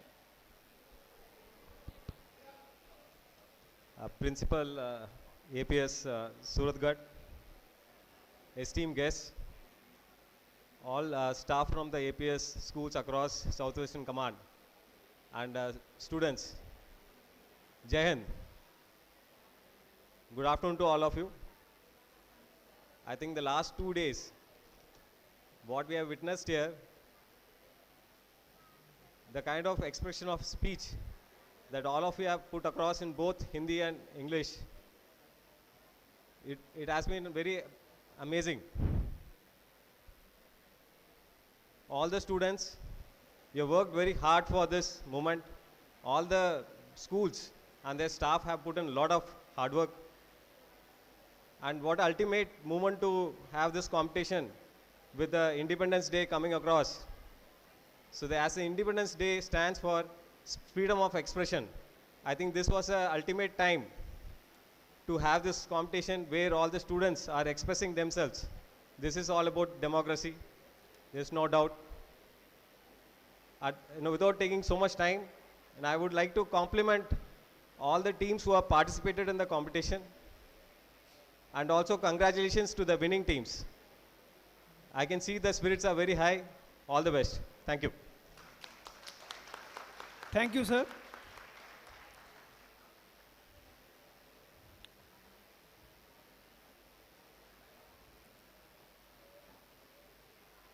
As we conclude the Southwestern Command Inter-APS English Debate Competition, it is my privilege to express our deepest gratitude to all those who have made this event a grand success. First and foremost, I would like to extend my heartfelt thanks to our esteemed chief guest, Colonel R. Shivaramakrishnan, Commanding Officer 25 Maratha Lai, for gracing this occasion with his presence. Sir, your support and encouragement are invaluable to us. I am equally grateful to our distinguished panel of judges, Mr. Manpreet Singh Vig, Principal, Guru Harkishan Public School, Sri Ganganagar, and a regional CBSE official, Dr. Parneet Jaggi, Professor of English at B.R. Ambedkar Government College, Sri Ganganagar, and Assistant Professor Parul Bhateja from Swargiya Shri Gurusharan Chhabda Government College, Suratgarh. Your expertise, time, and impartial judgment have been crucial in ensuring the success of this debate. Thank you for lending your wisdom and precious time. A big thank you to all the participants, the debaters from all the 12 schools under the Southwestern Command.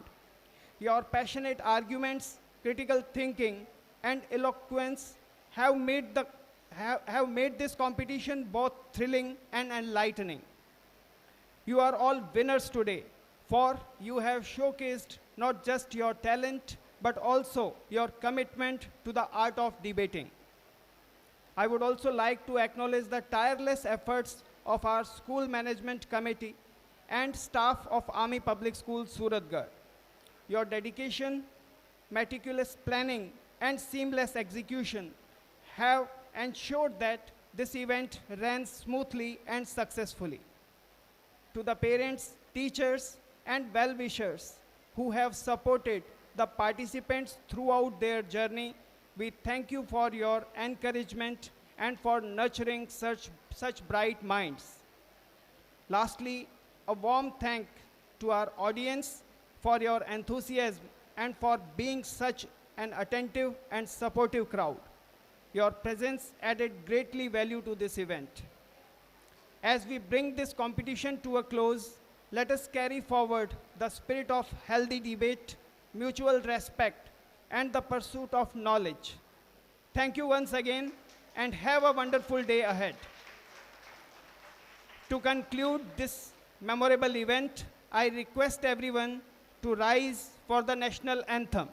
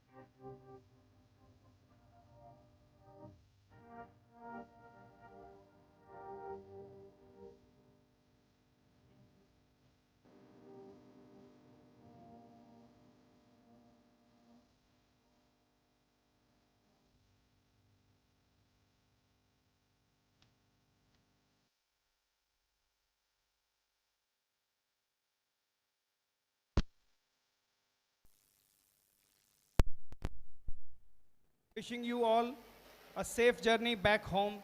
Jai Hind.